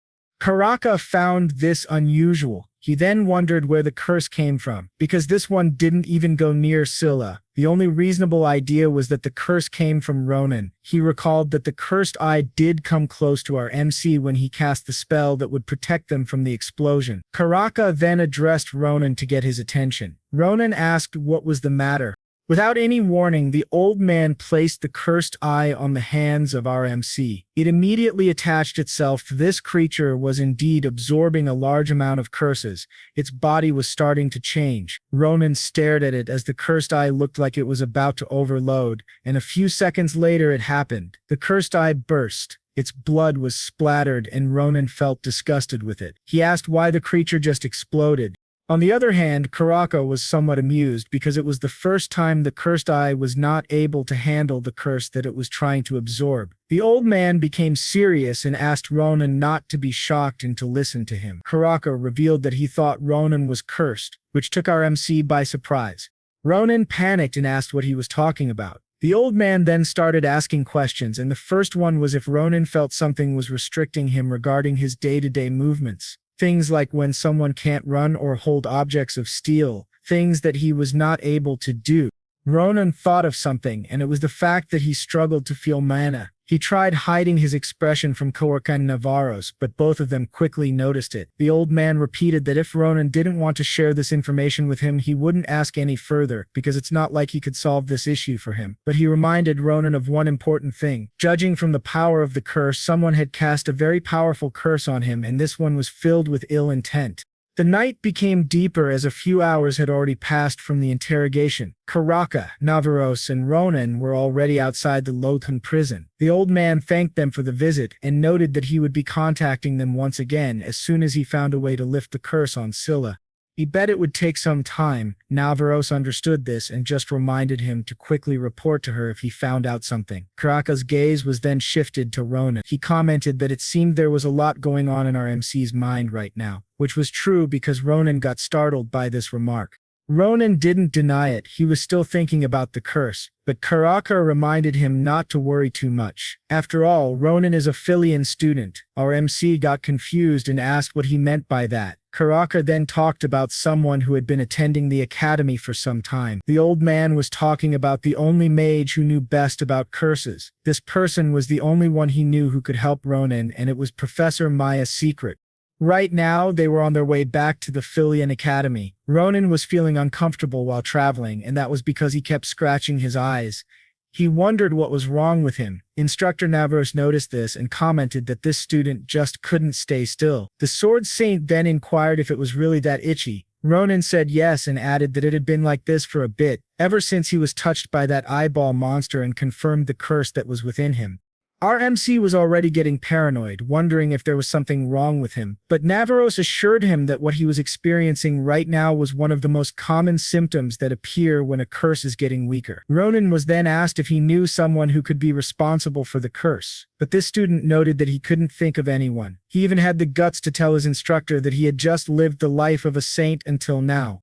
The Sword Saint then started thinking if this was really true. As far as she could remember, this kid had been causing trouble every single chance he got. Her attention was then shifted to Ronan when our main character decided to thank her for what she did for him back at Leland. Ronan was talking about the time when Karaka was already about to interrogate him. He noted that the old man's eyes were really scary, and if it weren't for Instructor Navaros, he would have made up some sin that he didn't even commit just to have him confess.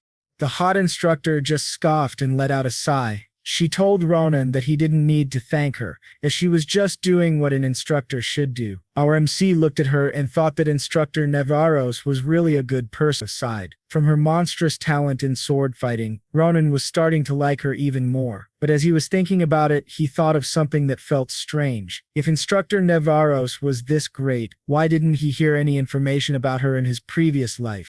Ronan then started theorizing about some scenarios that could have contributed to this. He wondered if the Nebula Clouser had something to do with it, but for now he decided not to think about it and just focus on the present. The next day, things were back to normal inside the Phileon Academy. There was also a place called Sherry Forest, known to be a training area for magic students. Inside this massive area lay a specific training ground called Pillar Park. Someone could easily guess where the name came from based on the massive pillars that were scattered all over the place.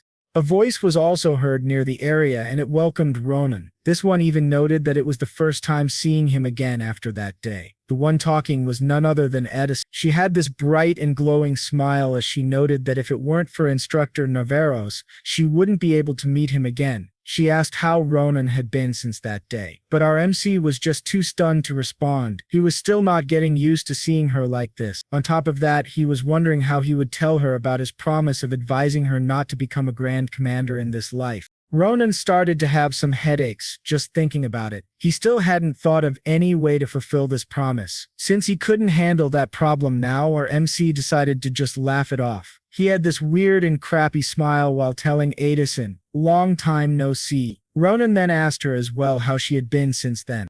Addison told him that she had been doing well, especially since almost all of the students were treating her more nicely now. But this weird situation was more noticeable with Carden, who cowered in fear whenever he saw her. With an innocent look on her face, Addison commented that it was not a bad feeling. Ronan just stared at her and thought how dumb his Grand Commander was. These two then proceeded to walk and continued their conversation. Addison had found out about the curse that Ronan had. Our MC then revealed that it was true and he was looking to meet Professor Secret. This was the main reason why he came to this place. As he looked at his surroundings, Ronan noted that the professor must be quite a unique person based on the pillars around them. Addison agreed and added that Professor Secret's office was really unique too, so non-magic students didn't even come there. That meant she was not familiar with this place and had asked a younger magic student for guidance. Addison looked around and wondered if that student was still not there. That was the same time when a figure started to materialize in front of her. This one then immediately approached the defenseless Addison and buried her head into Addison's chest. The student that she was talking about was none other than Elizabeth Alia, and she had this bright and excited expression as she hugged Addison.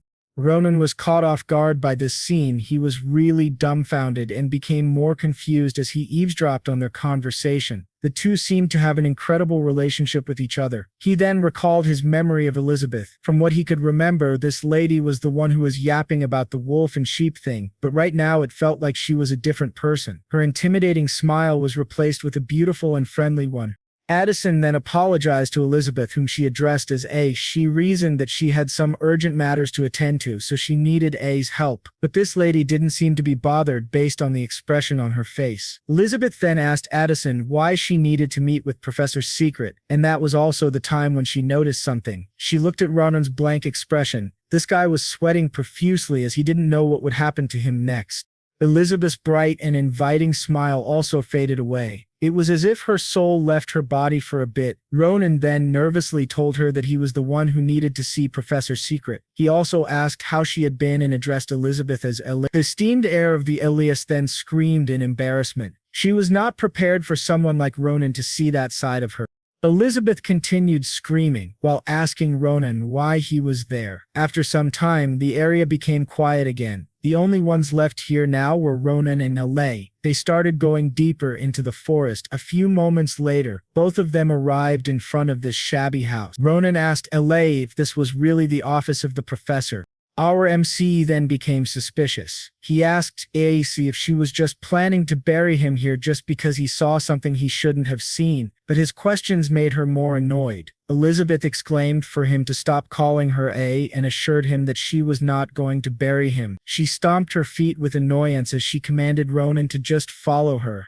While they were walking, Ronan looked at Elizabeth. He thought that it was a bit unexpected for someone like her to be friends with his Grand Commander. But then he recalled that Addison also showed him the pendant of Asel, which meant that she received massive support from the noble family. Our MC now wondered how the two of them met. Avin held the doorknob. She opened the door and revealed an almost empty house except for the fact that there was this old lady sitting on a rocking chair. Ronan stared at the old lady and thought of something. He wondered if she was Professor Maya Seek. Elizabeth answered his question and told him not to get ahead of himself. She revealed that there was still one more step, which made our MC confused. Ellie then went in front of the old lady. Ronan followed her and observed what Elizabeth was talking about. The lady then put her hand forward and she started emitting this purple mana. She also reminded Ronan of one thing with a serious expression. She told him to just stay still and not do anything. Our MC agreed.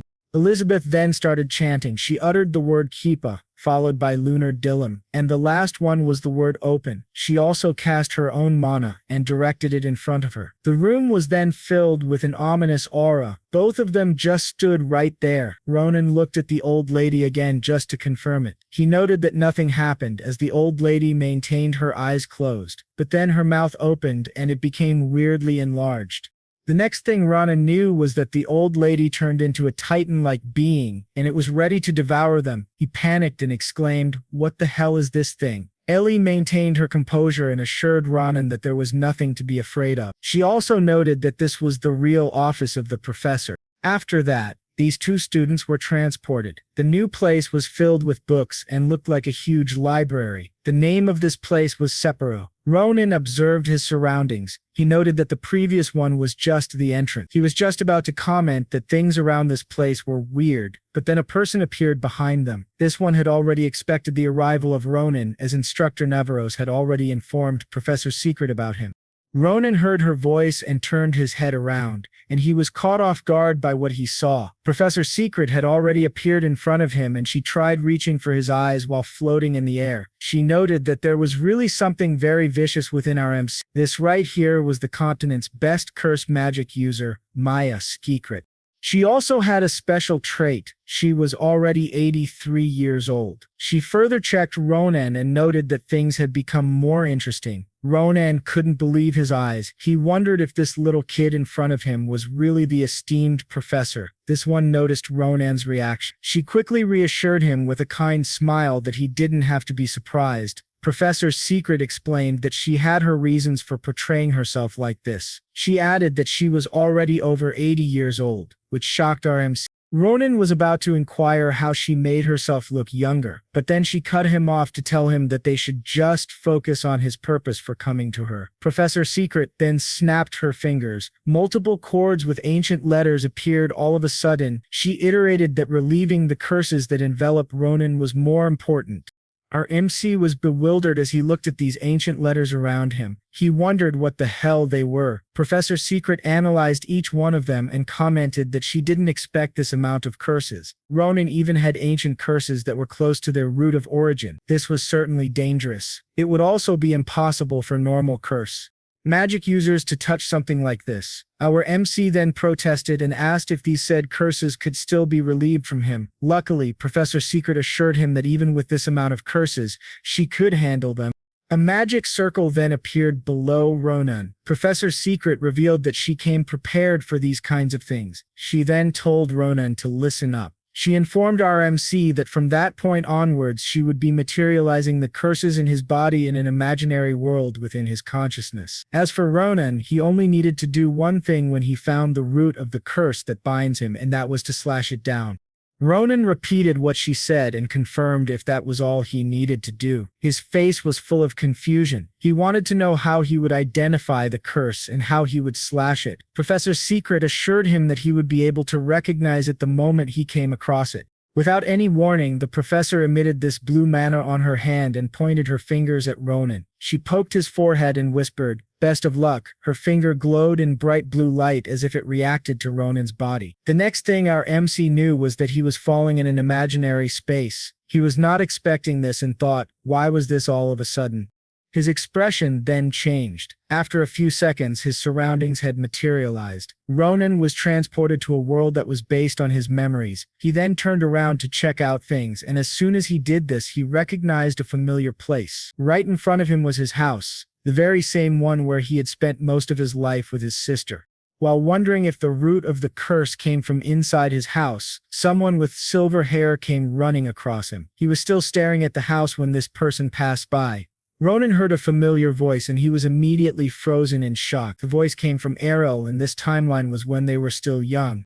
The house had this homey feeling. Enroll could be seen staring at a baby. She commented about how cute he was. She turned her head around and asked the person beside her why Ronan was always sleeping. She wondered if he was sick somewhere. The person she asked then answered her question. She said that babies need to sleep a lot to grow, just like when she was still a baby.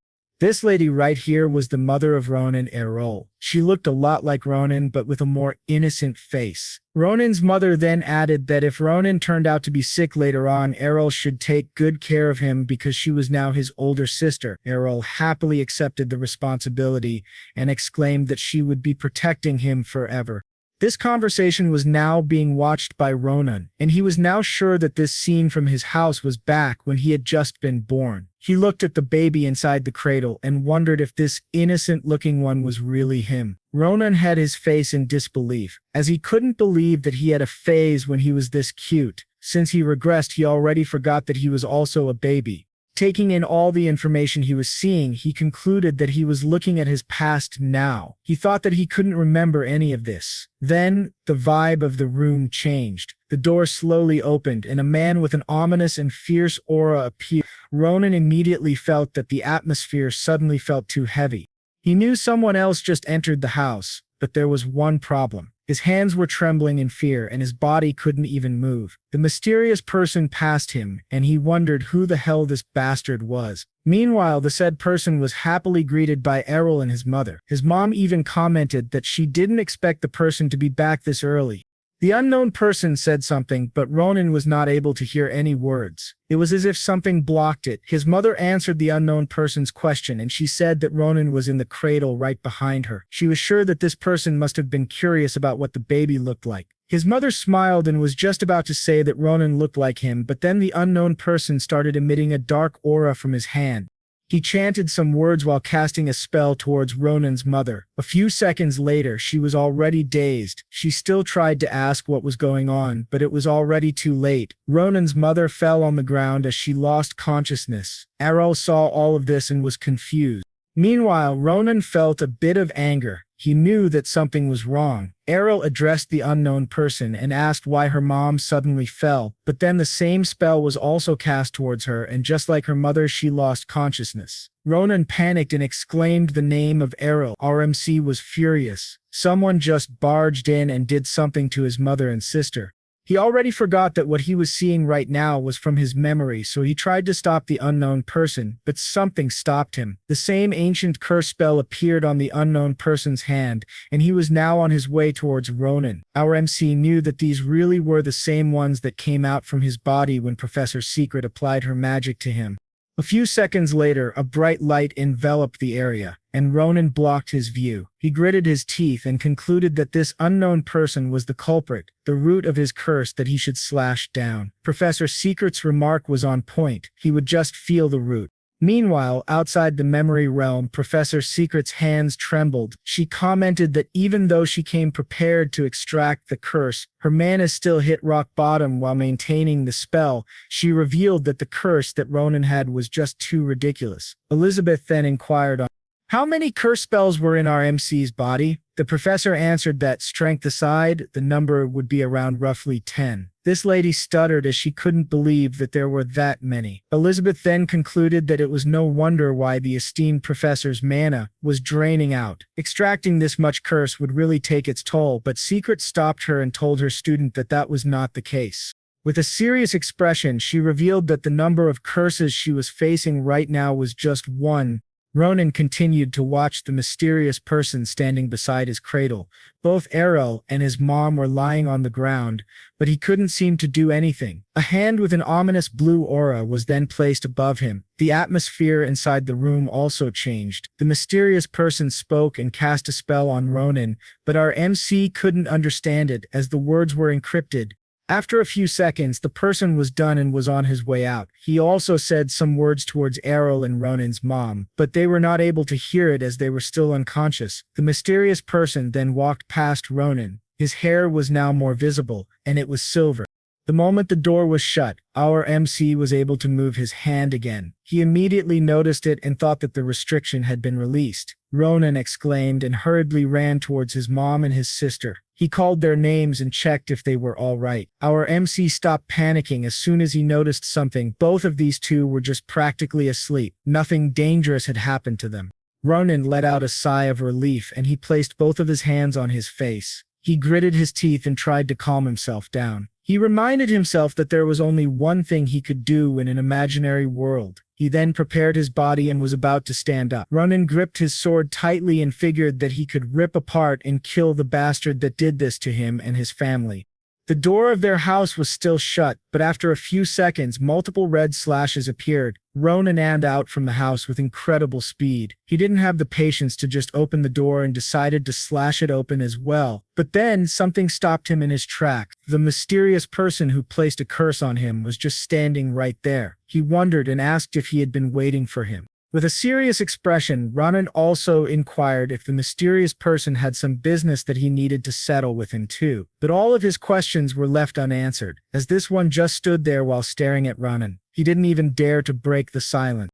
Ronan got furious because of it. He then asked how dare he mess with his family in front of his eyes while screaming at the top of his lungs that he would never forgive the mysterious person. Our MC then rushed his way towards him. The man emitted the same ominous blue aura around his hand, but Ronan didn't really care. His focus was to slash him once and for all.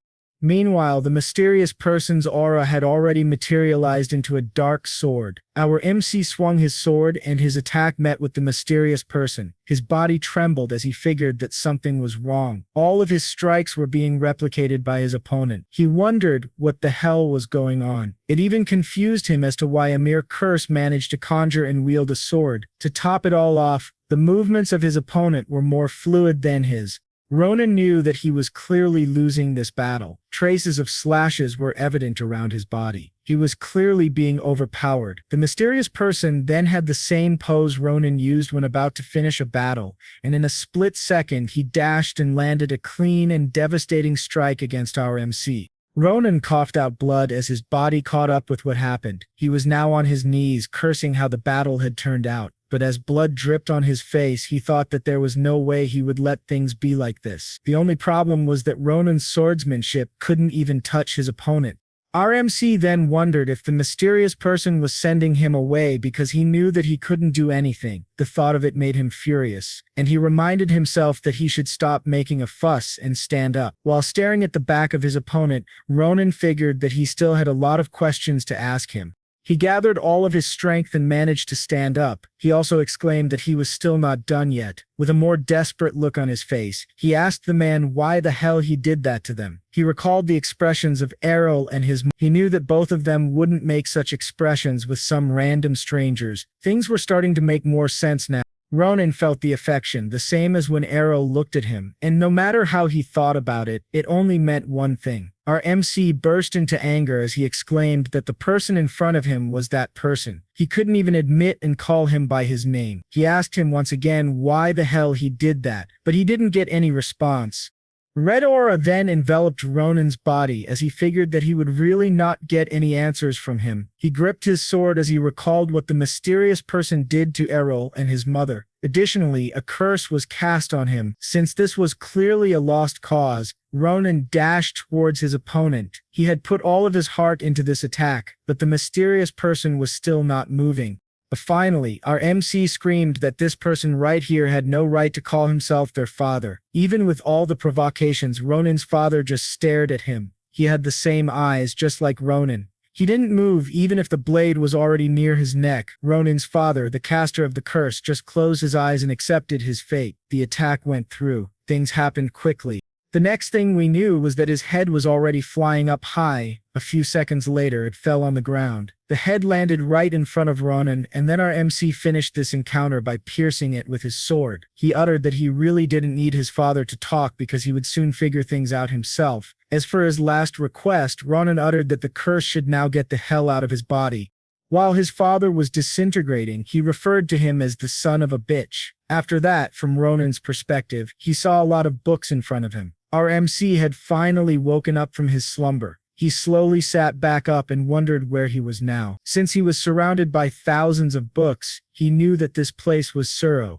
Professor Sekhet appeared behind him, and he quickly turned his body around. The professor was glad to see that Ronan was finally awake and asked how he felt, but instead of responding in the usual way, Ronan's face was filled with confusion. He was not able to recognize the person who had just talked to him and wondered who it was. Ronan heard a voice from behind him and quickly turned his head. He asked who that person was.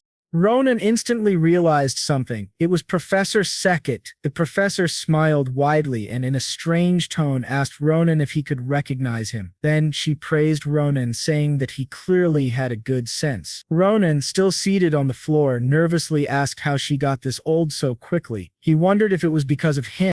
Professor Sekhet simply smiled and told Ronan not to worry since it had nothing to do with him. She then suddenly asked Ronan if he felt anything different. Ronan looked at Professor Sekhet and replied that he had thought the professor wasn't normal since they met. As Ronan looked closely, his eyes reflected those glowing strands coming from the professor, and that made him think differently. Ronan now knew how outstanding a person the professor was. The professor smiled widely, hearing Ronan's reply. She told Ronan that this meant everything had gone as planned. They went for tea and chatted. The professor had not expected that the curse inside him was based on old memories that even he didn't know about, and to think that the person who placed the curse on Ronan looked like his father. The professor asked why he would think that, when he also mentioned that the appearance was unrecognizable. Ronan closed his eyes as he recollected his experience earlier, and he admitted that it was because he heard what his mom and older sister said to this person. His eyes darkened as he recalled that the bastard messed with his family. There was a strange feeling. He described it as something too foreign for him to recognize as his own. It was an unfamiliar sorrow. He realized that it might be the reason why he couldn't help but get even more riled up. Now he wondered if it might have all been the feelings of that man. Professor Sekhet asked Ronan if he had no recollection of family at all. Ronan confirmed and said that he had none, and he and his sister never thought about the reason for it. It was as if that kind of memory was erased from his head. This made the professor assume that not only Ronan's ability to perceive mana was sealed, but also his awareness about his own existence. She told him that it seemed like his father placed a curse on him and it messed with his memories as well. During the process of placing the curse, part of his father's memories must have been transferred to Ronan. Professor Sekhet explained that magic related to memories often had such side effects. She believed that the imaginary world naturally materialized with those memories too. Professor Sekhet continued to explain to Ronan that the reason he was able to use mana before he destroyed the curse was because it became possible for him to perceive mana for a while, as a reaction to recovering the disconnected cognition. Hearing this, Ronan curiously asked the professor if the shiny strands entangling his hands and spilling in all directions were what they called mana. Professor Sekhet told him that he was right. She explained that Ronan could only see it right now, but just like other students, he would be able to manipulate it easily on the condition that he released just 2 more of the curses among the remaining 9 curses cast upon him. The professor then added that, of course, it would take some time, as the curses placed on Ronan were very strong and from an unknown origin. As the professor wrote down today's last findings, she shut the notebook with a slap. She told Ronan that she would contact him when she was ready. She expressed that the day was about to come. Ronan was confused. Professor Sekhet became her younger self again. Curiously, he asked the professor if her appearance changed depending on the time of day. Professor Sekhet shrugged and explained that her body was just like his, but with quite a bit of complicated circumstances. Ronan just replied that it must also have been hard for the professor, stemming from concern. The professor told him that he might be distraught to have learned the uncomfortable truth, but she advised him to take care of his mind, especially since the days ahead were too precious to be tied down by the past. Ronan agreed with her. He stood up and politely bowed. He thanked the professor and said that he would be relying on her in the future as well. On the other side, at the same time, the golden human rock figure was still there. It was below Grand Cappadocia. A man uttered that it was much bigger than what he had assumed from the reports of his subordinates. He wondered if a student— Really, he stopped this thing alone and not Instructor Navaros. A footstep stopped just several meters behind the man. The man acknowledged the presence of the young man behind him. It was Dolan. He was wearing a military uniform with clean-cut hair. The Duke asked him how the restoration work was going. Dolan replied that it was progressing smoothly and that things should be back to normal within a week. He also looked into what the victims were doing according to the Duke's orders, but was unable to find any additional information. Hearing this, the Duke placed his finger on his mustache, rubbed it, and fell deeply into thought. Dolan continued that, thanks to Philian, he was able to confirm the identity of the student who was active at the scene. He then asked the Duke if he would like to meet this student in person. The Duke was the head of the Grania Duchy, Joseph Savon de Grania. The Duke thought about it. He stood with his back towards the golden human rock. Suddenly, the stone giant's eyes flashed a crimson red and its arms moved slowly. Dolan, seeing the stone giant moving, apologized and asked the Duke for something. The stone giant swiftly raised its hand and aimed its fist at the Duke. Dolan was saying to the Duke to vacate the place for a bit. As Dolan placed his hand on his sword's hilt to take care of the stone giant together with the knight troop, the Duke signaled him to stop. "There's no need," he said. As the stone giant's fist reached the Duke, he was weirdly calm, waiting for it. He then gently placed his hand on his sword. He told Dolan that those knights would be busy on their way there. He swung it at the incoming fist, cutting it in return. The golden stone giant was shocked to see its severed hand. It shouted in anger, but it was too late. The Duke had slashed his sword at the giant multiple times. As a result of the Duke's powerful strikes, it crumbled and fell to the ground, piece by piece. Dolan watched the entire scene calmly. The Duke placed his sword into its sheath. He passed by Dolan and told him that they should get going. The Duke confidently stepped away from the recent chaos. He looked serious as he made his way to meet the young hero of Philian.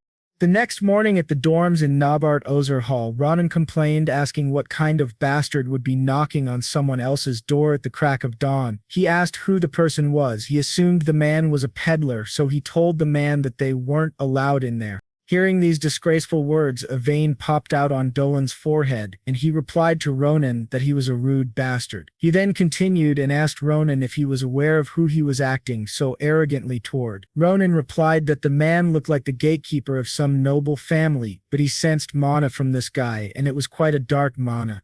Ronan also recognized that something else was mixed with the mana of the guy. He wondered if it was mana too because somehow it felt familiar. Then, as Ronan was lost in his thoughts, a hand reached out from behind the guy. It was the Duke. He told Dahlem that it was enough. The Duke acknowledged that they were at fault too for barging in without prior notice. Dolan tried to say something. Ronan was shocked. He thought that if it was the Duke of the Empire, then it was someone familiar to him. The Duke stepped forward and apologized. He also apologized for his guard knight's behavior, with a faint smile on his face. The Duke politely asked Ronan if it was not too rude of him to ask Ronan to spare him a bit of his time. Ronan was surprised to see Duke Regressed. Our MC welcomed the Duke and his subordinate Dolan into his room. They sat on the sofa to chat. Ronan opened a chest and was surprised to see what was inside, since it was just newly finished, a sheath for his laments, but he was confused. He asked why the respected Duke would bring this himself. The Duke answered that the craftsman of Grand Capodita requested him to do so. The craftsman Duran especially begged him to bring it to Ronan. Other than that, the Duke said that he also wanted to express his gratitude to Ronan. The House of Granite and Grand Capodita have been comrades for a very long time. The Duke's favorite sword, the Fail Lord, was also born at the hands of craftsman Duran. To the Duke, that much courtesy was to be expected towards the hero and benefactor who saved Grand Cappadocia. But the Duke also had another agenda aside from the greetings. The Duke then reached inside his coat. As he laid his palm open, Ronan was surprised to see a familiar golden object in front of him. It was a separate gift that the Duke had prepared. Ronan was startled. It was Grania's crest of proof. It even had the seal of the family head himself. Ronan politely received the item while asking if the Duke was really giving him such a precious thing, since with just this he could already buy 3 villages with it. The Duke just replied that he must at least treat Ronan this much for the honor of his family, the Grania, to live on. He then told Ronan that he had also sent the craftsman's gifts and crest of proof to the 2 students who took part in the rescue during the previous attack. The Duke really hoped that those 2 would like it. Knowing how his friends were, Ronan shared that he could already hear them praising the Duke. The Duke replied that it was a relief. Now they were ready to get to the other matters at hand. He asked Ronan if he could tell him who was behind the recent attack at Grand Cappadocia. The Duke expressed that he was extremely interested in the shameless people who caused the attack. Ronan was dumbfounded by the strong aura released by the Duke. He watched intently. A powerful pressure suddenly burst from the Duke as he said this. Ronan thought of how this was the family head who leads the House of Grania. If Schulpen was already a Chad, meet his Giga Chad dad. As the pressure died down, he recalled what happened at that time. Ronan replied that he had no idea how much the Duke had found out, but he assumed that the Duke knew that those rat bastards were much crazier than they thought. Dolan wasn't pleased with what he heard as he gritted his teeth. They're so filthy fast, Ronan continued. He added that he tried everything so he could catch them. Ronan stopped mid-sentence when he noticed something. He watched as a sparkle of light flowed through him from Dolan, who hadn't moved an inch since earlier but was reacting at the mention of those bastards. Then Ronan thought of something. What he was feeling now was similar to the dirty feeling he felt when he faced those guys at the cave. That made him think that Dolan could be related to those people.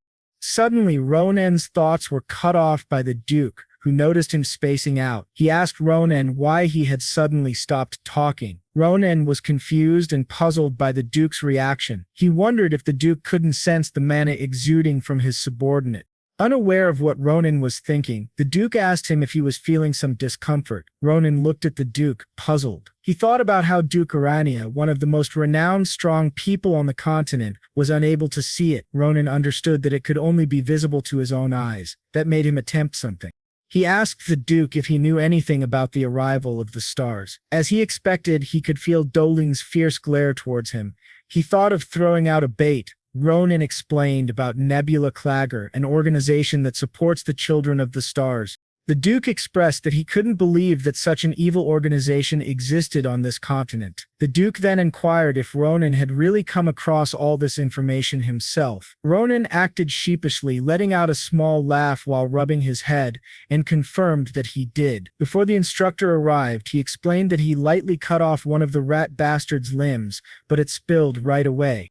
Ronan grinned evilly. He expressed that seeing those bastards crying and begging for their lives was so funny that he wanted to tell the story in detail, but they told him that it was enough. The Duke had decided that he'd just confirmed the rest of the information from the official documents of Roland, or else, if he listened more to Ronan's story, he'd lose his appetite. Ronan agreed with what the Duke preferred. He then looked at Dolan and confirmed his guesses. With that, he agreed there was no need to speak more. He noticed that since earlier Dolan hadn't been able to control himself at all. The Duke stood up and told Ronan that he would be leaving now. In Ronan's head, he did not expect that those rats would also be hiding among the Granias and nowhere else. This made Ronan think of how he'd need emergency measures. As the Duke walked to the door, Ronan hurriedly told him that he needed something to know about those bastards. The Duke turned his head and asked Ronan what it was he needed to know. Ronan acted shyly since it didn't feel right to hold back a busy man like him, as what he planned to say might take too long. So he informed the Duke that he would organize the information and send it all tonight to him by mail. He said that the Duke might really be amused by it, especially on the topic regarding a foe. At that instant, Dolan's eyes widened. In the middle of the night, Ronan was sleeping soundly. He turned to the side with saliva dripping from the corner of his mouth, snoring. A speck of light floated above him. Suddenly, he was attacked. It was Dolan, striking his sword at the sleeping Ronan. As the sword struck the bed, it exploded. Dolan was confused. There was nobody on the bed. At that moment, someone spoke from behind Dolan. It was Ronan. Ronan revealed that he expected Dolan to come within the day. While dangling from the ceiling, Ronan greeted Dolan with, "Nice to meet you, rat bastard number 3. Dolan was shocked. Dolan asked Ronan how he knew, but Ronan cut him mid-sentence. Ronan pointed to a corner where there was another man. He instructed Dolan to look that way first. Ronan told Dolan that there was a special guest he specifically invited for him. Ronan looked to the side and turned pale, sweat dripping from his face. He recognized that person. It was his young master Schulpen. There, sitting in the corner, was young master Schulpen, veins popping on his face and anger in his eyes. He demanded that Dolian explain what was happening and how he would interpret the situation.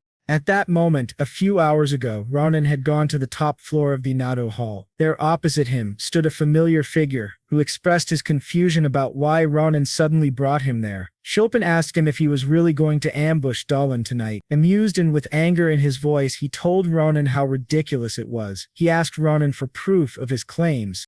Schulpen expressed that even in Granea, Dolan was a knight known for his greatest skills and loyalty. He was chosen as his father's bodyguard after just 4 years of service. Ronan cut him off and said that Granea, in a lot of ways, was screwed too. Schulpen was confused. Ronan turned his back and walked away as he waved his hand, telling him to come with him for now. He added that whichever side Dolan was on, Schulpen had nothing to lose anyway. He looked back seriously at Schulpen and said that if what he said was true, then the Granias would kick out the rat bastard hiding in their family, and that brought them to the current situation. Schulpen asked Dolan if he didn't hear him. Schulpen pointed his sword at Dolan with a grim expression. He demanded an explanation from Dolan. He commanded him to answer. Dolan stood there quietly. Ronan joined in and sighed. Shaylin said that if Dolan answered just because Shaylin asked, it would make Dolan a traitor. He told Shaylin that he was so naive it made Ronan worried about how he would survive in such a harsh world. At the same time, Dolan raised his foot and stomped powerfully, causing a sudden burst of power to materialize and spread through the room. Ronan and Shaylin felt a pressing pressure that froze them. Ronan sensed his body becoming heavier. He wondered if it was that bastard's aura. Ronan's attention shifted when Dolan charged at him. Due to the force of Dolan's strike, Ronan was pushed back, making him groan loudly. Shaylin, not understanding what was happening, yelled in desperation. Dolan, just why? But Dolan continued to fight, even against Shaylin. At that time, the young master was fortunate to have a sword with him. Dolan charged at Shaylin again. He told his young master that he felt relieved that he was still inexperienced in controlling the range of his aura. Dolan knew well enough that Shaylin couldn't use his outrageous technique in that place where other people could get swept up in his anger. This angered Shaylin further. Dolan tightened the grip on his sword. This time, he chose to attack Shaylin again, who blocked him with his sword. Dolan apologized to the young master, expressing that he didn't want to end their relationship that way, but that little kid Ronan had ruined everything. Shaylin replied that Dolan's skills were different from what he used to know. He inquired if Dolan had been hiding his power from the start. He also probed, asking since when he had betrayed the family. Dolan replied in amusement. He corrected him, saying that it wasn't even the case. As their swords clashed, he explained that even from the beginning, something had never changed. Dolan revealed that he had never considered himself to have been a knight of Grania. That made Philian stop moving. He stood there, overwhelmed with rage, while Dolan was on his way to charge at him with a calm demeanor. Philian replied, "Is that so?" Then he expressed that now he had confirmed it, Ronan could do whatever he wanted. In an instant, Ronan happily joined the fight and blocked Dolan's sword that had almost reached Shaylin. Dolan was surprised. His eyes widened and his voice trembled. Ronan looked at Shaylin behind him and commented that he was a frustrating brat for troubling him just to hear those words. He asked Shaylin if he felt refreshed now.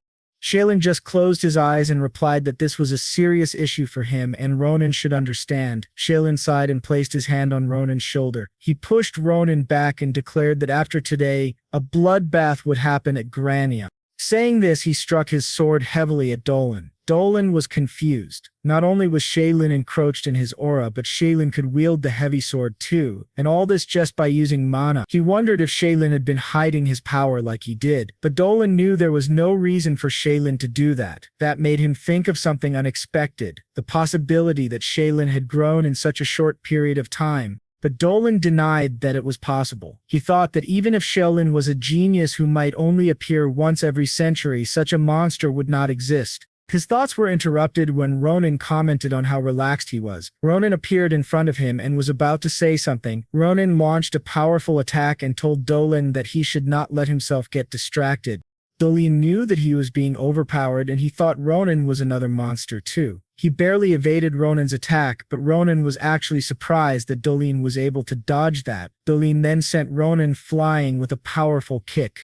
Now Dolan was worried that they had made too much noise and it would attract the professors. He targeted the window, since he had already planned to retreat. He dashed towards it while cursing in his head. He hadn't expected things to get complicated just because he tried to catch that one little kid. He acknowledged to himself that it was his mistake to think that those two kids would be subdued with luck. He planned to hide first and wait for an opportunity to stab them. But to his surprise, Shaylin had caught up with him and was about to slash him from behind. Dolan slowly turned to look at him while Shaylin expressed that, unlike his father, he was still inexperienced, so he couldn't use the storm sword properly. A swirl of wind had formed around his sword. He told Dolan that for him to run into that area was foolish, because no one else would be swept up there. He declared that there was no one he would punish except the traitor. Shaylin used the Grania family's secret sword art. It was called the Tempest Sword. Dolan knew he was doomed, but he fought back. He tried to counter it with his technique, but he realized his efforts were in vain. He thought of their star while being devoured by Shaylin's attack. Shaylin then placed his sword back in its sheath. He approached the trembling Dolan, telling him that from then on, no one in their family would ever remember him. But it didn't really matter, because Dolan was never a Grania. When Shaylin turned his back, Dolan was lying in his pool of blood facing Shaylin. Ronan commented that he really made a show of getting rid of Dolan. Ronan grinned as he expressed that Shaylin must have been quite angry. Then he looked at Dolan, who was trembling from pain on the ground. Seeing Dolan's condition, he told Shaylin that he was not sure if they could hand him to Ronan in that state. Shaylin replied not to worry, as he had just severed his tendons, so Dolan wouldn't die yet, just barely. But Shaylin added that it was just in theory. It was funny how Ronan panicked a bit at that statement. Shaylin was assured that he could leave since Ronan was there. He then planned to tell him to quickly alert his family about the situation as soon as possible. With visible anger in his voice, Shaylin vowed that his family would hunt down all traitors within House Grania. And just like that, he bolted. It was funny how Ronan was left just like that. With a hint of annoyance, he shouted that Shaylin was the one who destroyed everything, yet he passed it off to him. Unbeknownst to him, a portal appeared behind him. He then heard a voice asking what was going on. These people asked about the storm earlier and if they were ambushed. Ronan acknowledged their presence. It was the principal and instructor Navaros.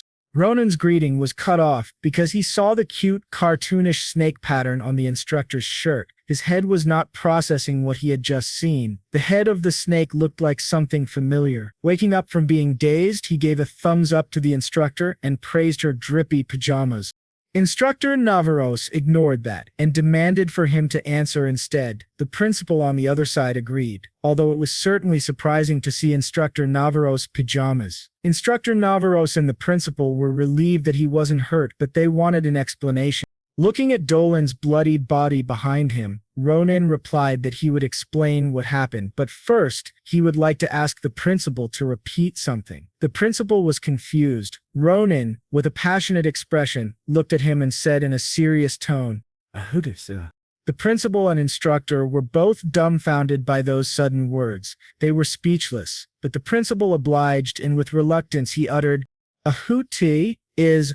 It was crazy funny. At the principal's office, the principal had caught up with the happenings that a spy was hidden among the Grina family. He commented that the situation was more serious than he thought. He then looked at Ronan and praised him for doing a great job. He expressed that they managed to avoid great danger because of him. Ronan, flattered by that praise, widely smiled. As he looked back at what happened last night, Ronan thought that he should keep it a secret that he could see that weird mana. He wasn't 100% sure either, and if the information were to leak, not only he but even those close to him would be in great danger too.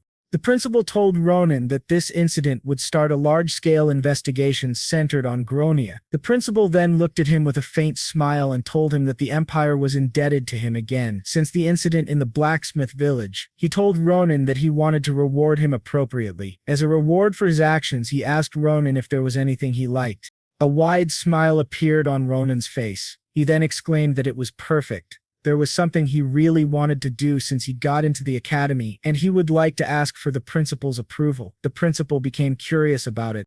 The next morning at Phileon Plaza, a large poster was attached to the notice board. There, Ronan yelled and got the attention of every student in the area. In a high-pitched voice, he said, "Aren't you tired of doing activities confined within the school?"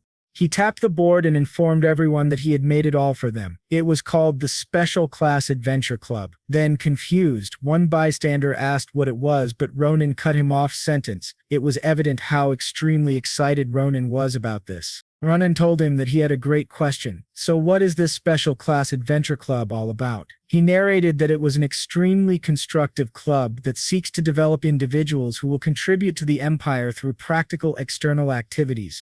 Then, suddenly, Ronan raised his hand in a fist, pointing at the sky, and boasted that it was the only club that had the principal's approval for outdoor activities. Everyone in the crowd was confused. They looked worried instead of being interested upon hearing Ronan's explanation.